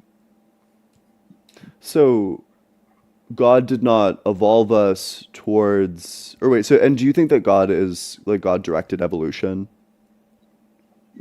I'd say so. Yeah, cool. So, but you're not of the opinion that God, like, directed our evolution towards being appropriately subordinate to rational intellect? Mm, I'd say God directed man so that we would be the most fitting so that we might be the most fitting abodes for the rational soul to we might have the most fitting bodies and the most fitting cognitive abilities for the enhancements of rational thought. So, okay, but did we have cognitive biases? Did we have, like, confirmation bias before the fall of man? No, okay. So I'd say so before Adam, but before, or like behaviorally modern humans, yeah, we would have had these cognitive biases. However, God selecting two human beings and endowing them with a rational soul would have accentuated their cognitive and mental capacities such that they had attained a sort of perfect intellect, and therefore, upon their being banished from the garden, they would have therefore forfeited their rights to this to a certain degree of this perfection that they had attained in the garden. So while they, like we are, still retain some degree of the Imago Dei, it was darkened and twisted. So, okay, so let me get the order of events straight. So, we evolve, we have confirmation bias from evolution. God selects two human beings, gives them, I'm not sure what word you're saying, amalgadae? Is that it? Yeah, the image of God, the Imago Oh, Dei. yeah, okay. Gives them the amalgadae. We fall, we now go back to having confirmation bias. Yeah, we suffer some degree of impediment to our once perfect intellects in the garden. Okay, wait, I'm trying to so, figure out where that's at in the Bible. Sorry, Ian. I know. no, I no, go think I for it. Yeah, no, understand go for it. what he's saying. I Yeah. guess I'm trying to figure out why you would conclude that from the biblical text. So yeah, so it's just the typical exegesis that's occurred in typical Christian scholasticism. So like we hold that, for example, the passions of the body were once subordinate completely and wholly to the rational intellect. Right, but from the Bible. And this is, yeah, I'm just deriving from from just scholastic scholastic traditions, Right, like yeah, but the source I of am the Catholic, tradition so is the Bible, right? That's where we get the Adam and Eve story. uh yeah, in the tale itself, Right. I'd say, yeah, we Because like when I we read the find the origin of, story, it seems to be the only reason why they're living forever is because they have access to the tree of life. And yeah, I I agree. don't I don't really see anything in there that would suggest that prior to the fall that they existed in some alternative state. It seems to be that Adam and Eve are the first two human beings, and the word for human being, I mean, assumes that there was no human being before then, unless you're saying that they're one of the animals. Like the prior human beings are actually one of the animals. I'd say that Adam and Eve are the first rationally, or the first theologically or rationally accurate human beings. Yeah. I guess what I'm trying to figure out is how you actually came to that conclusion by reading the text, because the text says that he created mankind. Like, did he create mankind, or did mankind evolve? Yeah, I mean, I think that via secondary causes, God influences the seemingly random process of evolution, or well, maybe random is the wrong word to put it. Oh yeah, I think via operating through secondary causes, God influences the seemingly random effects of evolution. Wait, are you asking about how I come to these, like, I guess, allegorical or Well, I differing? guess the problem is, like, Yeah. when I read your interpretation, even if your interpretation's not entirely literal, I don't know actually how you're grounding your metaphysical claims in the story itself. Like, I don't see any of Yeah. that in the story.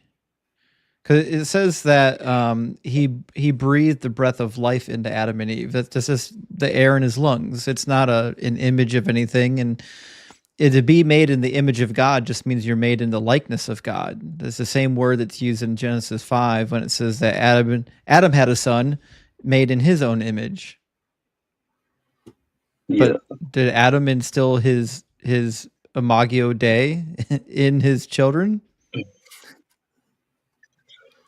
Oh man, I think that would probably be a long discussion about how I lean on the church's exegetical traditions and her and her philosophical and her philosophical schools and discernment. So like, for example, I guess I follow in the like I said earlier, the Alexandrian school of thought, whereby we are permitted to interpret certain verses in the Bible as as pertaining to as having some allegorical, as communicating some truth via means of allegory. And this dates all the way back to Philo of Alexandria, who was a contemporary of Christ, and Mm-hmm. in many of the doctrines of the church. Mm-hmm. We know. Right. I guess Yeah. so. When So you provide these allegorical interpretations, I guess what I'm trying to figure out is how you actually arrived at your interpretation.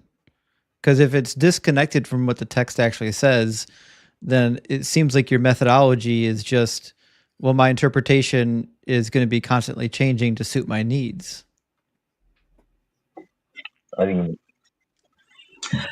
I'd say that. So first off, I don't rely I don't rely just completely on and wholly on the on what we derive from from the literal text of scripture. Just because I think I think the church has instructed her faithful to to the attainment of the fact that that we may observe certain aspects of scripture as Um, Let me ask you a question. yeah, as Because I kind of took you away from Ian there. I want to hear you guys finish your conversation. But are you Orthodox or Catholic? I forget. I assume you're Orthodox. No, I'm Catholic. Okay. If the Orthodox had an interpretation of a passage and the Catholic had an interpretation of the passage and they disagreed, which one's correct? I think the church permits that certain interpretations or certain variances and schools of thought be allowed, since they don't really inflect too much on Right. But I'm salvation. saying if you have a difference of interpretation that contradict each other, right? If the Orthodox and the Catholic have a view and the view contradicts the other, which one's correct? Well, yeah, I guess I'd lean with the Catholic Church. Yeah. Okay, and how would you determine that the Catholic's view was more correct than the view from the Orthodox? You'd compare. I mean that's just. You'd compare it to the biblical text, wouldn't you? Not really. I mean I just think the Catholic Church is. What would you compare it to? The truth. What would be your measuring I mean, stick to know? Yeah, I just ascertained to the Catholic Church being the true church. So I'd So yeah, I therefore. So you don't have a measuring stick. Oh yeah, continue. If your church and the Orthodox Church disagree with each other, you have no way of knowing who's actually telling the truth. Well, not necessarily. I'm sorry. Are you talking about like dogmatic disagreements? I'm saying if the Catholics and the Orthodox disagree on the interpretation of a passage, you're saying you have no way of knowing how to determine which is true. You're just assuming that your tradition is true. Not really, though. I come to the knowledge that the Catholic Church is true, and then I assent to certain articles of faith on the basis of that. Yeah. Right, but we're talking about methodology, right? You have no methodology to determine who's correct if you're removing the Bible as the standard. Well, and real quick, you're a Catholic. Do you hold to the Second Vatican Council? Yeah.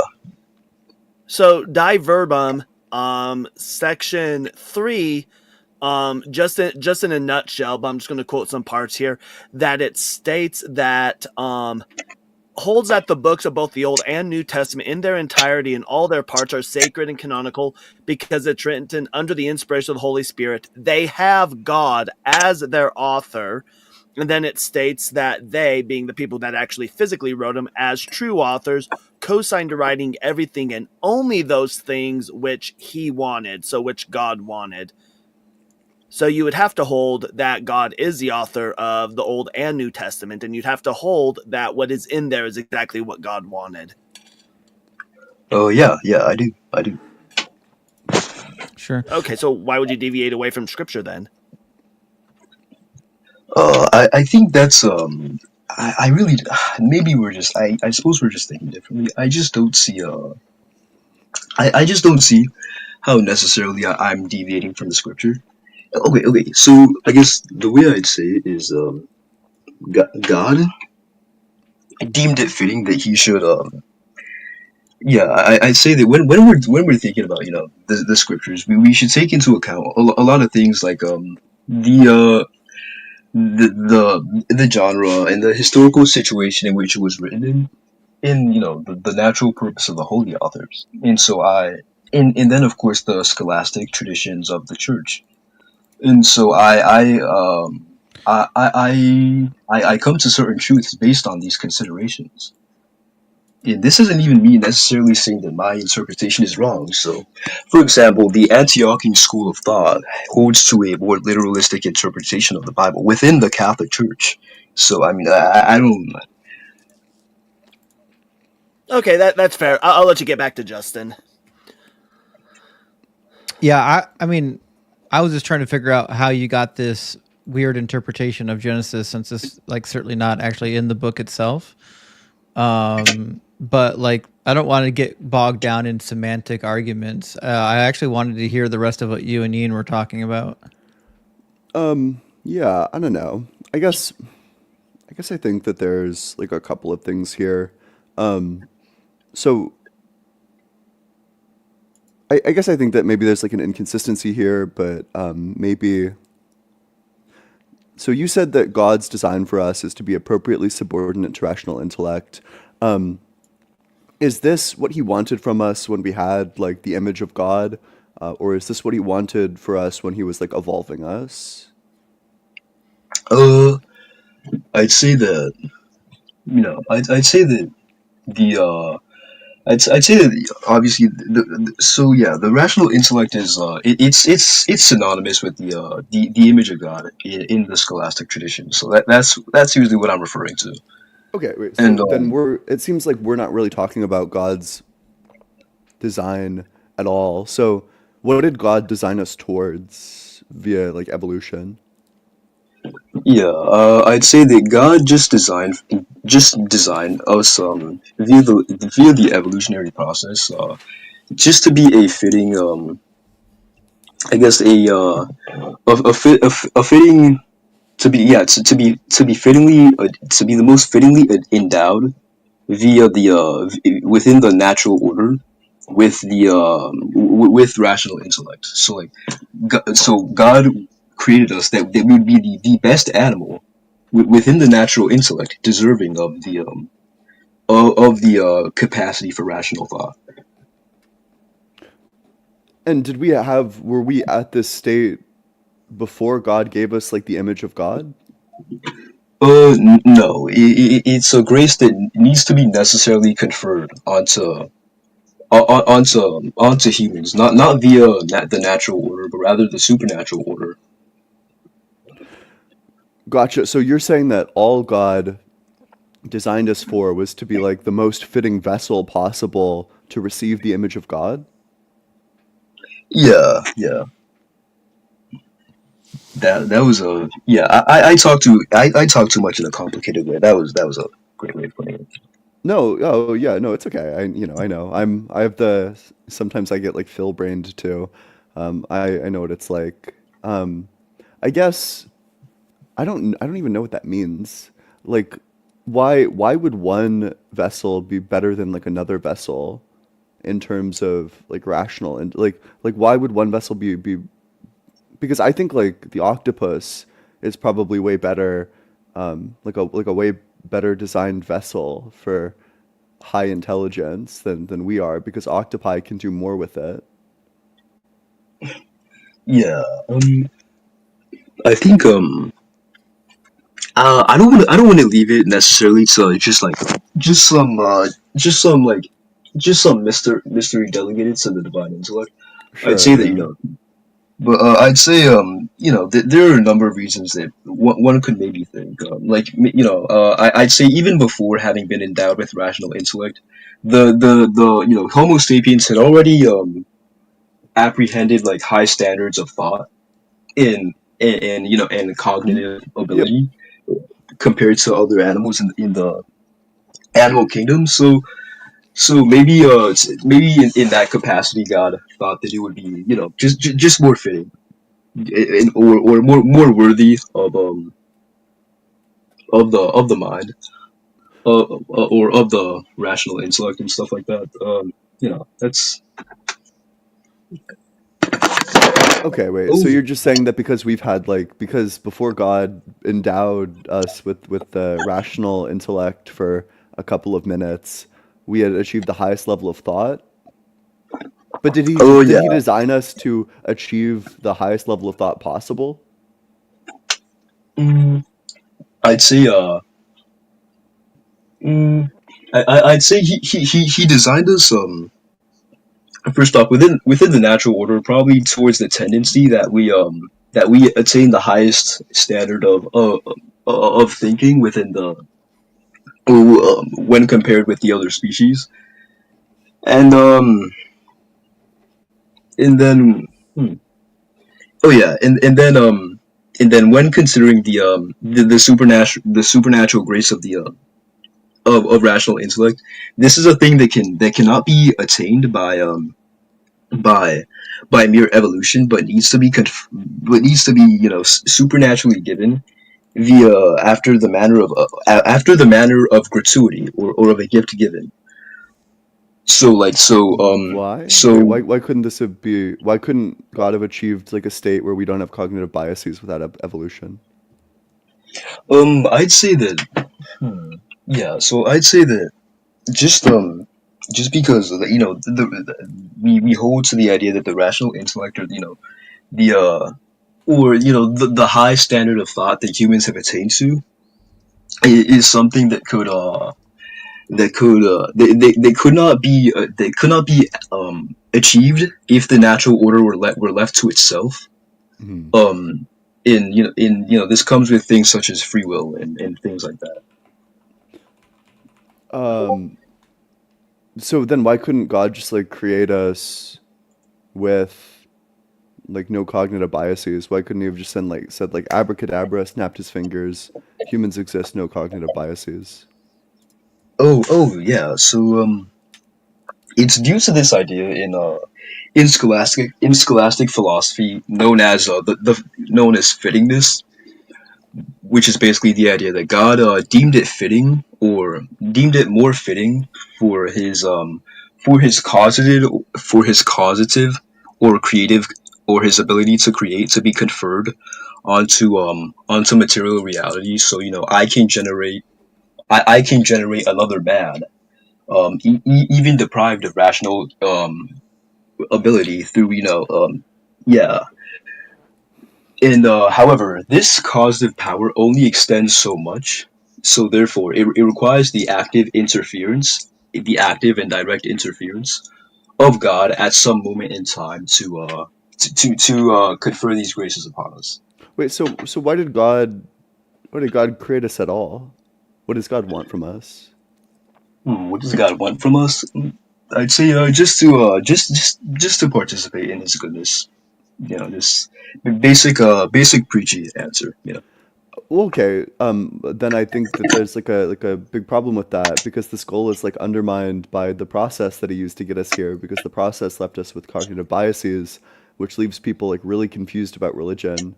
So if God's goal is for like everyone to like come to know him, be good through him, which I assume means like following like the Bible, doing the stuff that it tells you to, um, then it seems like this goal would be much better achieved if he made us without any cognitive biases, so that then everyone could, with their perfect rationality, come to the conclusion, the perfectly rational conclusion that God exists, and then we could all engage in His goodness. So it seems like it's undermined by the fact that He gave us, or by he like made us in a way that leaves us with cognitive biases.